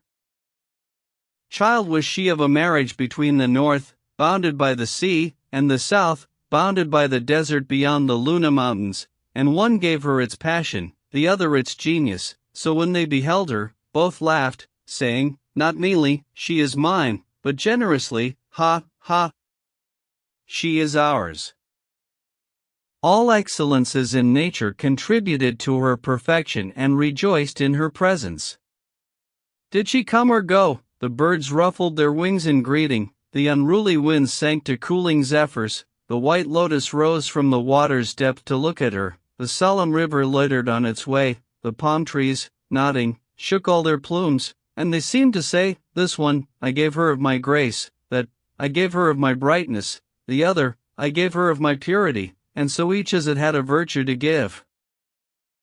At 12, Nanihoffer was the delight of Essuan. At 16, the fame of her beauty was universal. At 20, there was never a day which did not bring to her door princes of the desert on swift camels, and lords of Egypt in gilded barges, and, going away disconsolate, they reported everywhere, I have seen her, and she is not a woman, but Ather herself.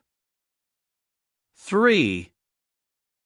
Now of the 330 successors of good King Menes, 18 were Ethiopians, of whom Orates was 110 years old.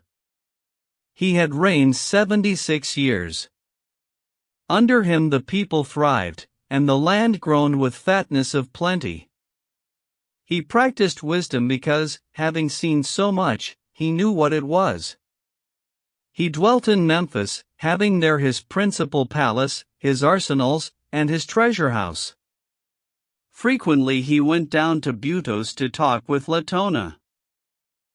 The wife of the good king died.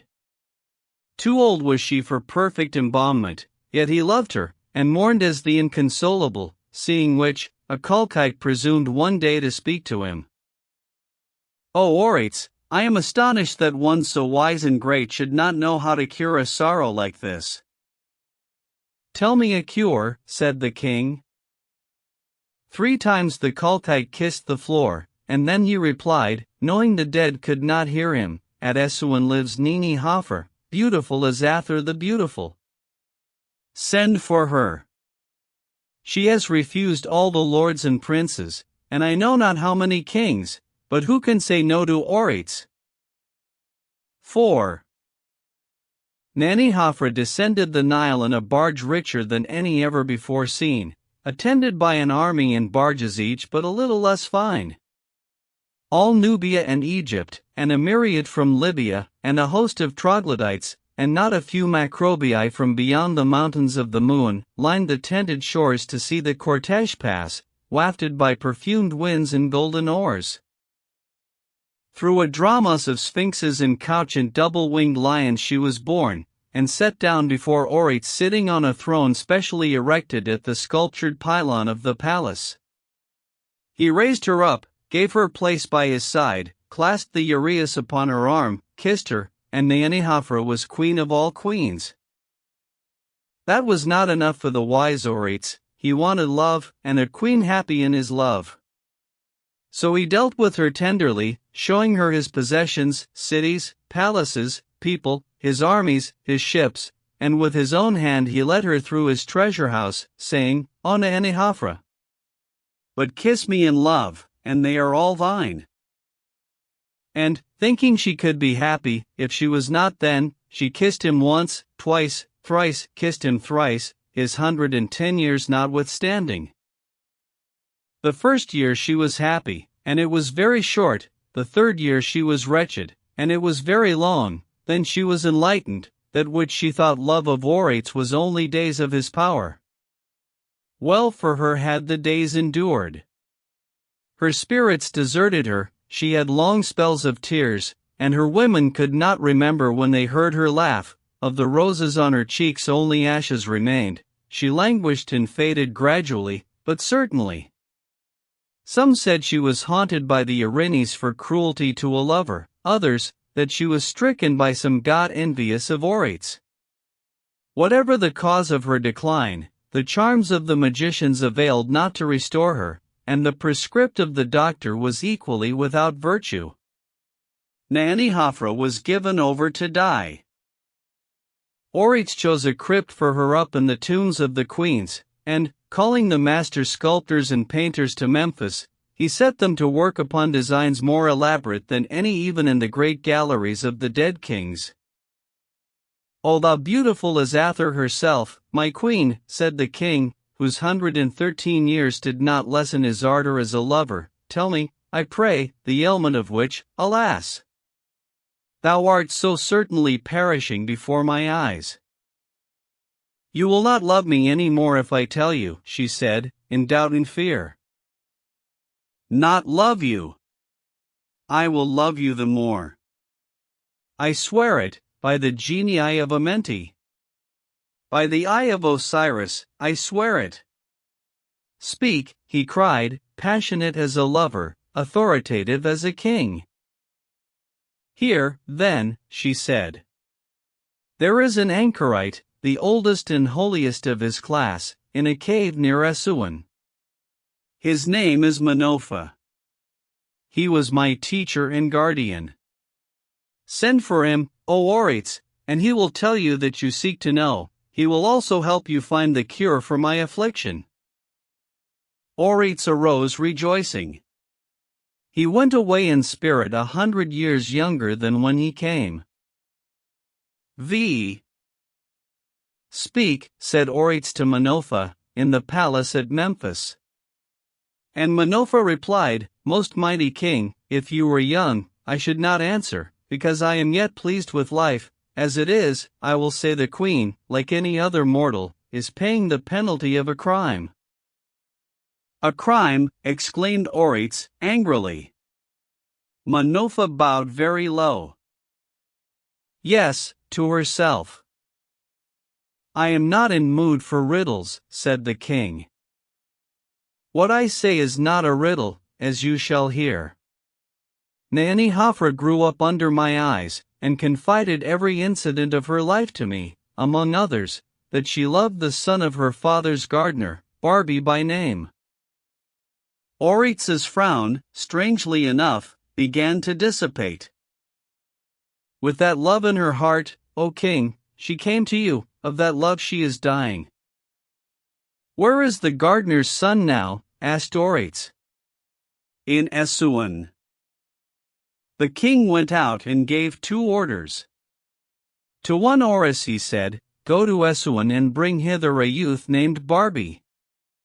You will find him in the garden of the queen's father. To another, assemble workmen and cattle and tools, and construct for me in Lake Chemis an island, which, though laden with a temple, a palace, and a garden, and all manner of trees bearing fruit, and all manner of vines, shall nevertheless float about as the winds may blow it. Make the island, and let it be fully furnished by the time the moon begins to wane. Then to the queen he said, Be of cheer. I know all, and have sent for Barbie. Naenihafra kissed his hands. You shall have him to yourself, and he you to himself, nor shall any disturb your loves for a year. She kissed his feet, he raised her, and kissed her in return, and the rose came back to her cheek, the scarlet to her lips, and the laughter to her heart. 6. For 1 year Nenihafret and Barbie the gardener floated as the winds blew on the island of Chemis, which became one of the wonders of the world, never a home of love more beautiful, 1 year, seeing no one and existing for no one but themselves. Then she returned in state to the palace in Memphis. Now whom lovest thou best? Asked the king. She kissed his cheek and said, Take me back, O good king, for I am cured. Oreitz laughed, none the worse, that moment, of his 114 years.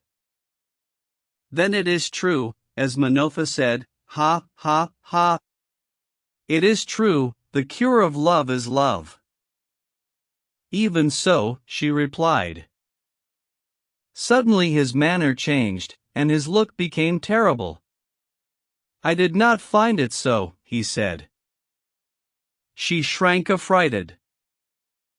Thou guilty, he continued. Thy offense to Oreitz the man he forgives, but thy offense to Oreitz the king remains to be punished. She cast herself at his feet. Hush, he cried. Thou art dead. He clapped his hands, and a terrible procession came in, a procession of parachistes, or embalmers, each with some implement or material of his loathsome art. The king pointed to Nenihafra. She is dead. Do thy work well.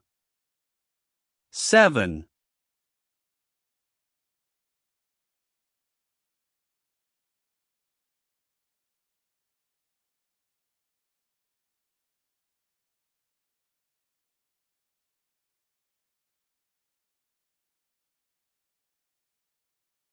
Nenihafra the Beautiful, after 72 days, was carried to the crypt chosen for her the year before, and laid with her queenly predecessors, yet there was no funeral procession in her honor across the sacred lake.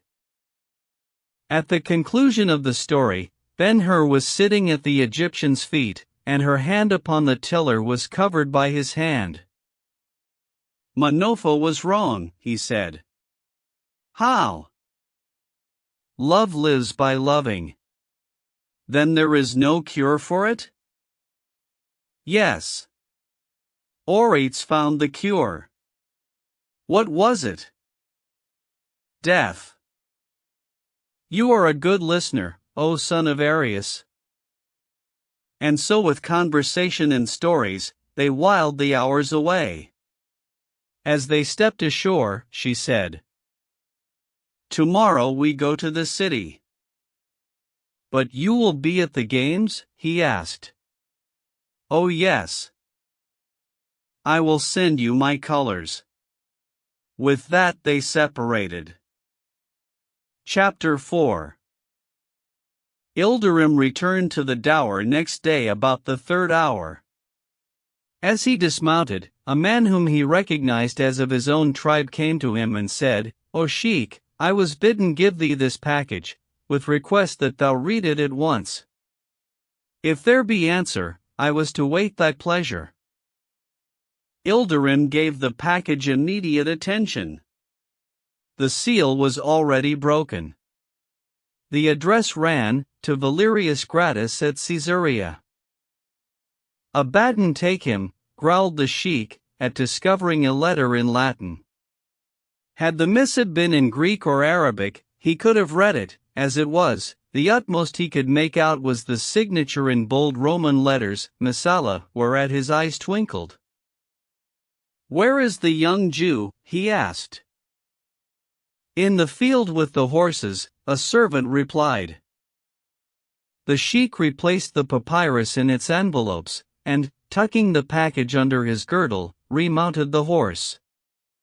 That moment a stranger made his appearance, coming, apparently, from the city.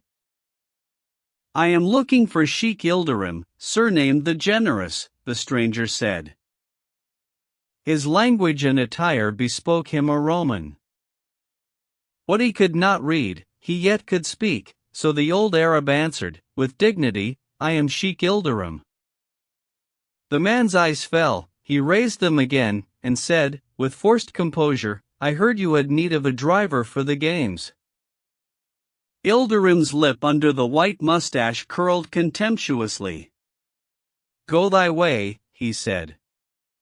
"I have a driver." He turned to ride away, but the man, lingering, spoke again. "Sheik, I am a lover of horses, and they say you have the most beautiful in the world." The old man was touched. He drew rein, as if on the point of yielding to the flattery, but finally replied, "Not today, not today. Some other time I will show them to you. I am too busy just now." He rode to the field, while the stranger betook himself to town again with a smiling countenance. He had accomplished his mission. And every day thereafter, down to the great day of the games, a man, sometimes 2 or 3 men, came to the sheik at the orchard, pretending to seek an engagement as driver. In such manner Messala kept watch over Ben-Hur. Chapter 5. The sheik waited, well satisfied, until Ben-Hur drew his horses off the field for the forenoon, well satisfied, for he had seen them, after being put through all the other paces, run full speed in such manner that it did not seem there were one the slowest and another the fastest run, in other words, as if the 4 were one. "This afternoon, O sheik, I will give Sirius back to you." Ben-Hur patted the neck of the old horse as he spoke. "I will give him back, and take to the chariot." "So soon?" Ilderim asked. "With such as these, good sheik, one day suffices. They are not afraid, they have a man's intelligence, and they love the exercise. This one," he shook a rein over the back of the youngest of the 4, "you called him Aldebaran, I believe, is the swiftest. In once round a stadium he would lead the others thrice his length." Ilderim pulled his beard, and said, with twinkling eyes, "Aldebaran is the swiftest, but what of the slowest?" "This is he." Ben-Hur shook the rein over Antares. "This is he, but he will win, for, look you, sheik, he will run his utmost all day, and, as the sun goes down, he will reach his swiftest." "Right again," said Ilderim. "I have but one fear, sheik." The sheik became doubly serious. In his greed of triumph, a Roman cannot keep honor pure. "In the games." "All of them, mark you, their tricks are infinite. In chariot racing their knavery extends to everything, from horse to driver, from driver to master. Wherefore, good sheik, look well to all thou hast. From this till the trial is over, let no stranger so much as see the horses. Would you be perfectly safe, do more keep watch over them with armed hand as well as sleepless eye, then I will have no fear of the end." At the door of the tent they dismounted. "What you say shall be attended to." "By the splendor of God, no hand shall come near them except it belong to one of the faithful. Tonight I will set watches." But, son of Arius, Ilderim drew forth the package, and opened it slowly, while they walked to the divan and seated themselves. "Son of Arius, see thou here, and help me with thy Latin." He passed the dispatch to Ben-Hur. "There, read and read aloud, rendering what thou findest into the tongue of thy fathers." "Latin is an abomination." Ben-Hur was in good spirits, and began the reading carelessly. "Messala to gratis." He paused. A premonition drove the blood to his heart. Ilderim observed his agitation. "Well, I am waiting." Ben-Hur prayed pardon, and recommenced the paper, which, it is sufficient to say, was one of the duplicates of the letter dispatched so carefully to Gratus by Messala the morning after the revel in the palace. The paragraphs in the beginning were remarkable only as proof that the writer had not outgrown his habit of mockery. When they were past, and the reader came to the parts intended to refresh the memory of Gratus, his voice trembled, and twice he stopped to regain his self-control. By a strong effort he continued.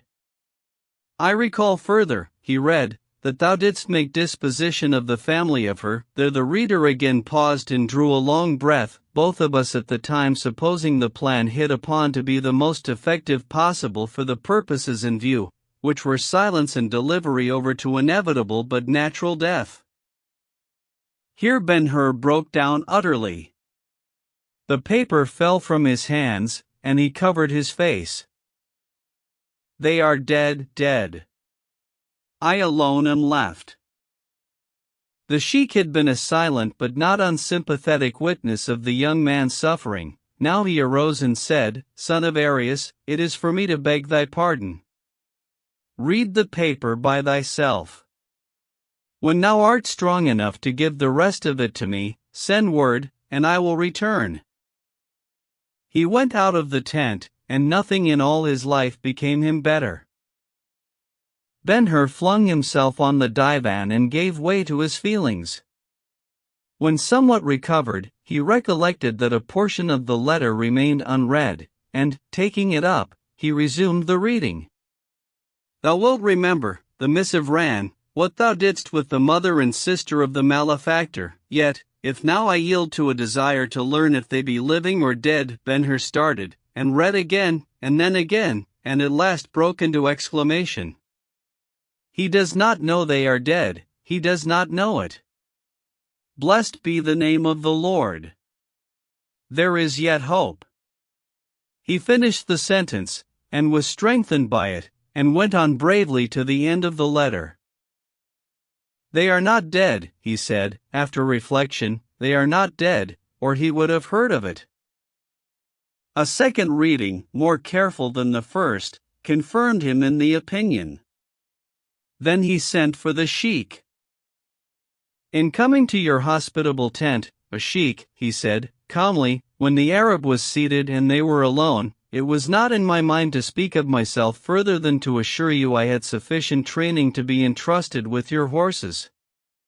I decline to tell you my history. But the chances which have sent this paper to my hand and given it to me to be read are so strange that I feel bidden to trust you with everything. And I am the more inclined to do so by knowledge here conveyed that we are both of us threatened by the same enemy, against whom it is needful that we make common cause. I will read the letter and give you explanation, after which you will not wonder I was so moved. If you thought me weak or childish, you will then excuse me. The sheik held his peace, listening closely, until Ben-Hur came to the paragraph in which he was particularly mentioned. I saw the Jew yesterday in the grove of Daphne, so ran the part, and if he be not there now, he is certainly in the neighborhood, making it easy for me to keep him in eye. Indeed, wert thou to ask me where he is now, I should say, with the most positive assurance, he is to be found at the old orchard of palms. Exclaimed Ilderim, in such a tone one might hardly say he was more surprised than angry. At the same time, he clutched his beard. At the old orchard of palms, Ben-Hur repeated, under the tent of the traitor Sheik Ilderim. Traitor, the old man cried, in his shrillest tone, while lip and beard curled with ire, and on his forehead and neck the veins swelled and beat as they would burst. Yet a moment, Sheik, said Ben-Hur, with a deprecatory gesture. Such is Miss Salah's opinion of you. Hear his threat. And he read on under the tent of the traitor Sheik Ilderim, who cannot long escape our strong hand.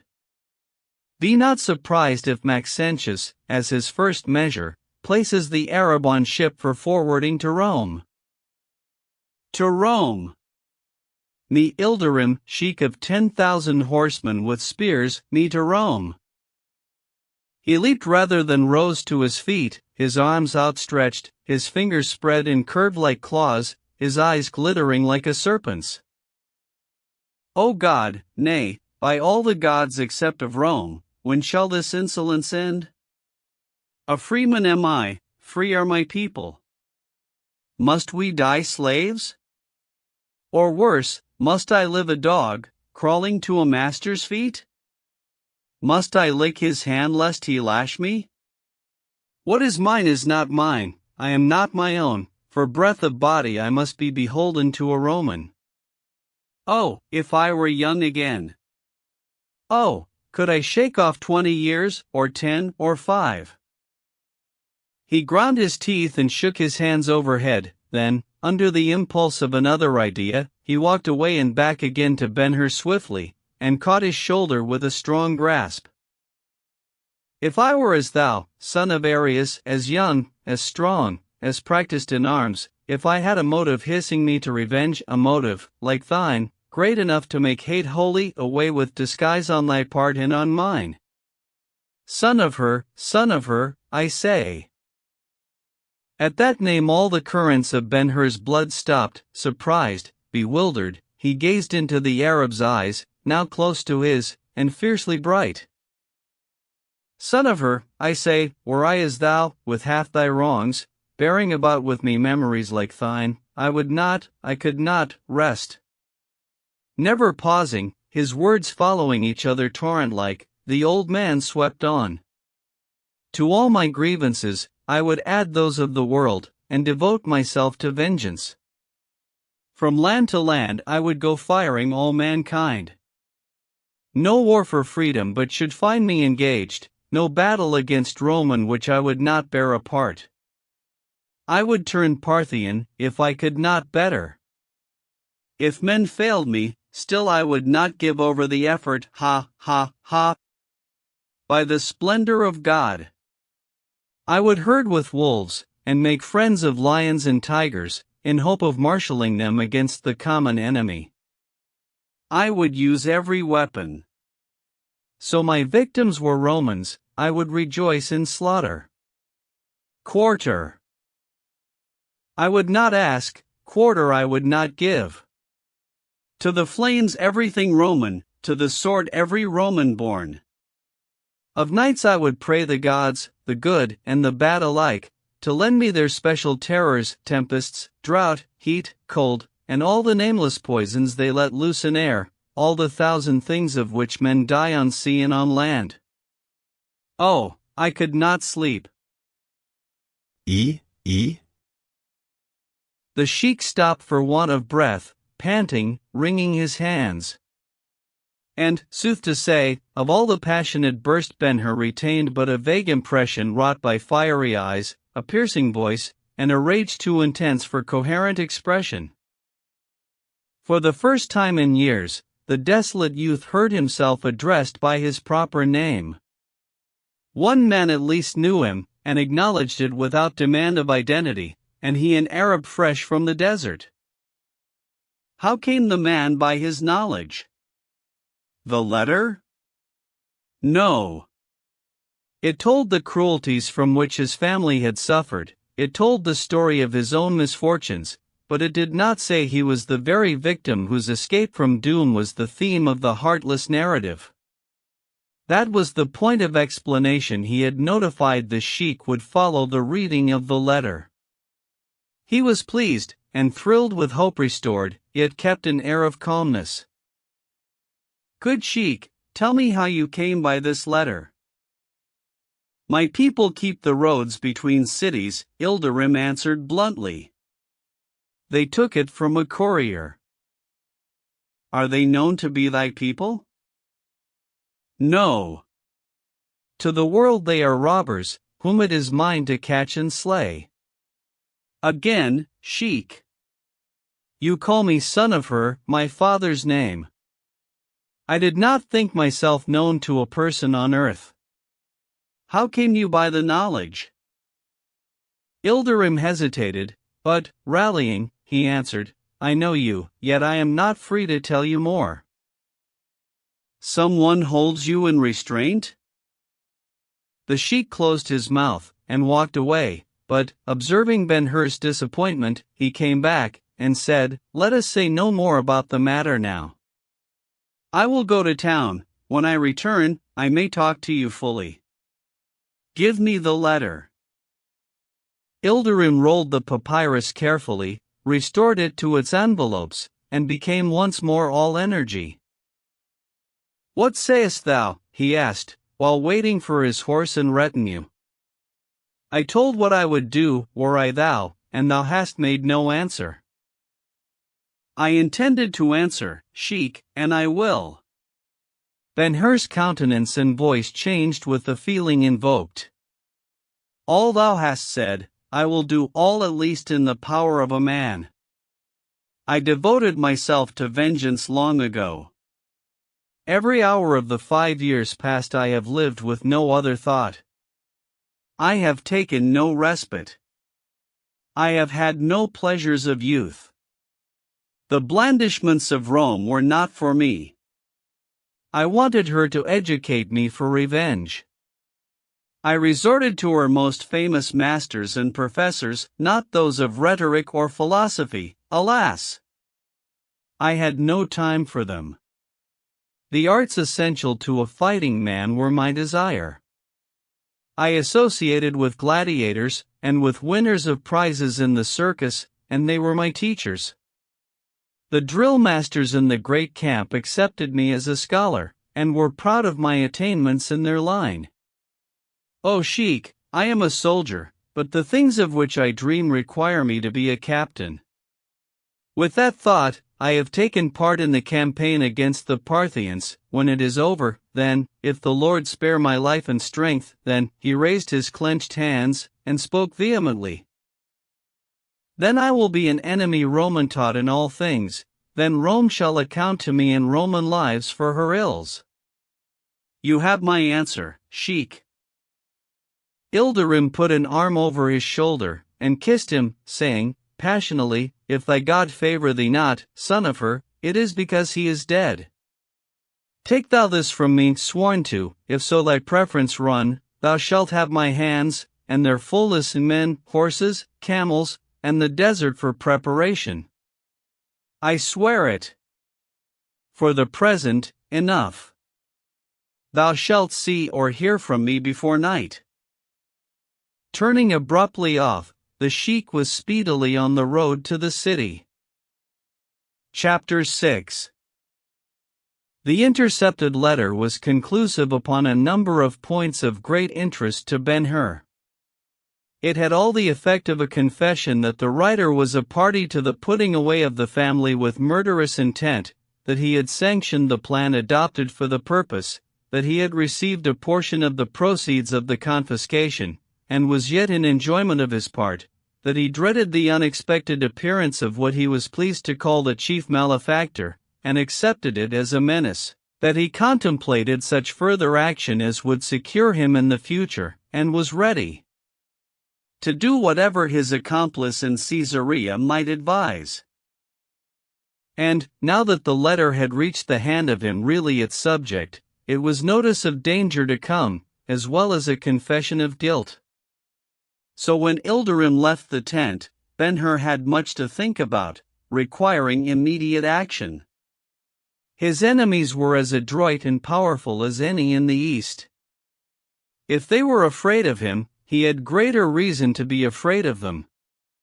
He strove earnestly to reflect upon the situation, but could not. His feelings constantly overwhelmed him.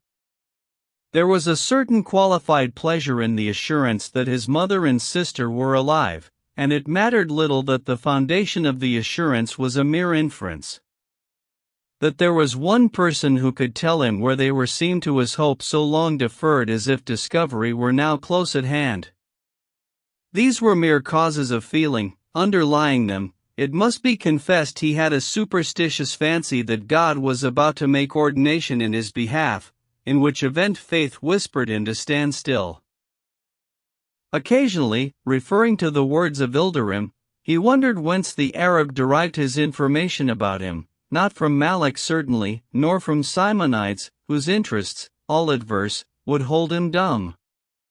Could Messala have been the informant? No, disclosure might be dangerous in that quarter. Conjecture was vain. At the same time, often as Ben-Hur was beaten back from the solution, he was consoled with the thought that whoever the person with the knowledge might be, he was a friend, and, being such, would reveal himself in good time. A little more waiting, a little more patience. Possibly the errand of the sheik was to see the worthy, possibly the letter might precipitate a full disclosure. And patient he would have been if only he could have believed Tirzah and his mother were waiting for him under circumstances permitting hope on their part strong as his, if, in other words, conscience had not stung him with accusations respecting them. To escape such accusations, he wandered far through the orchard, pausing now where the date-gatherers were busy, yet not too busy to offer him of their fruit and talk with him, then, under the great trees, to watch the nesting birds, or hear the bees swarming about the berries bursting with honeyed sweetness, and filling all the green and golden spaces with the music of their beating wings. By the lake, however, he lingered longest. He might not look upon the water and its sparkling ripples, so like sensuous life, without thinking of the Egyptian and her marvelous beauty, and of floating with her here and there through the night, made brilliant by her songs and stories. He might not forget the charm of her manner, the lightness of her laugh, the flattery of her attention, the warmth of her little hand under his upon the tiller of the boat. From her it was for his thought but a short way to Balthasar, and the strange things of which he had been witness, unaccountable by any law of nature, and from him, again, to the King of the Jews, whom the good man, with such pathos of patience, was holding in holy promise. The distance was even nearer. And there his mind stayed, finding in the mysteries of that personage a satisfaction answering well for the rest he was seeking. Because, it may have been, nothing is so easy as denial of an idea not agreeable to our wishes, he rejected the definition given by Balthasar of the kingdom the king was coming to establish. A kingdom of souls, if not intolerable to his Sadducean faith, seemed to him but an abstraction drawn from the depths of a devotion too fond and dreamy. A kingdom of Judea, on the other hand, was more than comprehensible, such had been, and, if only for that reason, might be again. And it suited his pride to think of a new kingdom broader of domain, richer in power, and of a more unapproachable splendor than the old one, of a new king wiser and mightier than Solomon, a new king under whom, especially, he could find both service and revenge. In that mood he returned to the Dower. The midday meal disposed of, still further to occupy himself, Ben-Hur had the chariot rolled out into the sunlight for inspection. The word but poorly conveys the careful study the vehicle underwent. No point or part of it escaped him. With a pleasure which will be better understood hereafter, he saw the pattern was Greek, in his judgment preferable to the Roman in many respects. It was wider between the wheels, and lower and stronger, and the disadvantage of greater weight would be more than compensated by the greater endurance of his Arabs. Speaking generally, the carriage makers of Rome built for the games almost solely, sacrificing safety to beauty, and durability to grace, while the chariots of Achilles and the King of Men, designed for war and all its extreme tests, still ruled the tastes of those who met and struggled for the crowns Isthmian and Olympic.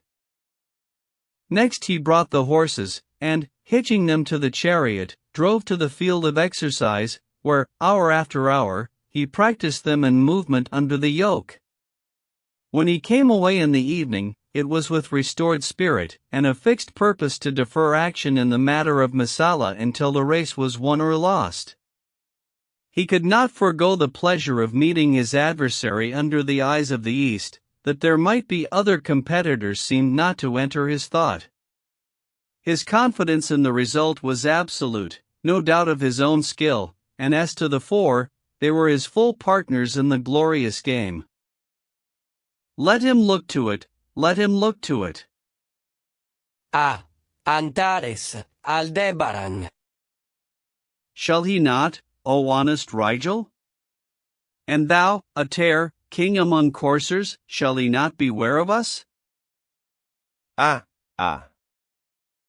Good hearts. So in rests he passed from horse to horse, speaking, not as a master, but the senior of his many brethren. After nightfall, Ben-Hur sat by the door of the tent waiting for Ilderim, not yet returned from the city. He was not impatient, or vexed, or doubtful. The sheik would be heard from, at least. Indeed, whether it was from satisfaction with the performance of the four, or the refreshment there is in cold water succeeding bodily exercise, or supper partaken with royal appetite, or the reaction which, as a kindly provision of nature, always follows depression, the young man was in good humor verging upon elation. He felt himself in the hands of Providence no longer his enemy. At last there was a sound of horses' feet coming rapidly, and Malak rode up. "Son of Arius," he said, cheerily, after salutation, "I salute you for Sheik Ilderim, who requests you to mount and go to the city. He is waiting for you." Ben-Hur asked no questions, but went in where the horses were feeding. Aldebaran came to him, as if offering his service. He played with him lovingly, but passed on, and chose another, not of the four, they were sacred to the race. Very shortly the two were on the road, going swiftly and in silence. Some distance below the Solution Bridge, they crossed the river by a ferry, and, riding far round on the right bank, and recrossing by another ferry, entered the city from the west. The detour was long, but Ben-Hur accepted it as a precaution for which there was good reason. Down to Simonides landing they rode, and in front of the great warehouse, under the bridge, Malak drew rein. "We are come," he said. "Dismount." Ben-Hur recognized the place. "Where is the sheik?" he asked. "Come with me. I will show you." A watchman took the horses, and almost before he realized it Ben-Hur stood once more at the door of the house up on the greater one, listening to the response from within, "In God's name, enter." Chapter 7. Malak stopped at the door. Ben-Hur entered alone. The room was the same in which he had formerly interviewed Simonides, and it had been in nowise changed, except now, close by the armchair, a polished brazen rod, set on a broad wooden pedestal, arose higher than a tall man, holding lamps of silver on sliding arms, half a dozen or more in number, and all burning. The light was clear, bringing into view the paneling on the walls, the cornice with its row of gilded balls, and the dome dully tinted with violet mica.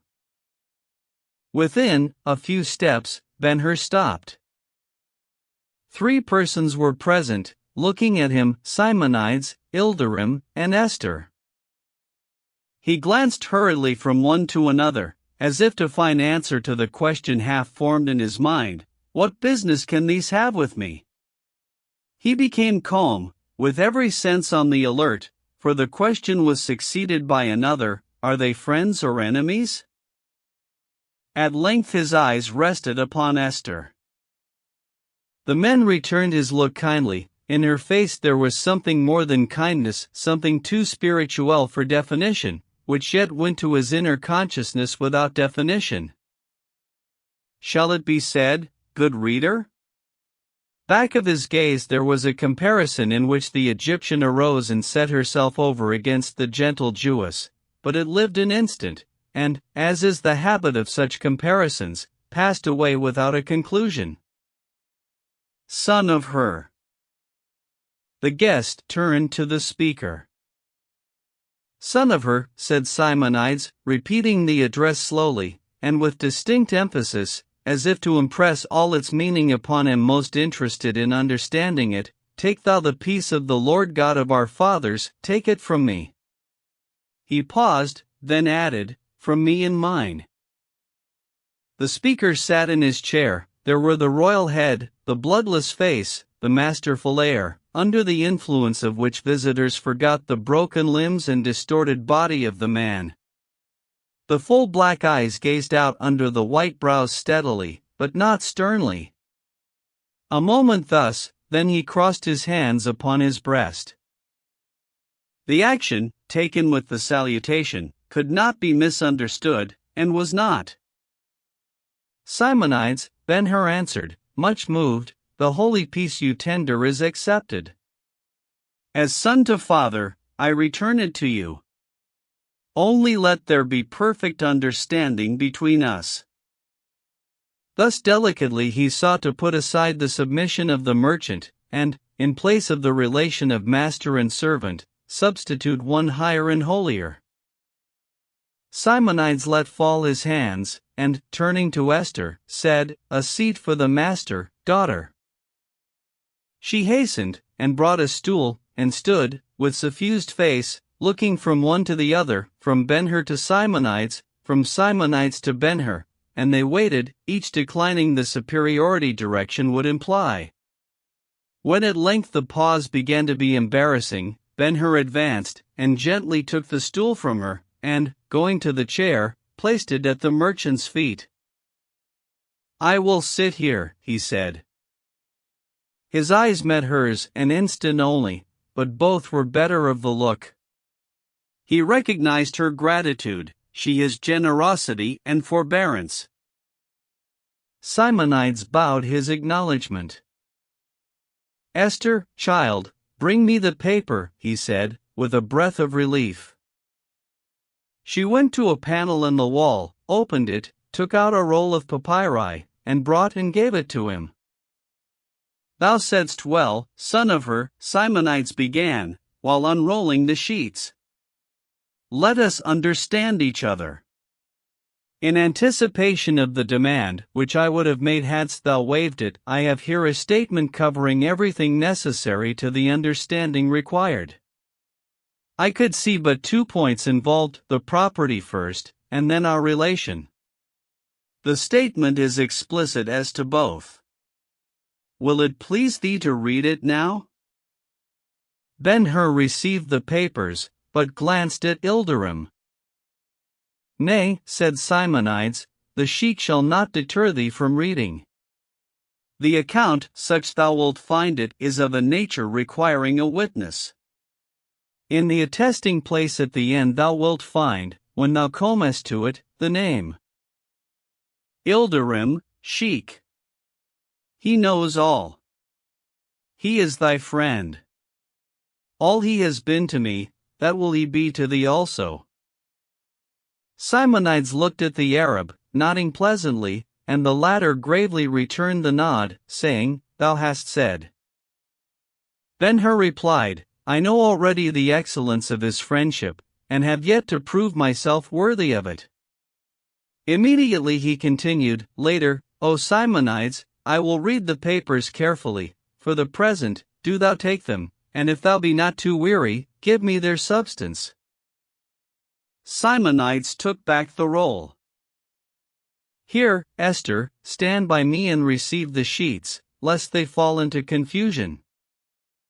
She took place by his chair, letting her right arm fall lightly across his shoulder, so, when he spoke, the account seemed to have rendition from both of them jointly. "This," said Simonides, drawing out the first leaf, "shows the money I had of thy fathers, being the amount saved from the Romans. There was no property saved, only money, and that the robbers would have secured but for our Jewish custom of bills of exchange.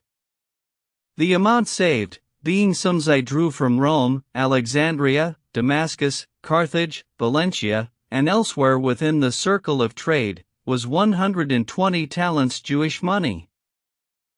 He gave the sheet to Esther, and took the next one. "With that amount, 120 talents, I charged myself. Here now my credits." I use the word, as thou wilt see, with reference rather to the proceeds gained from the use of the money. From separate sheets he then read footings, which, fractions omitted, were as follows. "To these now, to the 553 talents gained, add the original capital I had from thy father, and thou hast 673 talents, and all thine, making thee, O son of Hur, the richest subject in the world." He took the papyri from Esther, and, reserving one, rolled them and offered them to Ben-Hur. The pride perceptible in his manner was not offensive. It might have been from a sense of duty well done, it might have been for Ben-Hur without reference to himself. And there is nothing, he added, dropping his voice, but not his eyes. There is nothing now thou mayst not do. The moment was one of absorbing interest to all present.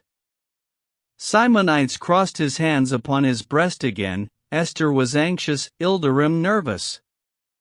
A man is never so on trial as in the moment of excessive good fortune. Taking the roll, Ben-Hur arose, struggling with emotion. All this is to me as a light from heaven, sent to drive away a night which has been so long I feared it would never end, and so dark I had lost the hope of seeing, he said, with a husky voice. I give first thanks to the Lord, who has not abandoned me, and my next to thee, O Simonides. Thy faithfulness outweighs the cruelty of others, and redeems our human nature. There is nothing I cannot do, be it so. Shall any man in this my hour of such mighty privilege be more generous than I? Serve me as a witness now, Sheik Ilderim. Hear thou my words as I shall speak them, hear and remember. And thou, Esther, good angel of this good man, hear thou also. He stretched his hand with the roll to Simonides. The things these papers take into account, all of them, ships, houses, goods, camels, horses, money, the least as well as the greatest, give I back to thee, O Simonides, making them all thine, and sealing them to thee and thine forever. Esther smiled through her tears. Ilderim pulled his beard with rapid motion, his eyes glistening like beads of jet. Simonides alone was calm. Sealing them to thee and thine forever, Ben-Hur continued, with better control of himself, with one exception, and upon one condition.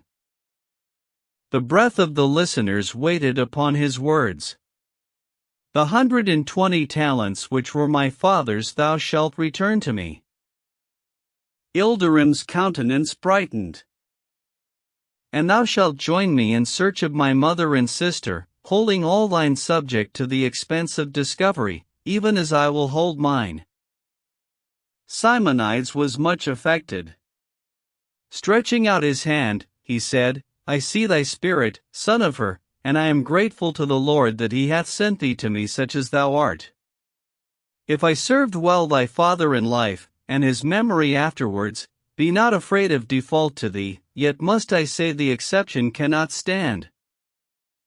Exhibiting, then, the reserve sheet, he continued, thou hast not all the account.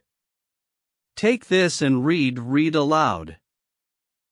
Ben-Hur took the supplement, and read it.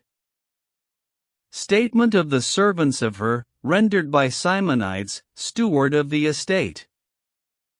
1. Amrah, Egyptian, keeping the palace in Jerusalem. 2. Simonides, the steward, in Antioch. 3. Esther, daughter of Simonides. Now, in all his thoughts of Simonides, not once had it entered Ben-Hur's mind that, by the law, a daughter followed the parent's condition. In all his visions of her, the sweet-faced Esther had figured as the rival of the Egyptian, and an object of possible love. He shrank from the revelation so suddenly brought him, and looked at her blushing, and, blushing, she dropped her eyes before him. Then he said, while the papyrus rolled itself together, a man with 600 talents is indeed rich, and may do what he pleases, but, rarer than the money, more priceless than the property, is the mind which amassed the wealth, and the heart it could not corrupt when amassed. O Simonides, and thou, fair Esther, fear not. Sheik Ilderim here shall be witness that in the same moment ye were declared my servants, that moment I declared ye free, and what I declare, that will I put in writing. Is it not enough? Can I do more? Son of her, said Simonides, verily thou dost make servitude lightsome. I was wrong. There are some things thou canst not do, thou canst not make us free in law. I am thy servant forever, because I went to the door with thy father one day, and in my ear the allmarks yet abide. Did my father that? Judge him not, cried Simonides, quickly. He accepted me a servant of that class because I prayed him to do so. I never repented the step. It was the price I paid for Rachel, the mother of my child here, for Rachel, who would not be my wife unless I became what she was. Was she a servant forever? Even so. Ben-Hur walked the floor in pain of impotent wish. I was rich before, he said, stopping suddenly. I was rich with the gifts of the generous Arius, now comes this greater fortune, and the mind which achieved it. Is there not a purpose of God in it all? Counsel me, O Simonides. Help me to see the right and do it. Help me to be worthy my name, and what thou art in law to me, that will I be to thee in fact and deed. I will be thy servant forever. Simonides' face actually glowed. O son of my dead master! I will do better than help, I will serve thee with all my might of mind and heart.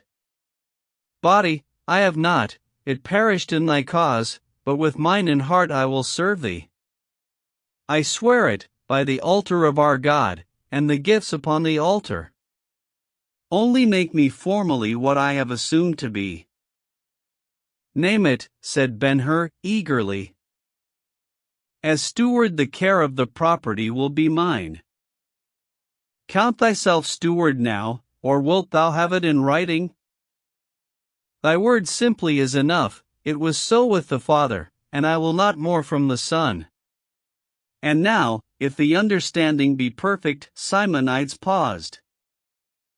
It is with me, said Ben-Hur. And thou, daughter of Rachel, speak, said Simonides, lifting her arm from his shoulder. Esther, left thus alone, stood a moment abashed, her color coming and going. Then she went to Ben-Hur, and said, with a womanliness singularly sweet, I am not better than my mother was, and, as she is gone, I pray you, O my master, let me care for my father. Ben-Hur took her hand, and led her back to the chair, saying, Thou art a good child. Have thy will.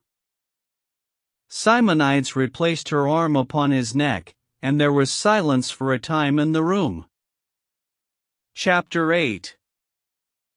Simonides looked up, none the less a master.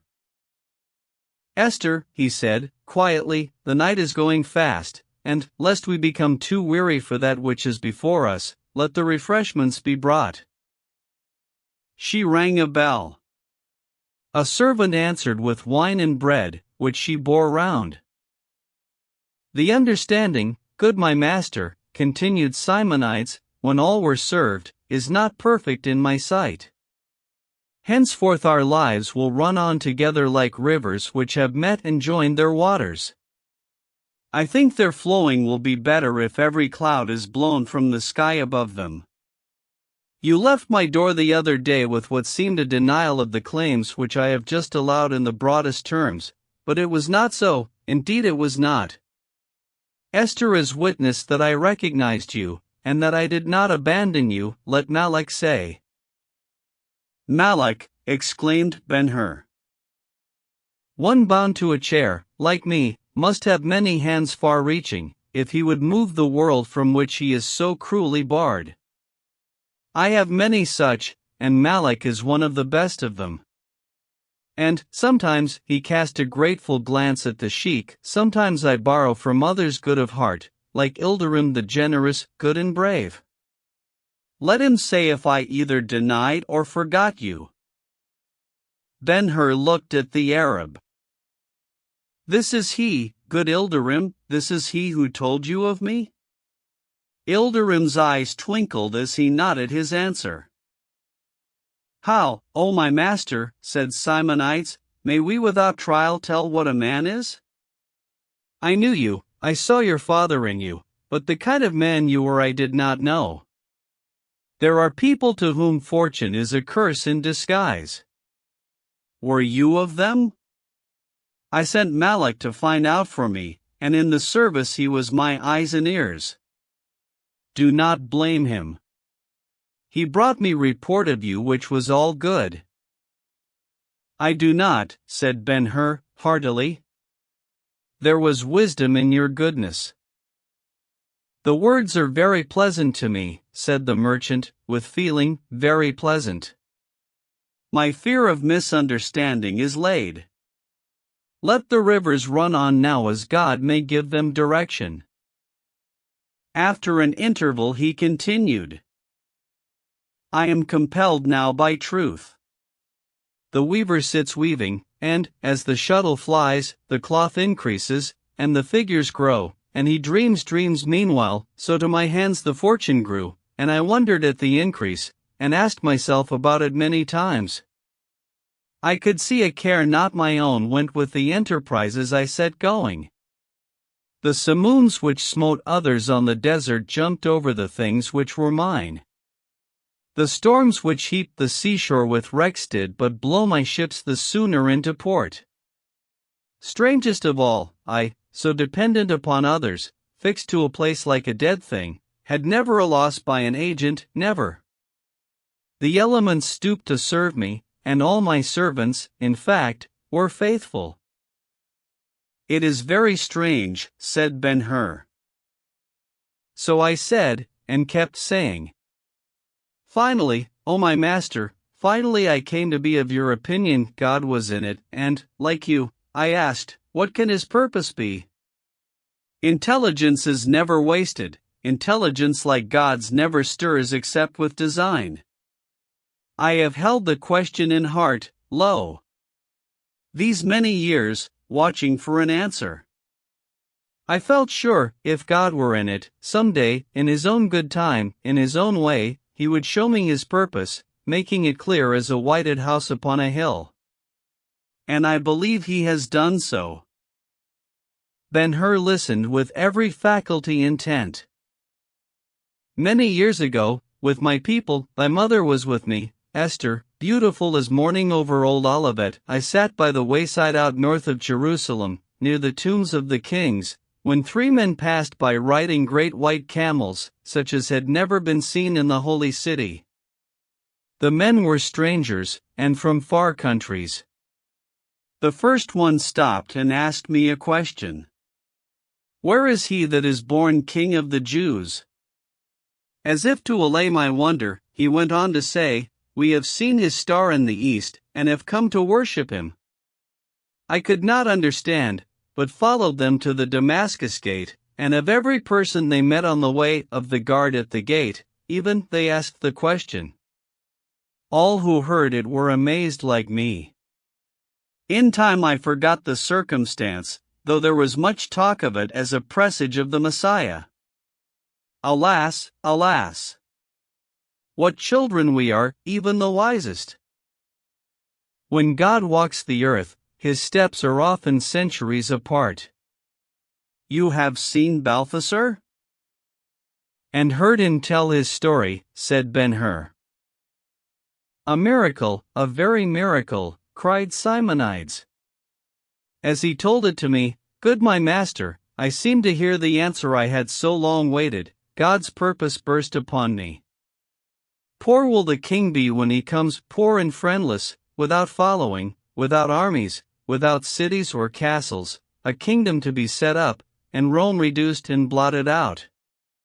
See, O my master. Thou flushed with strength, thou trained to arms, thou burdened with riches, behold the opportunity the Lord hath sent thee. Shall not his purpose be thine? Could a man be born to a more perfect glory? Simonides put his whole force in the appeal. But the kingdom, the kingdom. Ben-Hur answered, eagerly. Balthasar says it is to be of souls. The pride of the Jew was strong in Simonides, and therefore the slightly contemptuous curl of the lip with which he began his reply. Balthasar has been a witness of wonderful things, of miracles, O my master, and when he speaks of them, I bow with belief, for they are of sight and sound personal to him. But he is a son of Mizraim, and not even a proselyte.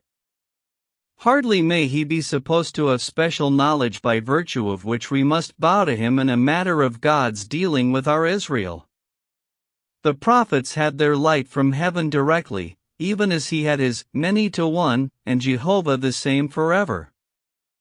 I must believe the prophets that bring me the Torah, Esther. He proceeded without waiting for her. May the testimony of a whole people be slighted, my master?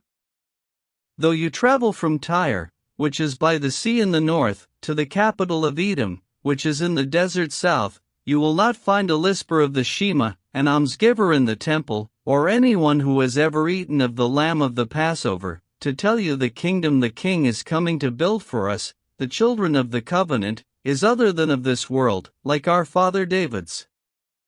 Now where got they the faith, ask you? We will see presently. Esther here returned, bringing a number of rolls carefully enveloped in dark brown linen lettered quaintly in gold. Keep them, daughter, to give to me as I call for them, the father said, in the tender voice he always used in speaking to her, and continued his argument. It were long, good my master, too long, indeed, for me to repeat to you the names of the holy men who, in the providence of God, succeeded the prophets, only a little less favored than they, the seers who have written and the preachers who have taught since the captivity, the very wise who borrowed their lights from the lamp of Malachi, the last of his line, and whose great names Hillel and Shem I never tired of repeating in the colleges. Will you ask them of the kingdom? Thus, the Lord of the sheep in the book of Enoch, who is he? Who but the king of whom we are speaking? A throne is set up for him, he smites the earth, and the other kings are shaken from their thrones, and the scourges of Israel flung into a cavern of fire flaming with pillars of fire.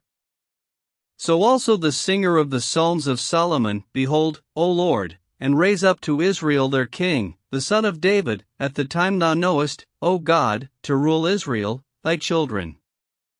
And he will bring the peoples of the heathen under his yoke to serve him. And he shall be a righteous king taught of God, for he shall rule all the earth by the word of his mouth forever. And last, though not least, hear Ezra, the second Moses, in his visions of the night, and ask him who is the lion with human voice that says to the eagle, which is Rome, thou hast loved liars, and overthrown the cities of the industrious, and raised their walls, though they did thee no harm. Therefore, begone, that the earth may be refreshed, and recover itself, and hope in the justice and piety of him who made her. Whereat the eagle was seen no more. Surely, O my master, the testimony of these should be enough. But the way to the fountain's head is open. Let us go up to it at once to some wine, Esther, and then the Torah.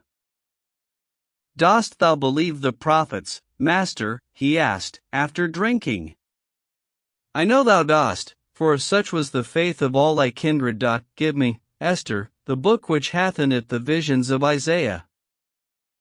He took one of the rolls which she had unwrapped for him, and read, The people that walked in darkness have seen a great light, they that dwell in the land of the shadow of death, upon them hath the light shined, for unto us a child is born, unto us a son is given, and the government shall be upon his shoulder.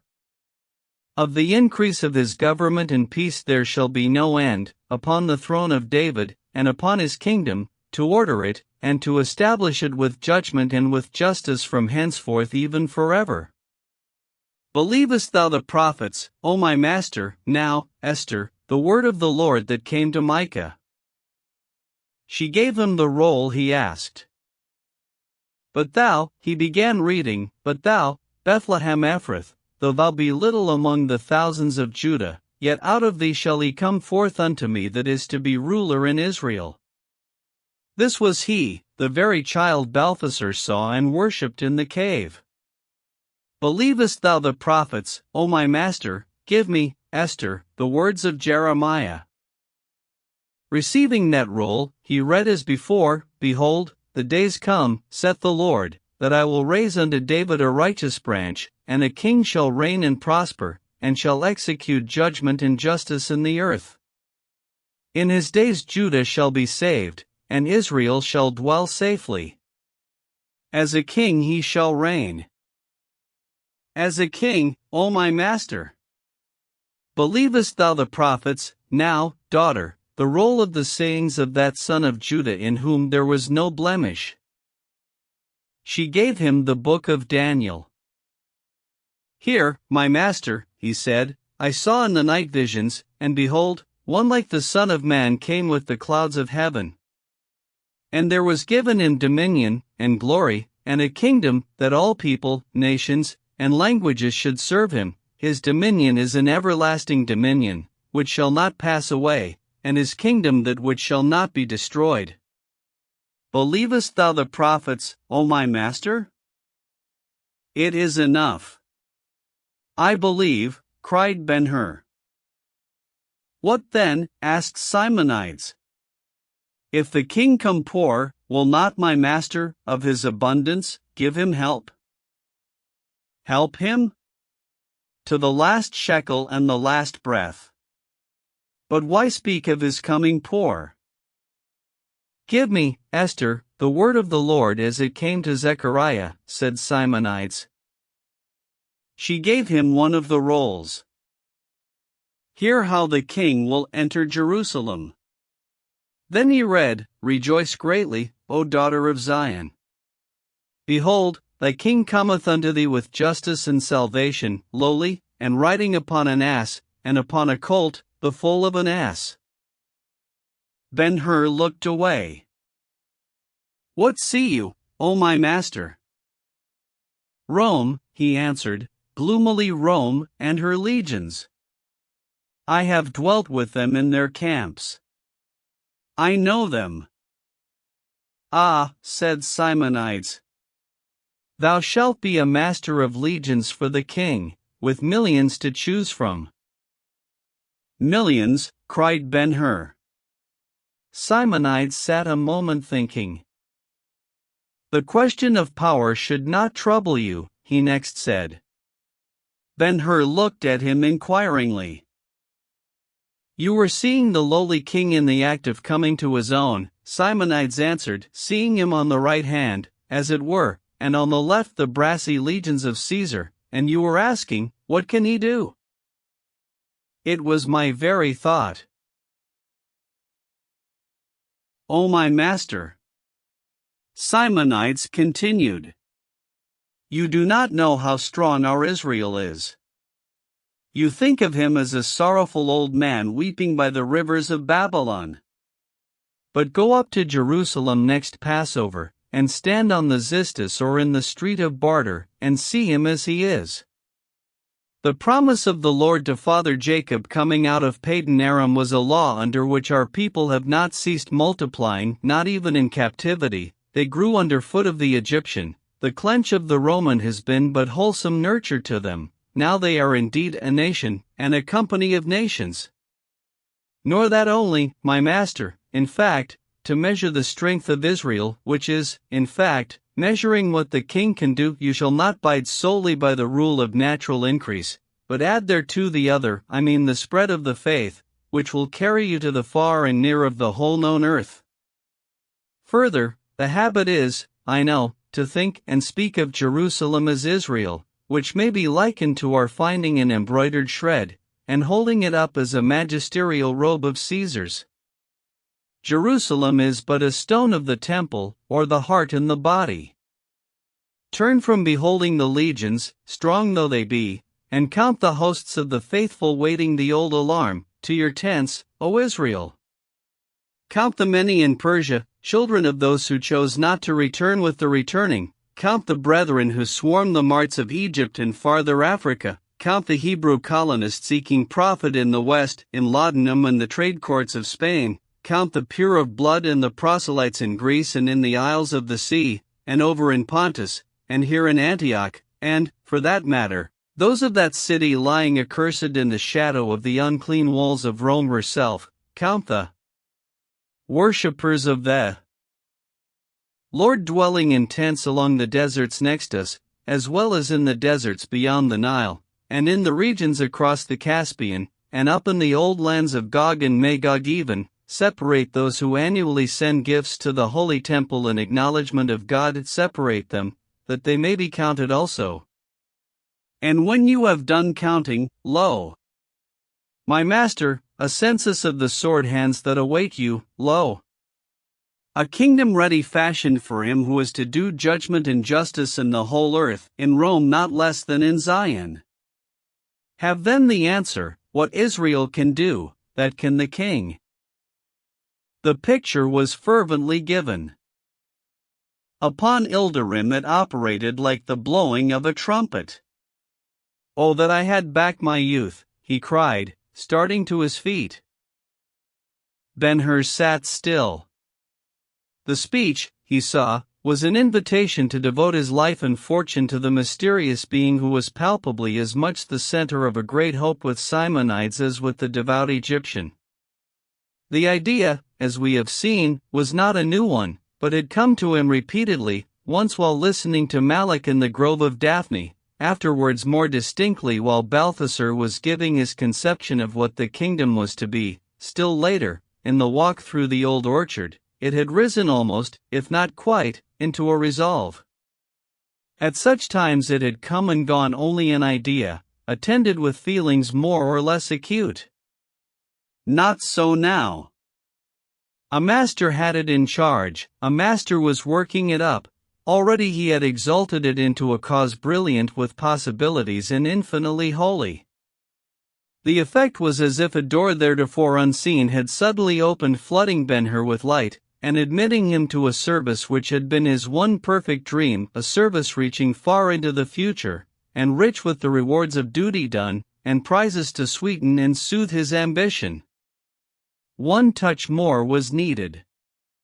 Let us concede all you say, O Simonides, said Ben-Hur, that the king will come, and his kingdom be as Solomon's. Say also I am ready to give myself and all I have to him and his cause, yet more, say that I should do as was God's purpose in the ordering of my life and in your quick amassment of astonishing fortune. Then what? Shall we proceed like blind men building? Shall we wait till the king comes? Or until he sends for me? You have age and experience on your side. Answer. Simonides answered at once. We have no choice, none. This letter, he produced Messala's dispatch as he spoke, this letter is the signal for action. The alliance proposed between Messala and Gratus we are not strong enough to resist, we have not the influence at Rome nor the force here. They will kill you if we wait. How merciful they are, look at me and judge. He shuddered at the terrible recollection. Oh good my master, he continued, recovering himself, how strong are you, in purpose, I mean? Ben-Hur did not understand him. I remember how pleasant the world was to me in my youth, Simonides proceeded. Yet, said Ben-Hur, you were capable of a great sacrifice. Yes, for love. Has not life other motives as strong? Simonides shook his head. There is ambition. Ambition is forbidden a son of Israel. What, then, of revenge? The spark dropped upon the inflammable passion, the man's eyes gleamed, his hands shook, he answered, quickly, revenge is a Jew's of right, it is the law. A camel, even a dog, will remember a wrong, cried Ilderim. Directly Simonides picked up the broken thread of his thought. There is a work for the king, which should be done in advance of his coming. We may not doubt that Israel is to be his right hand, but, alas! It is a hand of peace, without cunning in war. Of the millions, there is not one trained band, not a captain. The mercenaries of the Herods I do not count, for they are kept to crush us. The condition is as the Roman would have it, his policy has fruited well for his tyranny, but the time of change is at hand, when the shepherd shall put on armor, and take to spear and sword, and the feeding flocks be turned to fighting lions. Someone, my son, must have placed next the king at his right hand. Who shall it be if not he who does this work well? Ben-Hur's face flushed at the prospect, though he said, I see, but speak plainly. A deed to be done is one thing, how to do it is another. Simonides sipped the wine Esther brought him, and replied, The sheik, and thou, my master, shall be principals, each with a part. I will remain here, carrying on as now, and watchful that the spring go not dry. Thou shalt betake thee to Jerusalem, and thence to the wilderness, and begin numbering the fighting men of Israel, and telling them into tens and hundreds, and choosing captains and training them, and in secret places hoarding arms, for which I shall keep thee supplied. Commencing over in Perea, thou shalt go then to Galilee, whence it is but a step to Jerusalem. In Perea, the desert will be at thy back, and Ilderim in reach of thy hand. He will keep the roads, so that nothing shall pass without thy knowledge. He will help thee in many ways. Until the ripening time no one shall know what is here contracted. Mine is but a servant's part. I have spoken to Ilderim. What sayest thou? Ben-Hur looked at the sheik. It is as he says, son of Hur, the Arab responded. I have given my word, and he is content with it, but thou shalt have my oath, binding me, and the ready hands of my tribe, and whatever serviceable thing I have. The three Simonides, Ilderim, Esther, gazed at Ben-Hur fixedly. Every man, he answered, at first sadly, has a cup of pleasure poured for him, and soon or late it comes to his hand, and he tastes and drinks every man but me. I see, Simonides, and thou, O generous sheik, I see whither the proposal tends. If I accept, and enter upon the course, farewell peace, and the hopes which cluster around it. The doors I might enter and the gates of quiet life will shut behind me, never to open again, for Rome keeps them all, and her outlawry will follow me, and her hunters, and in the tombs near cities and the dismal caverns of remotest hills, I must eat my crust and take my rest. The speech was broken by a sob. All turned to Esther, who hid her face upon her father's shoulder. I did not think of you, Esther, said Simonides, gently, for he was himself deeply moved. It is well enough, Simonides, said Ben-Hur. A man bears a hard doom better, knowing there is pity for him. Let me go on. They gave him ear again. I was about to say, he continued, I have no choice, but take the part you assign me, and as remaining here is to meet an ignoble death, I will to the work at once. Shall we have writings? Asked Simonides, moved by his habit of business. I rest upon your word, said Ben-Hur. And I, Ilderim answered. Thus simply was effected the treaty which was to alter Ben-Hur's life. And almost immediately the latter added, It is done, then. May the God of Abraham help us. Simonides exclaimed. One word now, my friends, Ben-Hur said, more cheerfully. By your leave, I will be my own until after the games. It is not probable Messala will set peril on foot for me until he has given the procurator time to answer him, and that cannot be in less than 7 days from the dispatch of his letter. The meeting him in the circus is a pleasure I would buy at whatever risk. Ilderim, well pleased, assented readily, and Simonides, intent on business, added, It is well, for look you, my master, the delay will give me time to do you a good part. I understood you to speak of an inheritance derived from Arius. Is it in property? A villa near Misenum, and houses in Rome. I suggest, then, the sale of the property, and safe deposit of the proceeds. Give me an account of it, and I will have authorities drawn, and dispatch an agent on the mission forthwith. We will forestall the imperial robbers at least this once. You shall have the account tomorrow. Then, if there be nothing more, the work of the night is done, said Simonides. Ilderim combed his beard complacently, saying, and well done. The bread and wine again, Esther. Sheik Ilderim will make us happy by staying with us till tomorrow, or at his pleasure, and thou, my master. Let the horses be brought, said Ben-Hur. I will return to the orchard. The enemy will not discover me if I go now, and he glanced at Ilderim. The four will be glad to see me. As the day dawned, he and Malak dismounted at the door of the tent. Chapter 9. Next night, about the 4th hour, Ben-Hur stood on the terrace of the great warehouse with Esther. Below them, on the landing, there was much running about, and shifting of packages and boxes, and shouting of men, whose figures, stooping, heaving, hauling, looked, in the light of the crackling torches kindled in their aid, like the laboring genii of the fantastic Eastern tales. A galley was being laden for instant departure.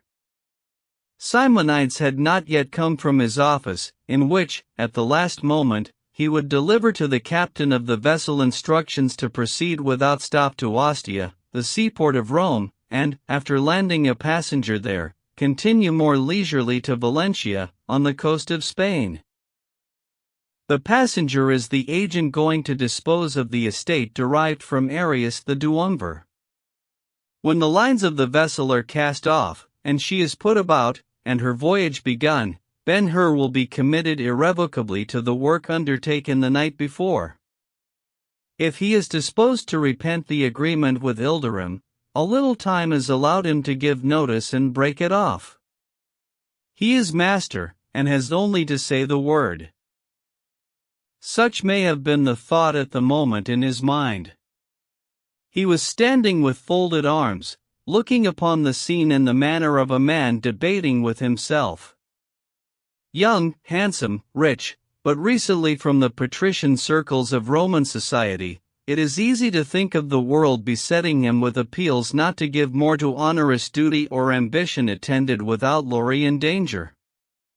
We can even imagine the arguments with which he was pressed, the hopelessness of contention with Caesar, the uncertainty veiling everything connected with the king and his coming, the ease, honors, state, purchasable like goods in market, and, strongest of all, the sense newly acquired of home, with friends to make it delightful. Only those who have been wanderers long desolate can know the power there was in the latter appeal. Let us add now, the world, always cunning enough of itself, always whispering to the weak, stay, take thine ease, always presenting the sunny side of life, the world was in this instance helped by Ben-Hur's companion. "Were you ever at Rome?" he asked. "No," Esther replied. "Would you like to go?" "I think not." "Why?" "I am afraid of Rome," she answered, with a perceptible tremor of the voice. He looked at her then, or rather down upon her, for at his sight she appeared little more than a child. In the dim light he could not see her face distinctly, even the form was shadowy. But again he was reminded of Tirzah, and a sudden tenderness fell upon him, just so the lost sister stood with him on the housetop the calamitous morning of the accident to Gratus. Poor Tirzah! Where was she now? Esther had the benefit of the feeling evoked. If not his sister, he could never look upon her as his servant, and that she was his servant in fact would make him always the more considerate and gentle towards her. I cannot think of Rome, she continued, recovering her voice, and speaking in her quiet, womanly way. I cannot think of Rome as a city of palaces and temples, and crowded with people. She is to me a monster which has possession of one of the beautiful lands, and lies there luring men to ruin and death, a monster which it is not possible to resist, a ravenous beast gorging with blood. Why? She faltered, looked down, stopped. Go on, said Ben-Hur, reassuringly. She drew closer to him, looked up again, and said, Why must you make her your enemy? Why not rather make peace with her, and be at rest? You have had many ills, and borne them. You have survived the snares laid for you by foes. Sorrow has consumed your youth. Is it well to give it the remainder of your days? The girlish face under his eyes seemed to come nearer and get whiter as the pleading went on. He stooped towards it, and asked, softly, What would you have me do, Esther? She hesitated a moment, then asked, in return, Is the property near Rome a residence? Yes. And pretty? It is beautiful, a palace in the midst of gardens and shell-strewn walks, fountains without and within, statuary in the shady nooks, hills around covered with vines, and so high that Neapolis and Vesuvius are in sight, and the sea an expanse of purpling blue dotted with restless sails. Caesar has a country seat nearby, but in Rome they say the old Aryan villa is the prettiest. And the life there, is it quiet? There was never a summer day, never a moonlit night, more quiet, save when visitors come. Now that the old owner is gone, and I am here, there is nothing to break its silence, nothing, unless it be the whispering of servants, or the whistling of happy birds, or the noise of fountains at play. It is changeless, except as day by day old flowers fade and fall, and new ones bud and bloom, and the sunlight gives place to the shadow of a passing cloud. The life, Esther, was all too quiet for me. It made me restless by keeping always present a feeling that I, who have so much to do, was dropping into idle habits, and tying myself with silken chains, and after a while, and not a long while either, would end with nothing done. She looked off over the river. Why did you ask? He said. Good my master. No, Esther, not that. Call me friend, brother, if you will. I am not your master, and will not be. Call me brother. He could not see the flush of pleasure which reddened her face, and the glow of the eyes that went out lost in the void above the river. I cannot understand, she said, the nature which prefers the life you are going to a life of violence, and it may be of blood, he said, completing the sentence. Yes, she added, the nature which could prefer that life to such as might be in the beautiful villa. Esther, you mistake. There is no preference. Alas! The Roman is not so kind. I am going of necessity. To stay here is to die, and if I go there, the end will be the same, a poison cup, a bravo's blow, or a judge's sentence obtained by perjury. Messala and the procurator Gratus are rich with plunder of my father's estate, and it is more important to them to keep their gains now than was their getting in the first instance. A peaceable settlement is out of reach, because of the confession it would imply. And then Esther, if I could buy them, I do not know that I would. I do not believe peace possible to me, no, not even in the sleepy shade and sweet air of the marble porches of the old villa, no matter who might be there to help me bear the burdens of the days, nor by what patience of love she made the effort. Peace is not possible to me while my people are lost, for I must be watchful to find them. If I find them, and they have suffered wrong, shall not the guilty suffer for it? If they are dead by violence, shall the murderers escape? Oh, I could not sleep for dreams. Nor could the holiest love, by any stratagem, lull me to a rest which conscience would not strangle. Is it so bad then? She asked, her voice tremulous with feeling. Can nothing be done? Ben-Hur took her hand. Do you care so much for me? Yes, she answered, simply. The hand was warm, and in the palm of his it was lost. He felt it tremble. Then the Egyptian came, so the opposite of this little one, so tall, so audacious, with a flattery so cunning, a wit so ready, a beauty so wonderful, a manner so bewitching. He carried the hand to his lips, and gave it back. You shall be another Tirzah to me, Esther. Who is Tirzah? The little sister the Romans stole from me, and whom I must find before I can rest or be happy. Just then a gleam of light flashed athwart the terrace and fell upon the two, and, looking round, they saw a servant roll Simonides in his chair out of the door. They went to the merchant, and in the aftertalk he was principal. Immediately the lines of the galley were cast off, and she swung round, and, midst the flashing of torches and the shouting of joyous sailors, hurried off to the sea, leaving Ben-Hur committed to the cause of the king who was Teocum. Chapter 10. The day before the games, in the afternoon, all Ilderim's racing property was taken to the city, and put in quarters adjoining the circus. Along with it the good man carried a great deal of property not of that class, so with servants, retainers mounted and armed, horses in leading, cattle driven, camels laden with baggage, his outgoing from the orchard was not unlike a tribal migration.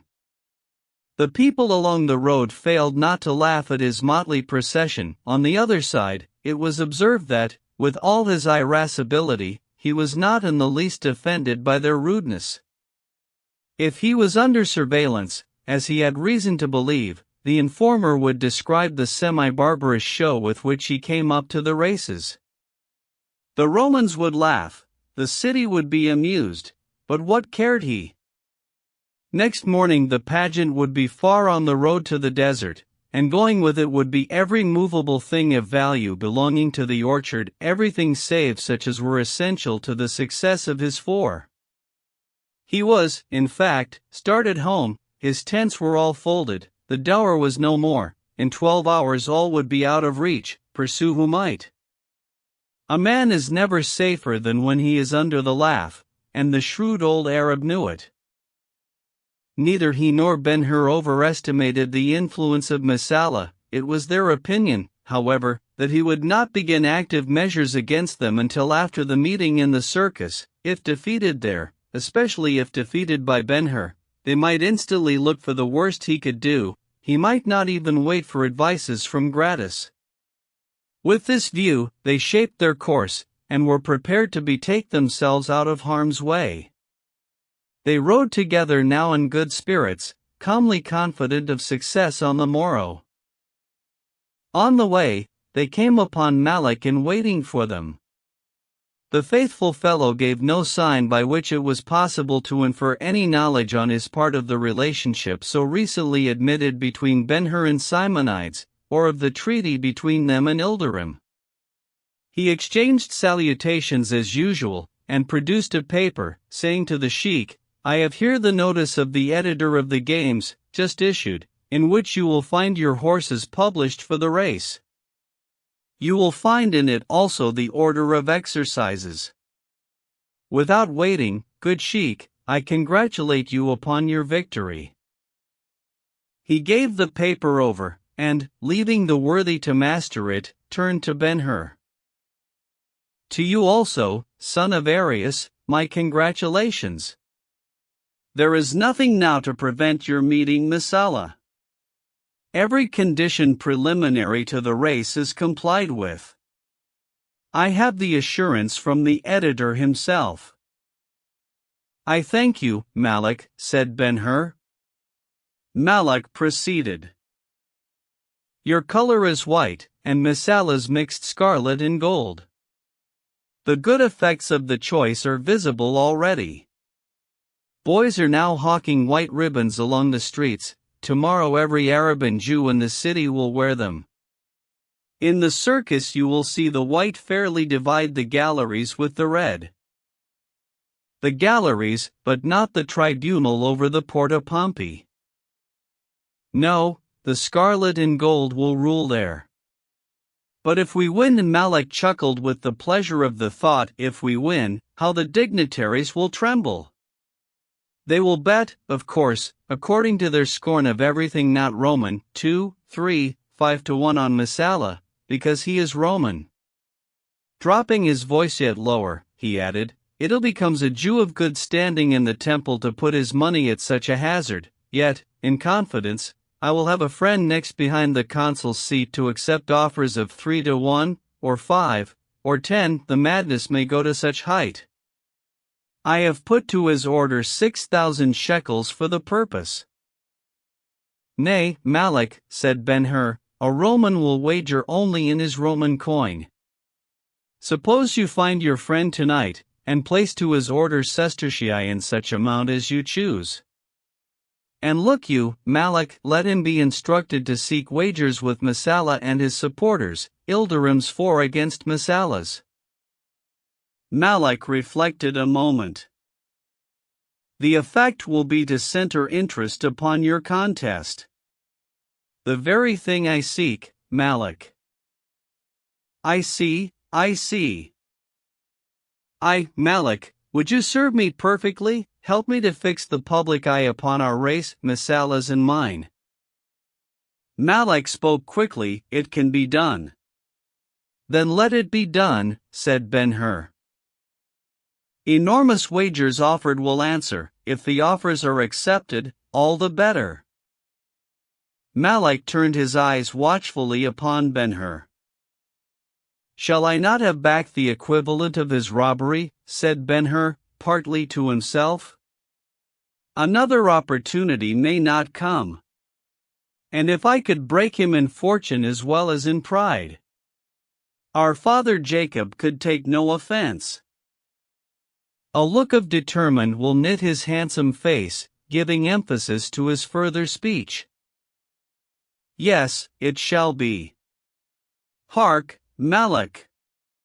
Stop not in thy offer of sestertii. Advance them to talents, if any there be who dare so high. 5, 10, 20 talents, 50, so the wager be with Messala himself."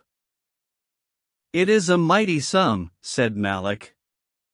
"I must have security." "So thou shalt. Go to Simonides, and tell him I wish the matter arranged.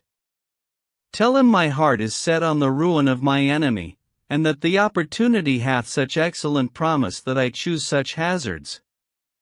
On our side be the God of our fathers. Go, good Malak. Let this not slip." And Malak, greatly delighted, gave him parting salutation, and started to ride away, but returned presently. "Your pardon," he said to Ben-Hur. "There was another matter. I could not get near Messala's chariot myself, but I had another measure it, and, from his report, its hub stands quite a palm higher from the ground than yours." "A palm! So much," cried Ben-Hur, joyfully. Then he leaned over to Malak. "As thou art a son of Judah, Malak, and faithful to thy kin, get thee a seat in the gallery over the gate of triumph, down close to the balcony in front of the pillars, and watch well when we make the turns there, watch well, for if I have favor at all, I will, nay, Malak, let it go unsaid. Only get thee there, and watch well." At that moment a cry burst from Ildirim. Ah! By the splendor of God! What is this? He drew near Ben-Hur with a finger pointing on the face of the notice. "Read," said Ben-Hur. "No, better thou." Ben-Hur took the paper, which, signed by the prefect of the province as editor, performed the office of a modern program, giving particularly the several divertisements provided for the occasion. It informed the public that there would be first a procession of extraordinary splendor, that the procession would be succeeded by the customary honors to the god Consus, whereupon the games would begin, running, leaping, wrestling, boxing, each in the order stated. The names of the competitors were given, with their several nationalities and schools of training, the trials in which they had been engaged, the prizes won, and the prizes now offered. Under the latter head the sums of money were stated in illuminated letters, telling of the departure of the day when the simple chaplet of pine or laurel was fully enough for the victor, hungering for glory is something better than riches, and content with it. Over these parts of the program Ben-Hur sped with rapid eyes.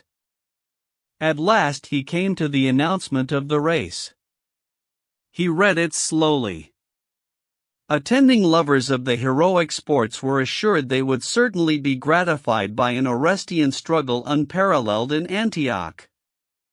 The city offered the spectacle in honor of the consul. 100,000 sestertii and a crown of laurel were the prizes. Then followed the particulars.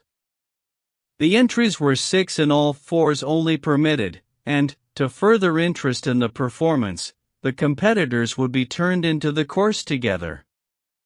Each 4 then received description.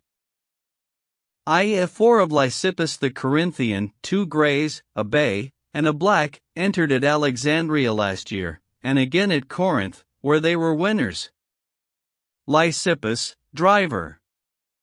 Color, yellow. 2, a 4 of Messala of Rome, 2 white, 2 black, victors of the Circensian as exhibited in the Circus Maximus last year. Messala, driver. Colors, scarlet and gold.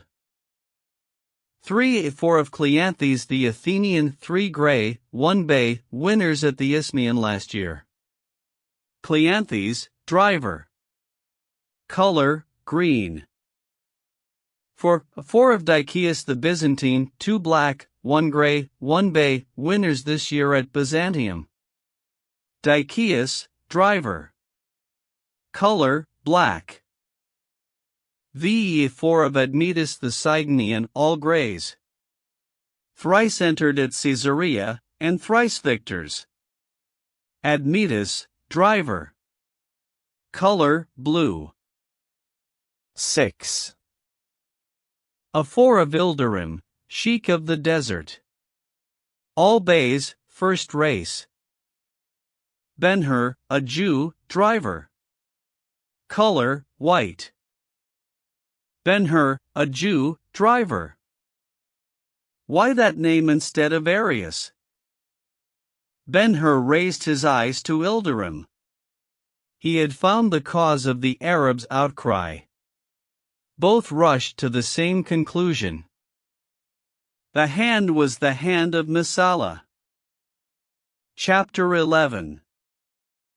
Evening was hardly come upon Antioch, when the Omphalos, nearly in the center of the city, became a troubled fountain from which in every direction, but chiefly down to the Nymphaeum and east and west along the colonnade of Herod, flowed currents of people, for the time given up to Bacchus and Apollo.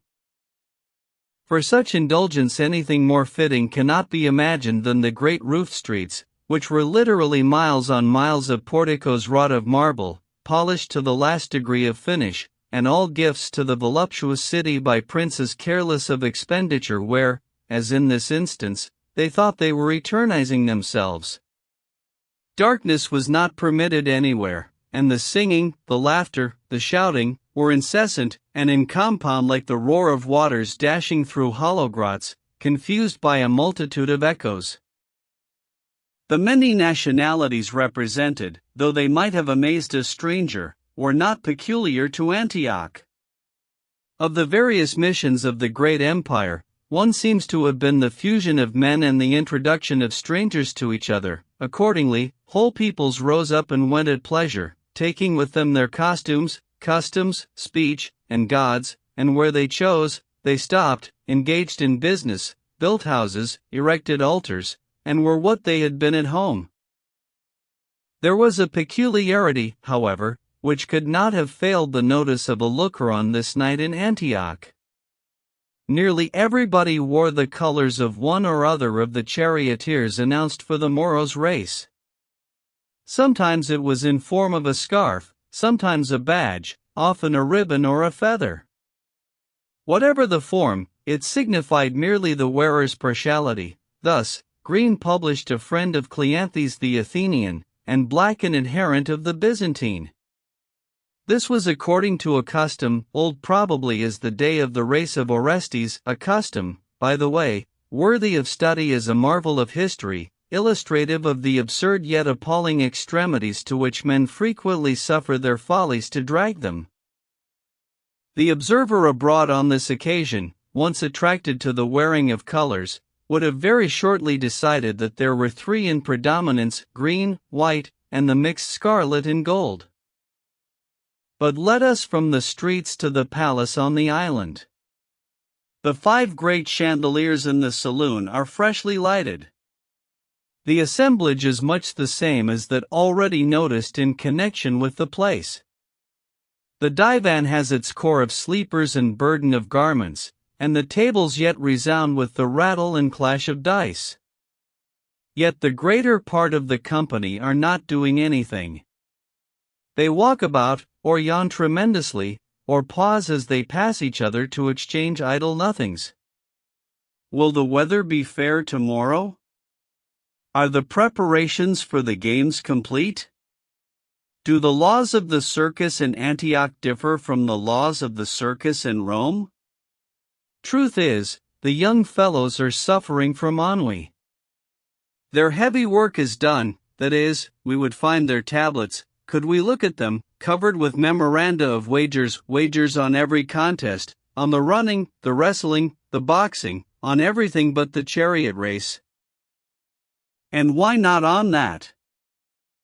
Good reader, they cannot find anybody who will hazard so much as a denarius with them against Messala. There are no colors in the saloon but his.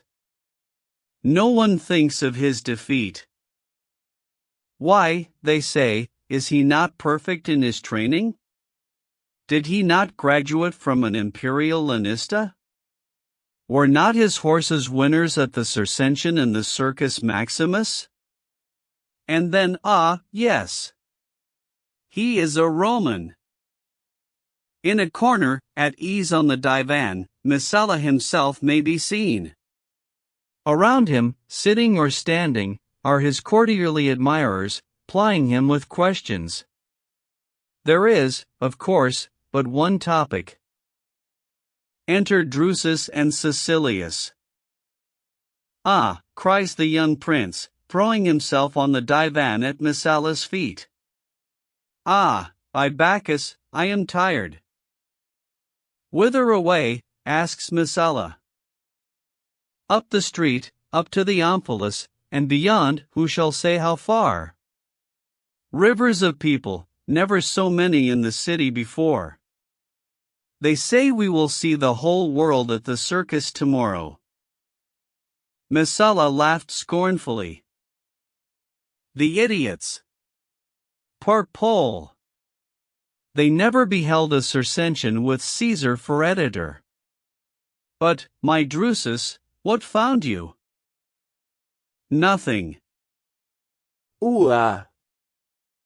You forget, said Caecilius. What? Asked Drusus. The procession of whites.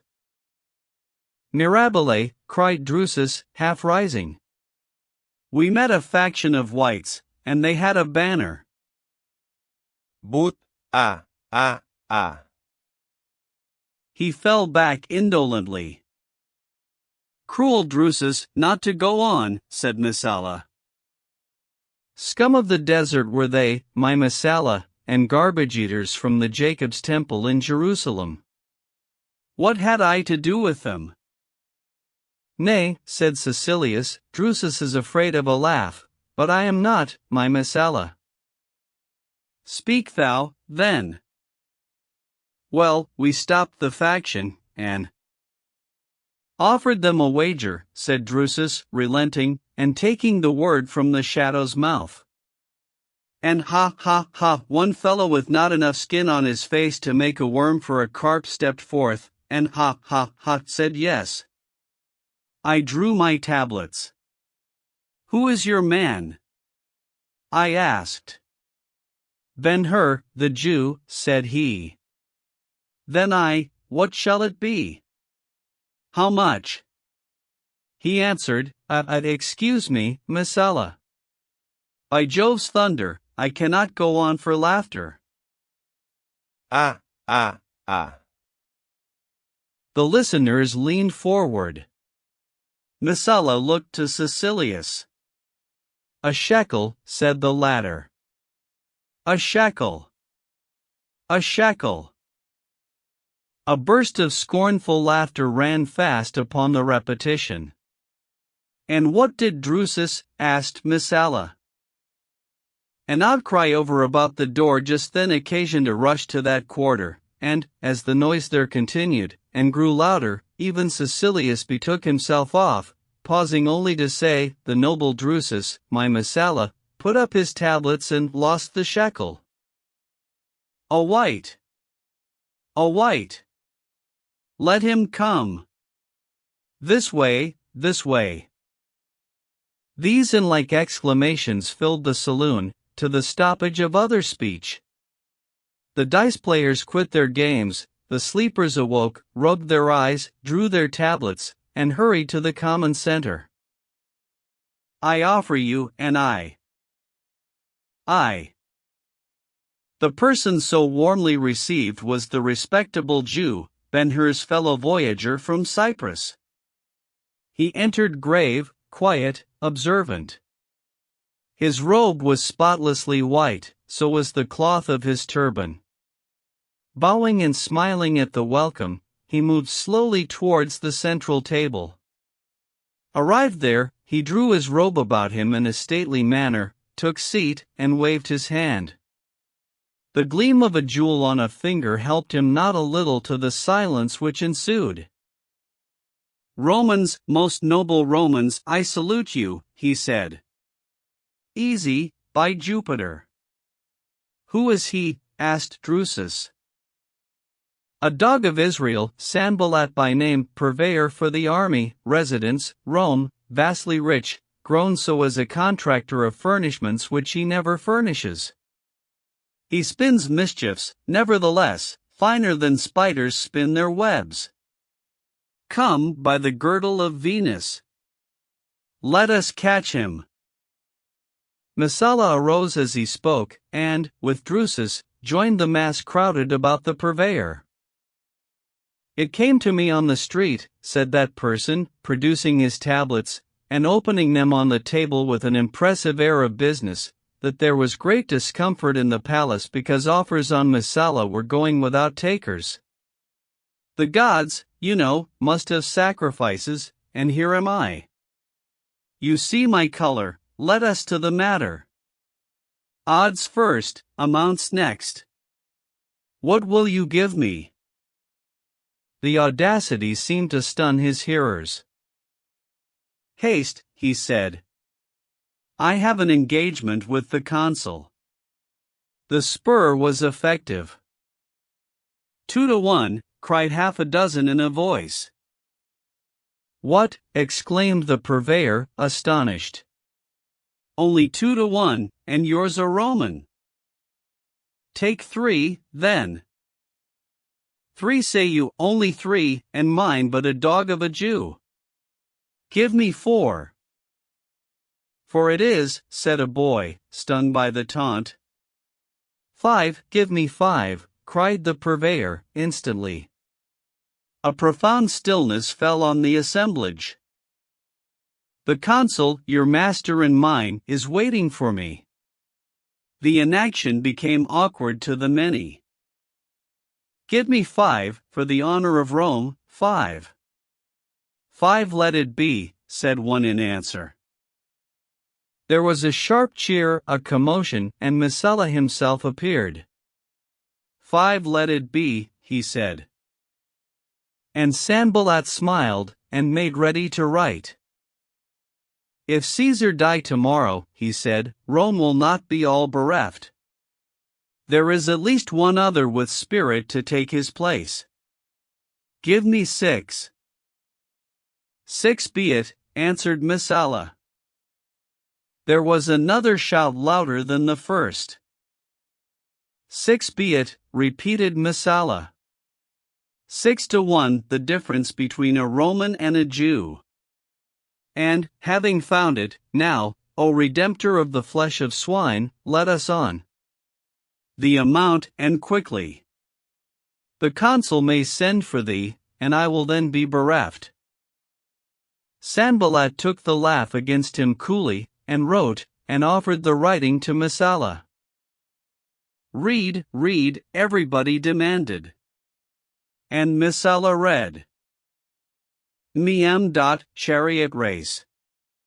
Messala of Rome, in wager with Sanballat, also of Rome, says he will beat Ben-Hur, the Jew. Amount of wager, 20 talents.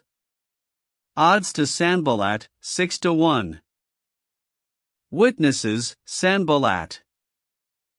There was no noise, no motion. Each person seemed held in the pose the reading found him. Messala stared at the memorandum, while the eyes which had him in view opened wide, and stared at him. He felt the gaze, and thought rapidly. So lately he stood in the same place, and in the same way hectored the countrymen around him. They would remember it. If he refused to sign, his heroship was lost. And sign he could not, he was not worth 100 talents, nor the 5th part of the sum. Suddenly his mind became a blank, he stood speechless, the color fled his face. An idea at last came to his relief. "Thou Jew," he said, "where hast thou 20 talents? Show me." Sanballat's provoking smile deepened. "There," he replied, offering Messala a paper. "Read, read," arose all around. Again Messala read. "At Antioch, Tammuz 16th day. The bearer, Sanballat of Rome, hath now to his order with me 50 talents, coin of Caesar." Simonides. 50 talents, 50 talents, echoed the throng, in amazement. Then Drusus came to the rescue. "By Hercules," he shouted, "the paper lies, and the Jew is a liar. Who but Caesar hath 50 talents at order? Down with the insolent wight."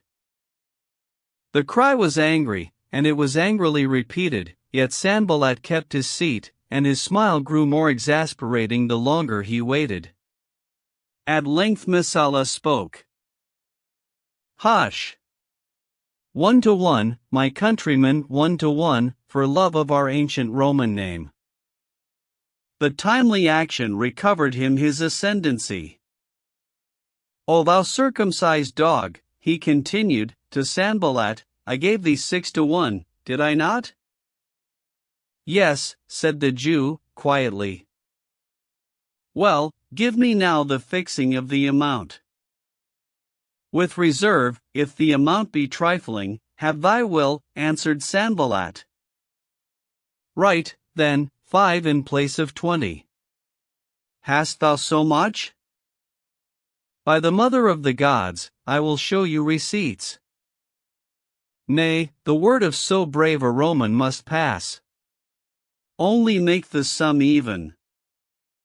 6 make it, and I will write. Write it so." And forthwith they exchanged writings. Sanballat immediately arose and looked around him, a sneer in place of his smile. No man better than he knew those with whom he was dealing. "Romans," he said, "another wager, if you dare. 5 talents against 5 talents that the white will win. I challenge you collectively." They were again surprised. "What," he cried, louder. Shall it be said in the circus tomorrow that a dog of Israel went into the saloon of the palace full of Roman nobles, among them the scion of a Caesar, and laid 5 talents before them in challenge, and they had not the courage to take it up? The sting was unendurable. Have done, O insolent, said Drusus, write the challenge, and leave it on the table, and tomorrow, if we find thou hast indeed so much money to put at such hopeless hazard, I, Drusus, promise it shall be taken. Sanballat wrote again, and, rising, said, unmoved as ever, See, Drusus, I leave the offer with you. When it is signed, send it to me any time before the race begins. I will be found with the consul in a seat over the Porta Pompei. Peace to you, peace to all. He bowed and departed, careless of the shout of derision with which they pursued him out of the door. In the night the story of the prodigious wager flew along the streets and over the city, and Ben-Hur, lying with his 4, was told of it, and also that Messala's whole fortune was on the hazard. And he slept never so soundly. Chapter 12. The circus at Antioch stood on the south bank of the river nearly opposite the island, differing in no respect from the plan of such buildings in general. In the purest sense, the games were a gift to the public, consequently, everybody was free to attend, and, vast as the holding capacity of the structure was, so fearful were the people, on this occasion, lest there should not be room for them, that, early the day before the opening of the exhibition, they took up all the vacant spaces in the vicinity, where their temporary shelter suggested an army in waiting. At midnight the entrances were thrown wide, and the rabble, surging in, occupied the quarters assigned to them, from which nothing less than an earthquake or an army with spears could have dislodged them. They dozed the night away on the benches, and breakfasted there, and there the close of the exercises found them, patient and sight-hungry as in the beginning. The better people, their seats secured, began moving towards the circus about the first hour of the morning, the noble and very rich among them distinguished by litters and retinues of liveried servants. By the second hour, the efflux from the city was a stream unbroken and innumerable. Exactly as the gnomon of the official dial up in the citadel pointed the second hour half gone, the legion, in full panoply, and with all its standards on exhibit, descended from Mount Sulpius, and when the rear of the last cohort disappeared in the bridge, Antioch was literally abandoned, not that the circus could hold the multitude, but that the multitude was gone out to it, nevertheless. A great concourse on the river shore witnessed the consul come over from the island in a barge of state. As the great man landed, and was received by the legion, the martial show for one brief moment transcended the attraction of the circus. At the third hour, the audience, if such it may be termed, was assembled. At last, a flourish of trumpets called for silence, and instantly the gaze of over 100,000 persons was directed towards a pile forming the eastern section of the building. There was a basement first, broken in the middle by a broad arched passage, called the Porta Pompei, over which, on an elevated tribunal magnificently decorated with insignia and legionary standards, the consul sat in the place of honor. On both sides of the passage the basement was divided into stalls termed carceres, each protected in front by massive gates swung to statuesque pilasters. Over the stalls next was a cornice crowned by a low balustrade, back of which the seats arose in theater arrangement, all occupied by a throng of dignitaries superbly attired. The pile extended the width of the circus, and was flanked on both sides by towers which, besides helping the architects give grace to their work, served the velaria, or purple awnings, stretched between them so as to throw the whole quarter in a shade that became exceedingly grateful as the day advanced. This structure, it is now thought, can be made useful in helping the reader to a sufficient understanding of the arrangement of the rest of the interior of the circus. He has only to fancy himself seated on the tribunal with the consul, facing to the west, where everything is under his eye. On the right and left, if he will look, he will see the main entrances, very ample, and guarded by gates hinged to the towers. Directly below him is the arena, a level plain of considerable extent, covered with fine white sand. There all the trials will take place except the running. Looking across this sanded arena westwardly still, there is a pedestal of marble supporting 3 low conical pillars of grey stone, much carven. Many an eye will hunt for those pillars before the day is done, for they are the first goal, and mark the beginning and end of the racecourse. Behind the pedestal, leaving a passageway and space for an altar, commences a wall 10 or 12 feet in breadth and 5 or 6 in height, extending thence exactly 200 yards, or 1 Olympic stadium. At the farther, or westward, extremity of the wall there is another pedestal, surmounted with pillars which mark the second goal. The racers will enter the course on the right of the first goal, and keep the wall all the time to their left. The beginning and ending points of the contest lie, consequently, directly in front of the consul across the arena, and for that reason his seat was admittedly the most desirable in the circus. Now if the reader, who is still supposed to be seated on the consular tribunal over the Porta Pompei, will look up from the ground arrangement of the interior, the first point to attract his notice will be the marking of the outer boundary line of the course, that is, a plain-faced, solid wall, 15 or 20 feet in height, with a balustrade on its cope, like that over the carceres, or stalls, in the east. This balcony, if followed round the course, will be found broken in 3 places to allow passages of exit and entrance, 2 in the north and 1 in the west, the latter very ornate, and called the Gate of Triumph, because, when all is over, the victors will pass out that way, crowned, and with triumphal escort and ceremonies. At the west end the balcony encloses the course in the form of a half-circle, and is made to uphold 2 great galleries. Directly behind the balustrade on the coping of the balcony is the first seat, from which ascend the succeeding benches, each higher than the one in front of it, giving to view a spectacle of surpassing interest, the spectacle of a vast space ruddy and glistening with human faces, and rich with varicolored costumes. The commonalty occupy quarters over in the west, beginning at the point of termination of an awning, stretched, it would seem, for the accommodation of the better classes exclusively.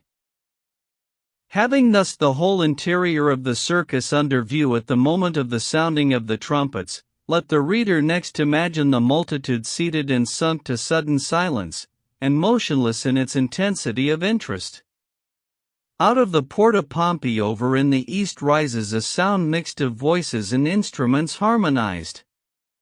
Presently, forth issues the chorus of the procession with which the celebration begins. The editor and civic authorities of the city, givers of the games, follow in robes and garlands. Then the gods, some on platforms borne by men, others in great 4-wheel carriages gorgeously decorated. Next them, again, the contestants of the day, each in costume exactly as he will run, wrestle, leap, box, or drive. Slowly crossing the arena, the procession proceeds to make circuit of the course. The display is beautiful and imposing. Approval runs before it in a shout, as the water rises and swells in front of a boat in motion. If the dumb, figured gods make no sign of appreciation of the welcome, the editor and his associates are not so backward. The reception of the athletes is even more demonstrative, for there is not a man in the assemblage who has not something in wager upon them, though but a mite or farthing. And it is noticeable, as the classes move by, that the favorites among them are speedily singled out, either their names are loudest in the uproar, or they are more profusely showered with wreaths and garlands tossed to them from the balcony. If there is a question as to the popularity with the public of the several games, it is now put to rest. To the splendor of the chariots and the super-excellent beauty of the horses, the charioteers add the personality necessary to perfect the charm of their display. Their tunics, short, sleeveless, and of the finest woolen texture, are of the assigned colors. A horseman accompanies each one of them except Ben-Hur, who, for some reason, possibly distrust, has chosen to go alone, so, too, they are all helmeted but him. As they approach, the spectators stand upon the benches, and there is a sensible deepening of the clamor, in which a sharp listener may detect the shrill piping of women and children. At the same time, the things roseate flying from the balcony thicken into a storm, and, striking the men, drop into the chariot beds, which are threatened with filling to the tops. Even the horses have a share in the ovation, nor may it be said they are less conscious than their masters of the honors they receive. Very soon, as with the other contestants, it is made apparent that some of the drivers are more in favor than others, and then the discovery follows that nearly every individual on the benches, women and children as well as men, wears a color, most frequently a ribbon upon the breast or in the hair. Now it is green, now yellow, now blue, but, searching the great body carefully, it is manifest that there is a preponderance of white, and scarlet and gold. In a modern assemblage called together as this one is, particularly where there are sums at hazard upon the race, a preference would be decided by the qualities or performance of the horses. Here, however, nationality was the rule. If the Byzantine and Sidonian found small support, it was because their cities were scarcely represented on the benches.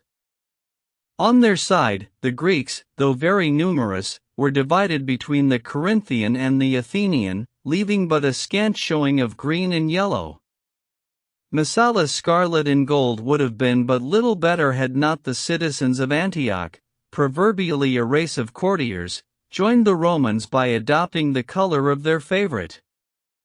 There were left then the country people, or Syrians, the Jews, and the Arabs, and they, from faith in the blood of the sheiks blent largely with hate of the Romans, whom they desired, above all things, to see beaten and humbled, mounted the white, making the most noisy, and probably the most numerous, faction of all. As the charioteers move on in the circuit, the excitement increases. At the second goal, or, especially in the galleries, the white is the ruling color. The people exhaust their flowers and ride the air with screams. Messala! Messala! Ben-Hur! Ben-Hur! Such are the cries. Upon the passage of the procession, the factionists take their seats and resume conversation. Ah, by Bacchus! Was he not handsome? Exclaims a woman, whose Romanism is betrayed by the colors flying in her hair.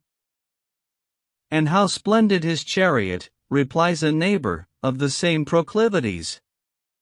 It is all ivory and gold. Jupiter grant he wins.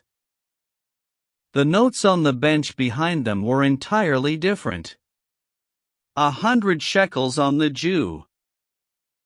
The voice is high and shrill. Nay, be thou not rash, whispers a moderating friend to the speaker. The children of Jacob are not much given to Gentile sports, which are too often accursed in the sight of the Lord. True, but saw you ever one more cool and assured? And what an arm he has! And what horses, says a third. And for that, a fourth one adds, they say he has all the tricks of the Romans. A woman completes the eulogium. Yes, and he is even handsomer than the Roman. Thus encouraged, the enthusiast shrieks again, 100 shekels on the Jew. Thou fool, answers an Antiochian, from a bench well forward on the balcony. Knowest thou not there are 50 talents laid against him, 6-1, on Messala? Put up thy shekels, lest Abraham rise and smite thee. Ah. Thou ass of Antioch! Cease thy bray. Knowest thou not it was Messala betting on himself? Such the reply. And so ran the controversy, not always good-natured. When at length the march was ended and the Porta Pompey received back the procession, Ben-Hur knew he had his prayer. The eyes of the East were upon his contest with Messala. Chapter 13. About 3 o'clock, speaking in modern style, the program was concluded except the chariot race. The editor, wisely considerate of the comfort of the people, chose that time for a recess. At once the vomitoria were thrown open, and all who could hasten to the portico outside where the restaurateurs had their quarters. Those who remained yawned, talked, gossiped, consulted their tablets, and, all distinctions else forgotten, merged into but two classes, the winners, who were happy, and the losers, who were grum and captious. Now, however, a third class of spectators, composed of citizens who desired only to witness the chariot race, availed themselves of the recess to come in and take their reserved seats. By so doing they thought to attract the least attention and give the least offense. Among these were Simonides and his party, whose places were in the vicinity of the main entrance on the north side, opposite the consul. As the 4 stout servants carried the merchant in his chair up the aisle, curiosity was much excited. Presently someone called his name. Those about caught it and passed it on along the benches to the west, and there was hurried climbing on seats to get sight of the man about whom common report had coined and put in circulation a romance so mixed of good fortune and bad that the like had never been known or heard of before. Ilderim was also recognized and warmly greeted, but nobody knew Balthasar or the 2 women who followed him closely veiled. The people made way for the party respectfully, and the ushers seated them in easy speaking distance of each other down by the balustrade overlooking the arena. In providence of comfort, they sat upon cushions and had stools for footrests. The women were Iras and Esther. Upon being seated, the latter cast a frightened look over the circus, and drew the veil closer about her face, while the Egyptian, letting her veil fall upon her shoulders, gave herself to view, and gazed at the scene with the seeming unconsciousness of being stared at, which, in a woman, is usually the result of long social habitude. The newcomers generally were yet making their first examination of the great spectacle, beginning with the consul and his attendants, when some workmen ran in and commenced to stretch a chalked rope across the arena from balcony to balcony in front of the pillars of the first goal.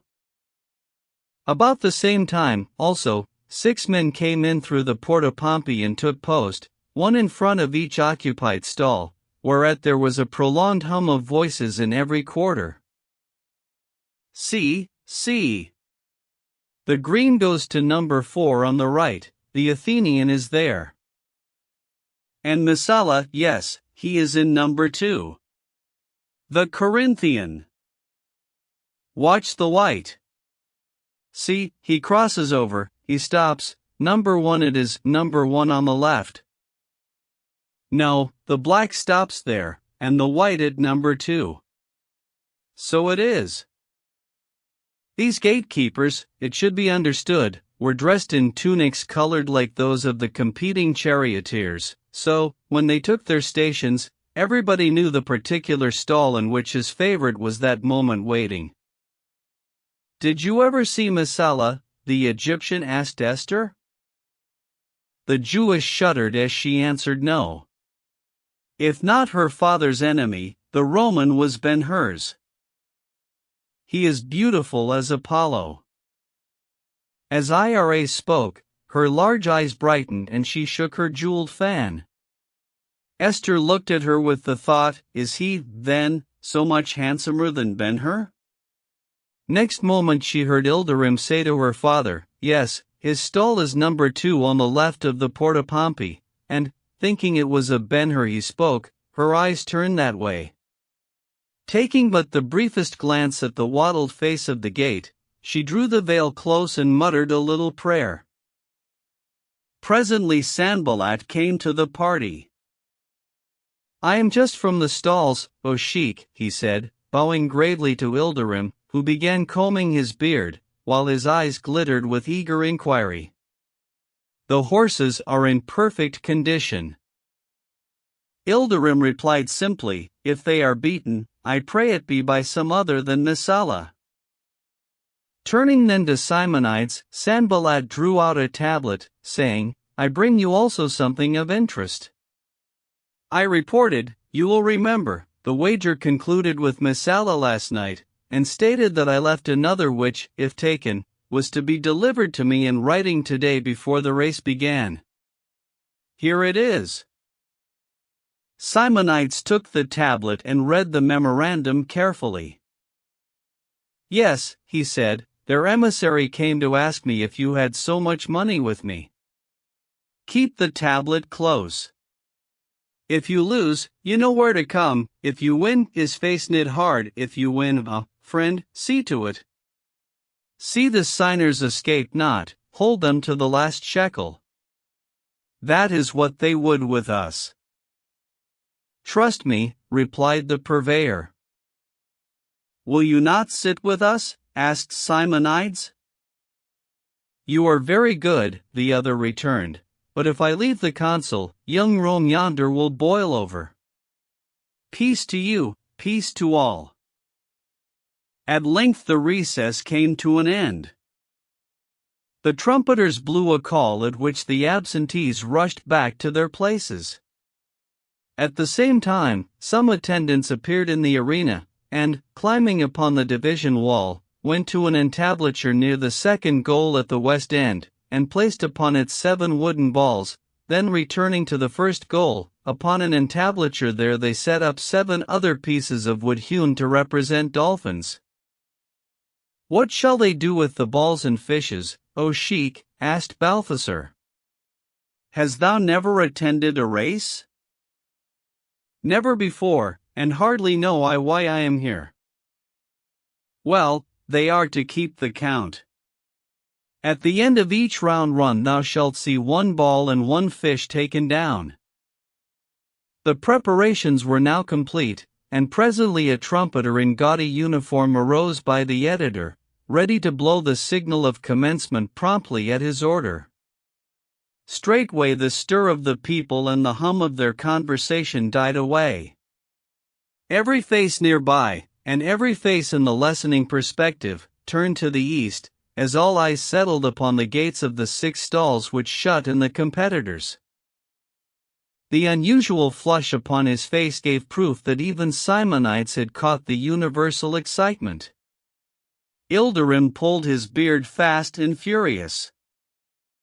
"Look now for the Roman," said the fair Egyptian to Esther, who did not hear her, for, with close-drawn veil and beating heart, she sat watching for Ben-Hur. The structure containing the stalls, it should be observed, was in form of the segment of a circle, retired on the right so that its central point was projected forward, and midway the course, on the starting side of the first goal. Every stall, consequently, was equally distant from the starting line or chalk rope above mentioned. The trumpet sounded short and sharp, whereupon the starters, 1 for each chariot, leaped down from behind the pillars of the goal, ready to give assistance if any of the force proved unmanageable. Again the trumpet blew, and simultaneously the gatekeepers threw the stalls open. First appeared the mounted attendants of the charioteers, 5 in all, Ben-Hur having rejected the service. The chalk line was lowered to let them pass, then raised again. They were beautifully mounted, yet scarcely observed as they rode forward, for all the time the trampling of eager horses, and the voices of drivers scarcely less eager, were heard behind in the stalls, so that one might not look away an instant from the gaping doors. The chalk line up again, the gatekeepers called their men, instantly the ushers on the balcony waved their hands, and shouted with all their strength, "Down! Down!" As well have whistled to stay a storm. Forth from each stall, like missiles in a volley from so many great guns, rushed the 6 fours, and up the vast assemblage arose, electrified and irrepressible, and, leaping upon the benches, filled the circus and the air above it with yells and screams. This was the time for which they had so patiently waited, this the moment of supreme interest treasured up in talk and dreams since the proclamation of the games. "He has come there, look," cried Iras, pointing to Messala. "I see him," answered Esther, looking at Ben-Hur. The veil was withdrawn. For an instant the little Jewess was brave. An idea of the joy there is in doing an heroic deed under the eyes of a multitude came to her, and she understood ever after how, at such times, the souls of men, in the frenzy of performance, laugh at death or forget it utterly. The competitors were now under view from nearly every part of the circus, yet the race was not begun. They had first to make the chalk line successfully. The line was stretched for the purpose of equalizing the start. If it were dashed upon, discomfiture of man and horses might be apprehended. On the other hand, to approach it timidly was to incur the hazard of being thrown behind in the beginning of the race, and that was certain forfeit of the great advantage always striven for, the position next the division wall on the inner line of the course.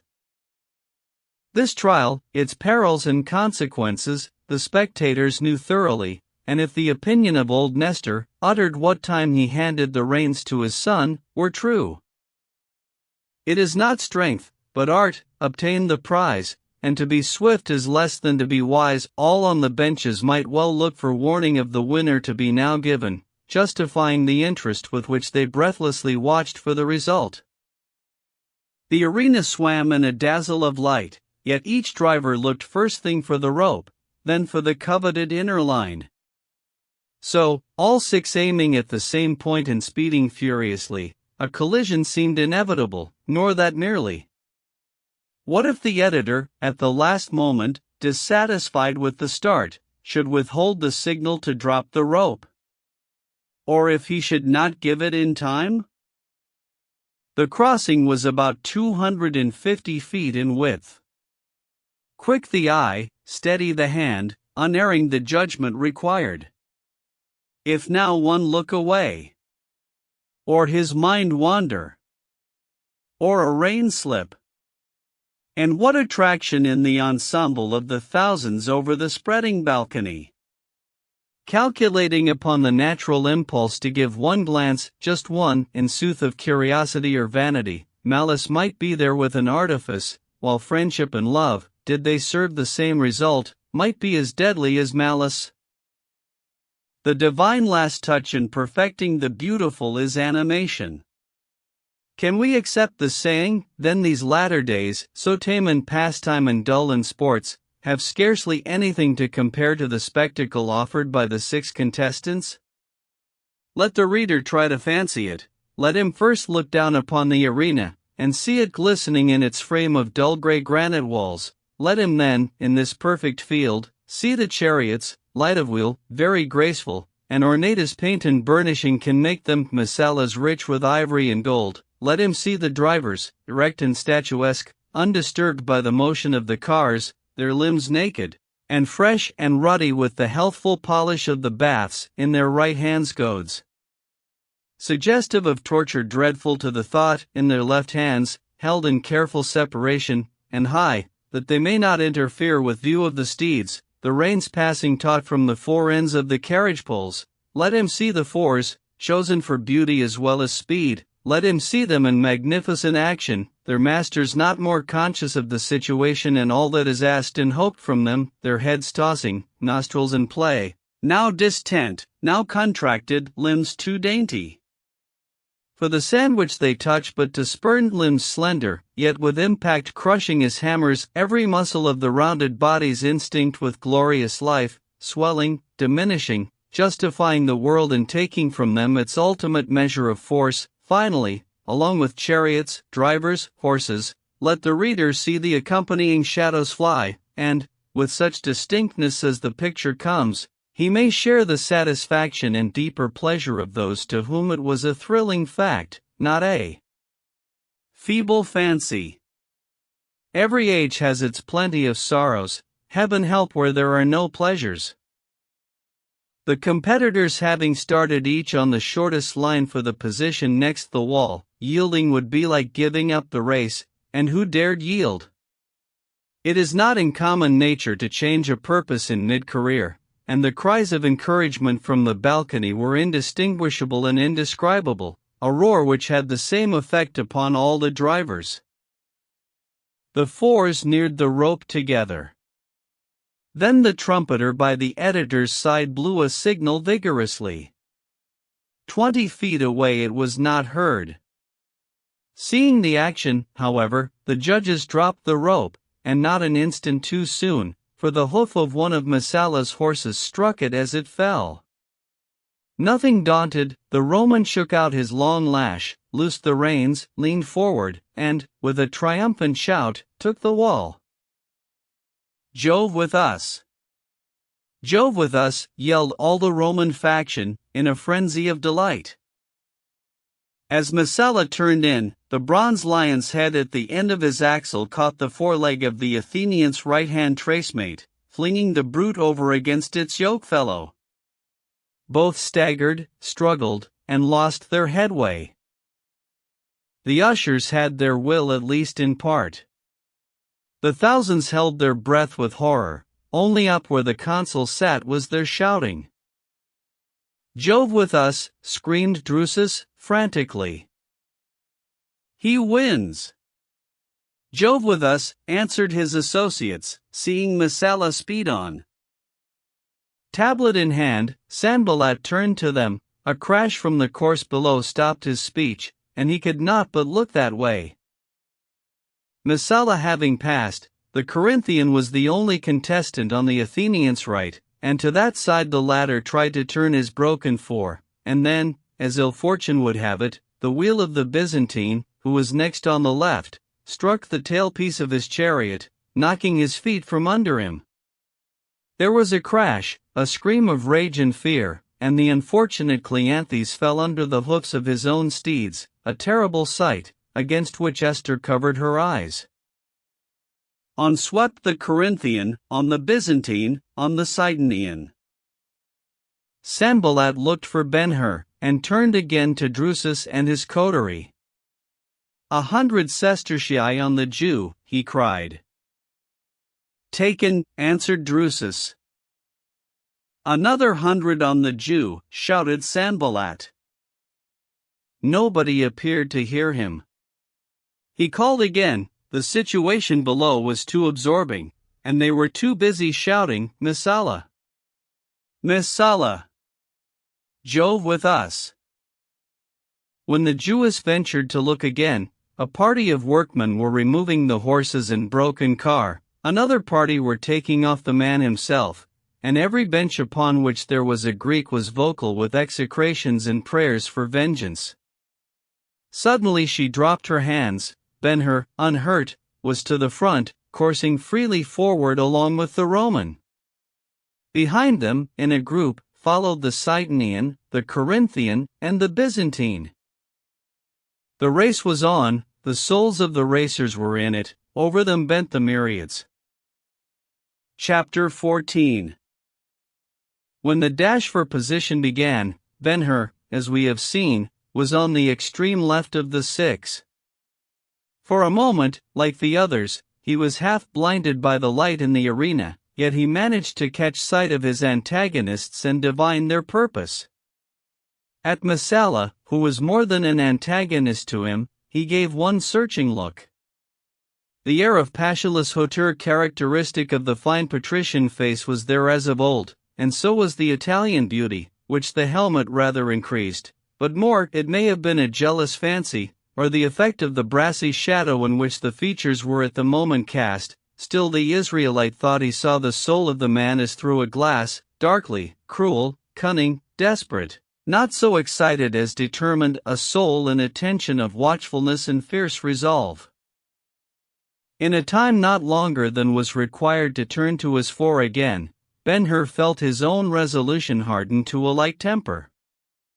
At whatever cost, at all hazards, he would humble this enemy. Prize, friends, wagers, honor, everything that can be thought of as a possible interest in the race was lost in the one deliberate purpose. Regard for life even should not hold him back. Yet there was no passion, on his part, no blinding rush of heated blood from heart to brain, and back again, no impulse to fling himself upon fortune. He did not believe in fortune, far otherwise. He had his plan, and, confiding in himself, he settled to the task never more observant, never more capable. The air about him seemed to glow with a renewed and perfect transparency. When not halfway across the arena, he saw that Mesala's rush would, if there was no collision, and the rope fell, give him the wall, that the rope would fall. He ceased as soon it out, and, further, it came to him, a sudden flash-like insight, that Mesala knew it was to be let drop at the last moment. Pre-arrangement with the editor could safely reach that point in the contest, and it suggested, what more Roman-like than for the official to lend himself to a countryman who, besides being so popular, had also so much at stake? There could be no other accounting for the confidence with which Mesala pushed his four forward the instant his competitors were prudentially checking their fours in front of the obstruction, no other except madness. It is one thing to see a necessity and another to act upon it. Ben-Hur yielded the wall for the time. The rope fell, and all the four but his sprang into the course under urgency of voice and lash. He drew head to the right, and, with all the speed of his Arabs, darted across the trails of his opponents, the angle of movement being such as to lose the least time and gain the greatest possible advance. So, while the spectators were shivering at the Athenian's mishap, and the Sidonian, Byzantine, and Corinthian were striving, with such skill as they possessed, to avoid involvement in the ruin, Ben-Hur swept around and took the course neck and neck with Mesala, though on the outside. The marvelous skill shown in making the change thus from the extreme left across to the right without appreciable loss did not fail the sharp eyes upon the benches. The circus seemed to rock and rock again with prolonged applause. Then Esther clasped her hands in glad surprise, then Sanballat, smiling, offered his 100 sestertii a second time without a taker. And then the Romans began to doubt, thinking Mesala might have found an equal, if not a master, and that in an Israelite. And now, racing together side by side, a narrow interval between them, the two neared the second goal. The pedestal of the 3 pillars there, viewed from the west, was a stone wall in the form of a half-circle, around which the course and opposite balcony were bent in exact parallelism. Making this turn was considered in all respects the most telling test of a charioteer. It was, in fact, the very feat in which Orestes failed. As an involuntary admission of interest on the part of the spectators, a hush fell over all the circus, so that for the first time in the race the rattle and clang of the cars plunging after the tugging steeds were distinctly heard. Then, it would seem, Mesala observed Ben-Hur, and recognized him, and at once the audacity of the man flamed out in an astonishing manner. "Down Eros, up Mars," he shouted, whirling his lash with practiced hand. "Down Eros, up Mars," he repeated, and caught the well-doing Arabs of Ben-Hur a cut the like of which they had never known. The blow was seen in every quarter, and the amazement was universal. The silence deepened. Up on the benches behind the consul the boldest held his breath, waiting for the outcome. Only a moment thus, then, involuntarily, down from the balcony, as thunder falls, burst the indignant cry of the people.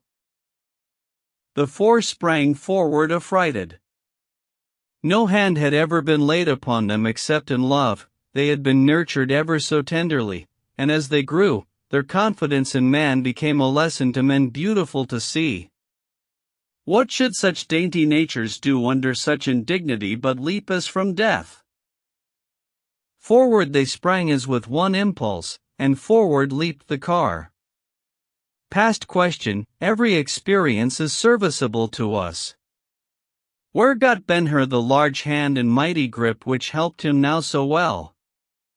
Where but from the oar with which so long he fought the sea?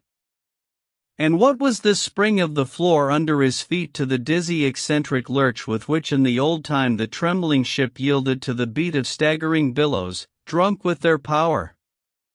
So he kept his place, and gave the four free rein, and called to them in soothing voice, trying merely to guide them round the dangerous turn, and before the fever of the people began to abate, he had back the mastery. Nor that only, on approaching the first goal, he was again side by side with Messala, bearing with him the sympathy and admiration of every one not a Roman.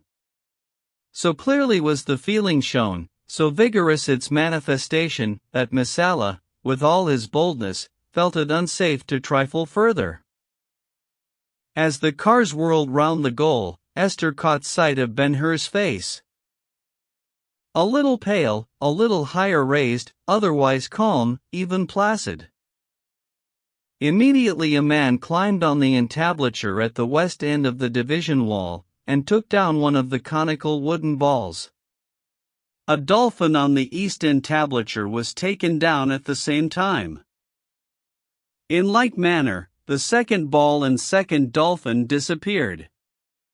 And then the third ball and third dolphin. 3 rounds concluded, still Messala held the inside position, still Ben-Hur moved with him side by side, still the other competitors followed as before. The contest began to have the appearance of one of the double races which became so popular in Rome during the later Caesarean period, Messala and Ben-Hur in the first, the Corinthian, Sidonian, and Byzantine in the second. Meantime the ushers succeeded in returning the multitude to their seats, though the clamor continued to run the rounds, keeping, as it were, even pace with the rivals in the course below. In the 5th round the Sidonian succeeded in getting a place outside Ben-Hur, but lost it directly. The 6th round was entered upon without change of relative position. Gradually the speed had been quickened, gradually the blood of the competitors warmed with the work. Men and beasts seemed to know alike that the final crisis was near, bringing the time for the winner to assert himself.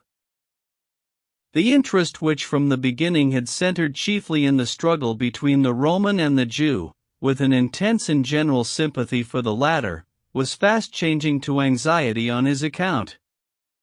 On all the benches the spectators bent forward motionless, except as their faces turned following the contestants. Ilderim quitted combing his beard, and Esther forgot her fears. 100 sestertii on the Jew, cried Sanballat to the Romans under the consul's awning. There was no reply. A talent or 5 talents, or 10, choose ye. He shook his tablets at them defiantly. I will take thy sestertii, answered a Roman youth, preparing to write. Do not so, interposed a friend. Why? Messala hath reached his utmost speed. See him lean over his chariot rim, the reins loose as flying ribbons. Look then at the Jew. The first one looked. By Hercules, he replied, his countenance falling. The dog throws all his weight on the bits. I see, I see. If the gods help not our friend, he will be run away with by the Israelite.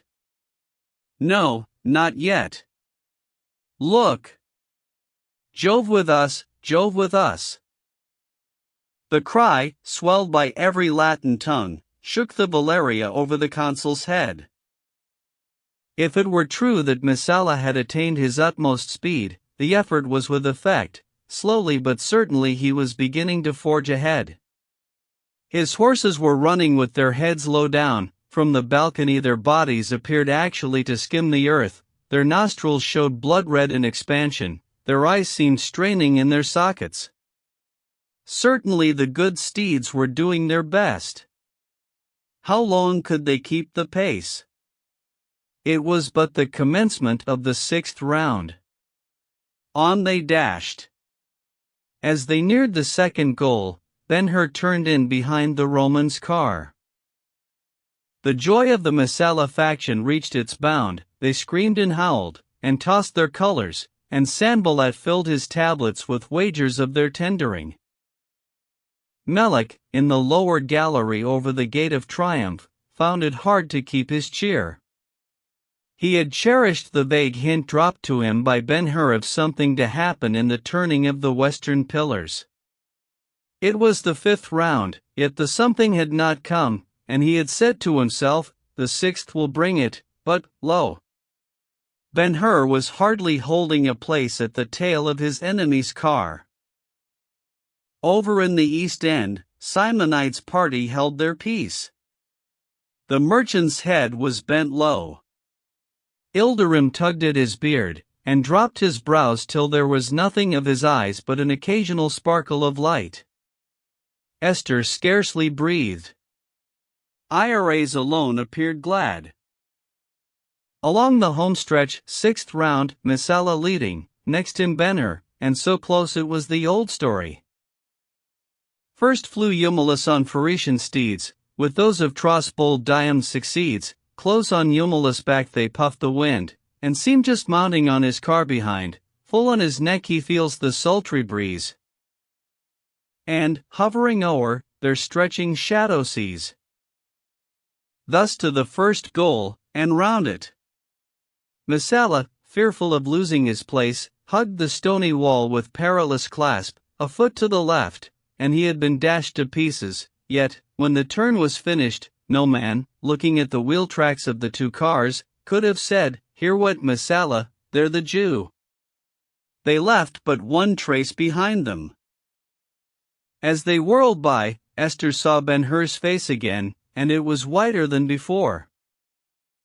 Simonides, shrewder than Esther, said to Ilderim, the moment the rivals turned into the course, "I am no judge, good sheik, if Ben-Hur be not about to execute some design. His face hath that look." To which Ilderim answered, "Saw you how clean they were and fresh? By the splendor of God, friend, they have not been running. But now watch." One ball and one dolphin remained on the entablatures, and all the people drew a long breath, for the beginning of the end was at hand. First, the Sidonian gave the scourge to his fore, and, smarting with fear and pain, they dashed desperately forward, promising for a brief time to go to the front. The effort ended in promise. Next, the Byzantine and Corinthian each made the trial with like result, after which they were practically out of the race. Thereupon, with a readiness perfectly explicable, all the factions except the Romans joined hope in Ben-Hur, and openly indulged their feeling. Ben-Hur! Ben-Hur, they shouted, and the blent voices of the many rolled overwhelmingly against the consular stand. From the benches above him as he passed, the favor descended in fierce injunctions. "Speed thee, Jew! Take the wall now! On! Loose the Arabs! Give them rein and scourge! Let him not have the turn on thee again! Now or never!" Over the balustrade they stooped low, stretching their hands imploringly to him. Either he did not hear, or could not do better, for halfway round the course and he was still following, at the second goal even still no change. And now, to make the turn, Messala began to draw on his left-hand steeds, an act which necessarily slackened their speed. His spirit was high, more than one altar was richer of his vows, the Roman genius was still president.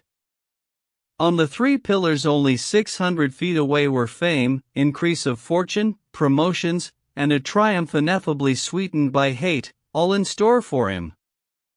That moment Malek, in the gallery, saw Ben-Hur lean forward over his Arabs, and give them the reins. Out flew the many-folded lash in his hand, over the backs of the startled steeds it writhed and hissed and writhed again and again, and though it fell not, there were both sting and menace in its quick report, and as the man passed thus from quiet to resistless action, his face suffused, his eyes gleaming, along the reins he seemed to flash his will, and instantly not one, but the four as one, answered with a leap that landed them alongside the Roman's car. Messala, on the perilous edge of the goal, heard, but dared not look to see what the awakening portended. From the people he received no sign. Above the noises of the race there was but one voice, and that was Ben-Hur's.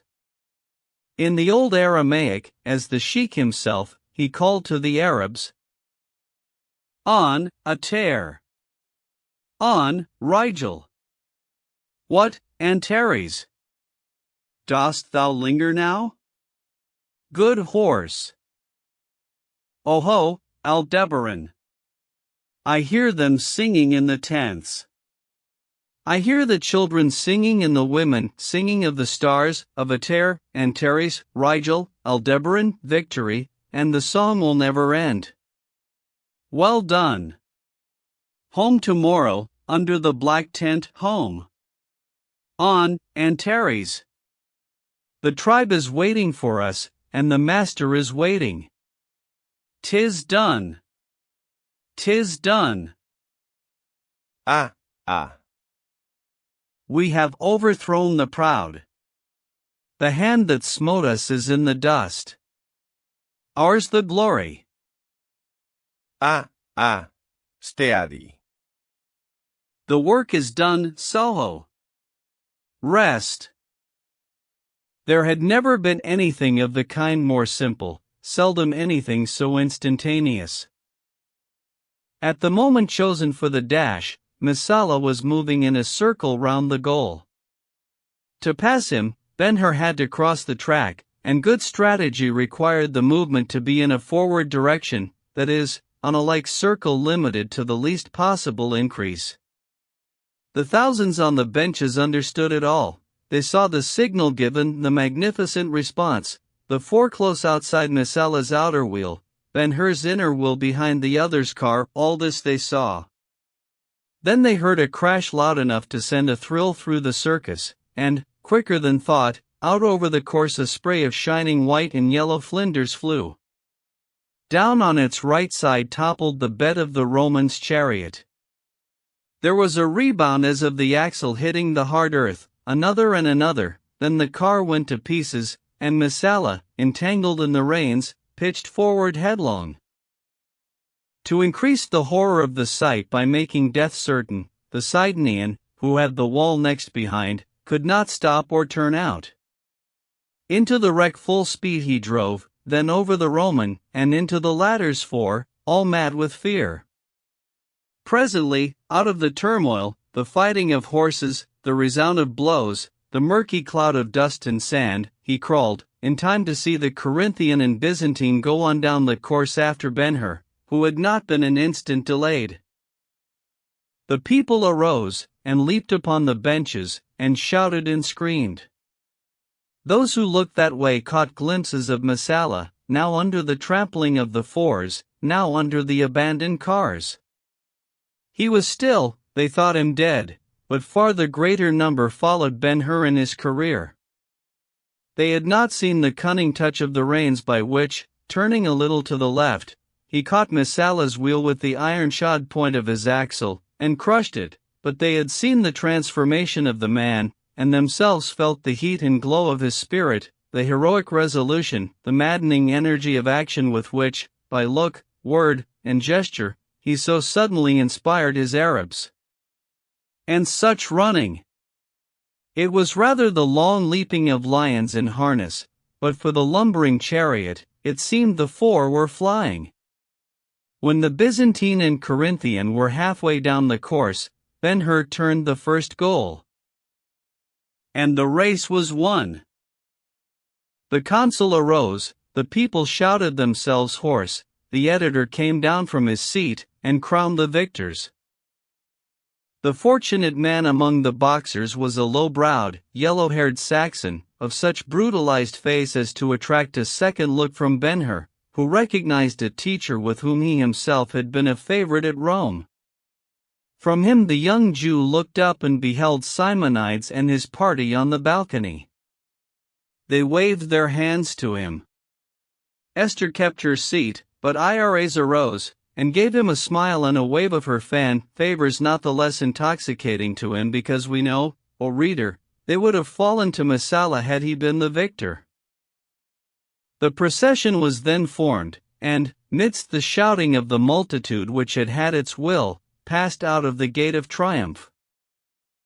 And the day was over. Chapter 15. Ben-Hur tarried across the river with Ilderim, for at midnight, as previously determined, they would take the road which the caravan, then 30 hours out, had pursued.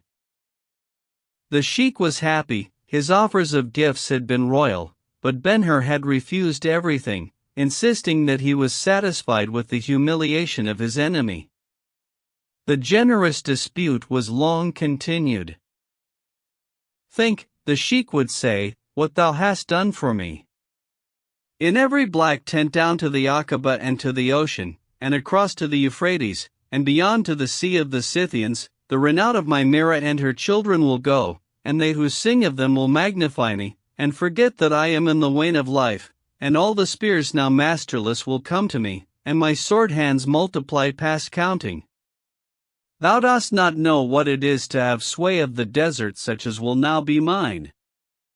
I tell thee it will bring tribute incalculable from commerce, and immunity from kings. Aye, by the sword of Solomon. Doth my messenger seek favor for me of Caesar, that will he get. Yet nothing, nothing?" And Ben-Hur would answer, "Nay, sheik, have I not thy hand and heart? Let thy increase of power and influence inure to the king who comes. Who shall say it was not allowed thee for him? In the work I am going to, I may have great need. Saying no now will leave me to ask of thee with better grace hereafter." In the midst of a controversy of the kind, two messengers arrived, Malak and one unknown.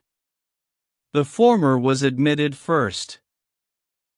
The good fellow did not attempt to hide his joy over the event of the day.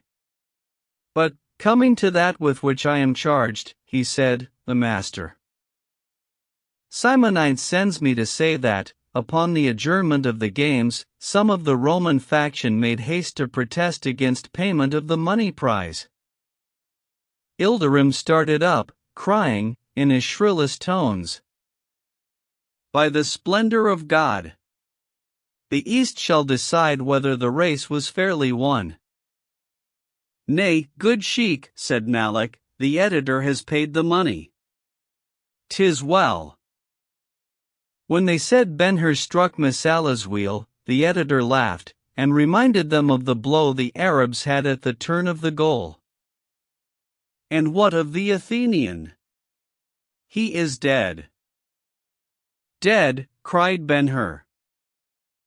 "Dead," echoed Ilderim. "What fortune these Roman monsters have!" "Messala escaped?" "Escaped, yes, O sheik, with life, but it shall be a burden to him. The physicians say he will live, but never walk again." Ben-Hur looked silently up to heaven. He had a vision of Messala, chair-bound like Simonides, and, like him, going abroad on the shoulders of servants. The good man had abode well, but what would this one with his pride and ambition? "Simonides bade me say, further," Malak continued, "Sanballat is having trouble. Drusus, and those who signed with him, referred the question of paying the 5 talents they lost to the consul Maxentius, and he has referred it to Caesar. Messala also refused his losses, and Sanballat, in imitation of Drusus, went to the consul, where the matter is still in advisement. The better Romans say the Protestants shall not be excused, and all the adverse factions join with them. The city rings with the scandal. "What says Simonides?" asked Ben-Hur. The master laughs, and is well pleased. If the Roman pays, he is ruined; if he refuses to pay, he is dishonored. The imperial policy will decide the matter. To offend the East would be a bad beginning with the Parthians. To offend Sheik Ilderim would be to antagonize the desert, over which lie all Maxentius's lines of operation. Wherefore Simonides bade me tell you to have no disquiet. Messala will pay. Ilderim was at once restored to his good humor. "Let us be off now," he said, rubbing his hands. "The business will do well with Simonides. The glory is ours. I will order the horses." "Stay," said Malak. "I left a messenger outside. Will you see him?" "By the splendor of God, I forgot him." Malak retired, and was succeeded by a lad of gentle manners and delicate appearance, who knelt upon one knee, and said, winningly, "Ires, the daughter of Balthasar, well known to good Sheik Ilderim, hath entrusted me with a message to the Sheik, who, she saith, will do her great favor so he receive her congratulations on account of the victory of his four." "The daughter of my friend is kind," said Ilderim, with sparkling eyes. "Do thou give her this jewel, in sign of the pleasure I have from her message." He took a ring from his finger as he spoke. "I will as thou sayest, O Sheik," the lad replied, and continued, "The daughter of the Egyptian charged me further. She praised the good Sheik Ilderim to send word to the youth Ben-Hur that her father hath taken residence for a time in the palace of Iderni, where she will receive the youth after the 4th hour tomorrow. And if, with her congratulations, Sheik Ilderim will accept her gratitude for this other favor done, she will be ever so pleased." The Sheik looked at Ben-Hur, whose face was suffused with pleasure. "What will you?" he asked. "By your leave, O Sheik, I will see the fair Egyptian."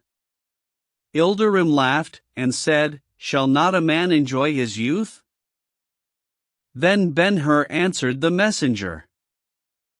"Say to her who sent you that I, Ben-Hur, will see her at the palace of Iderni, wherever that may be, tomorrow at noon." The lad arose, and, with silent salute, departed. At midnight Ilderim took the road, having arranged to leave a horse and a guide for Ben-Hur, who was to follow him. Chapter 16.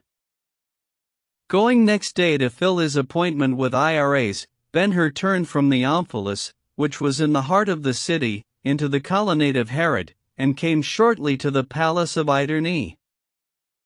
From the street he passed first into a vestibule, on the sides of which were stairways under cover, leading up to a portico.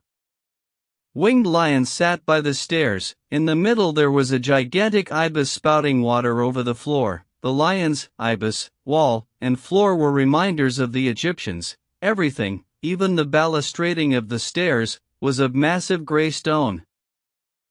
Above the vestibule, and covering the landing of the steps, arose the portico, a pillared grace, so light, so exquisitely proportioned, it was at that period hardly possible of conception except by a Greek.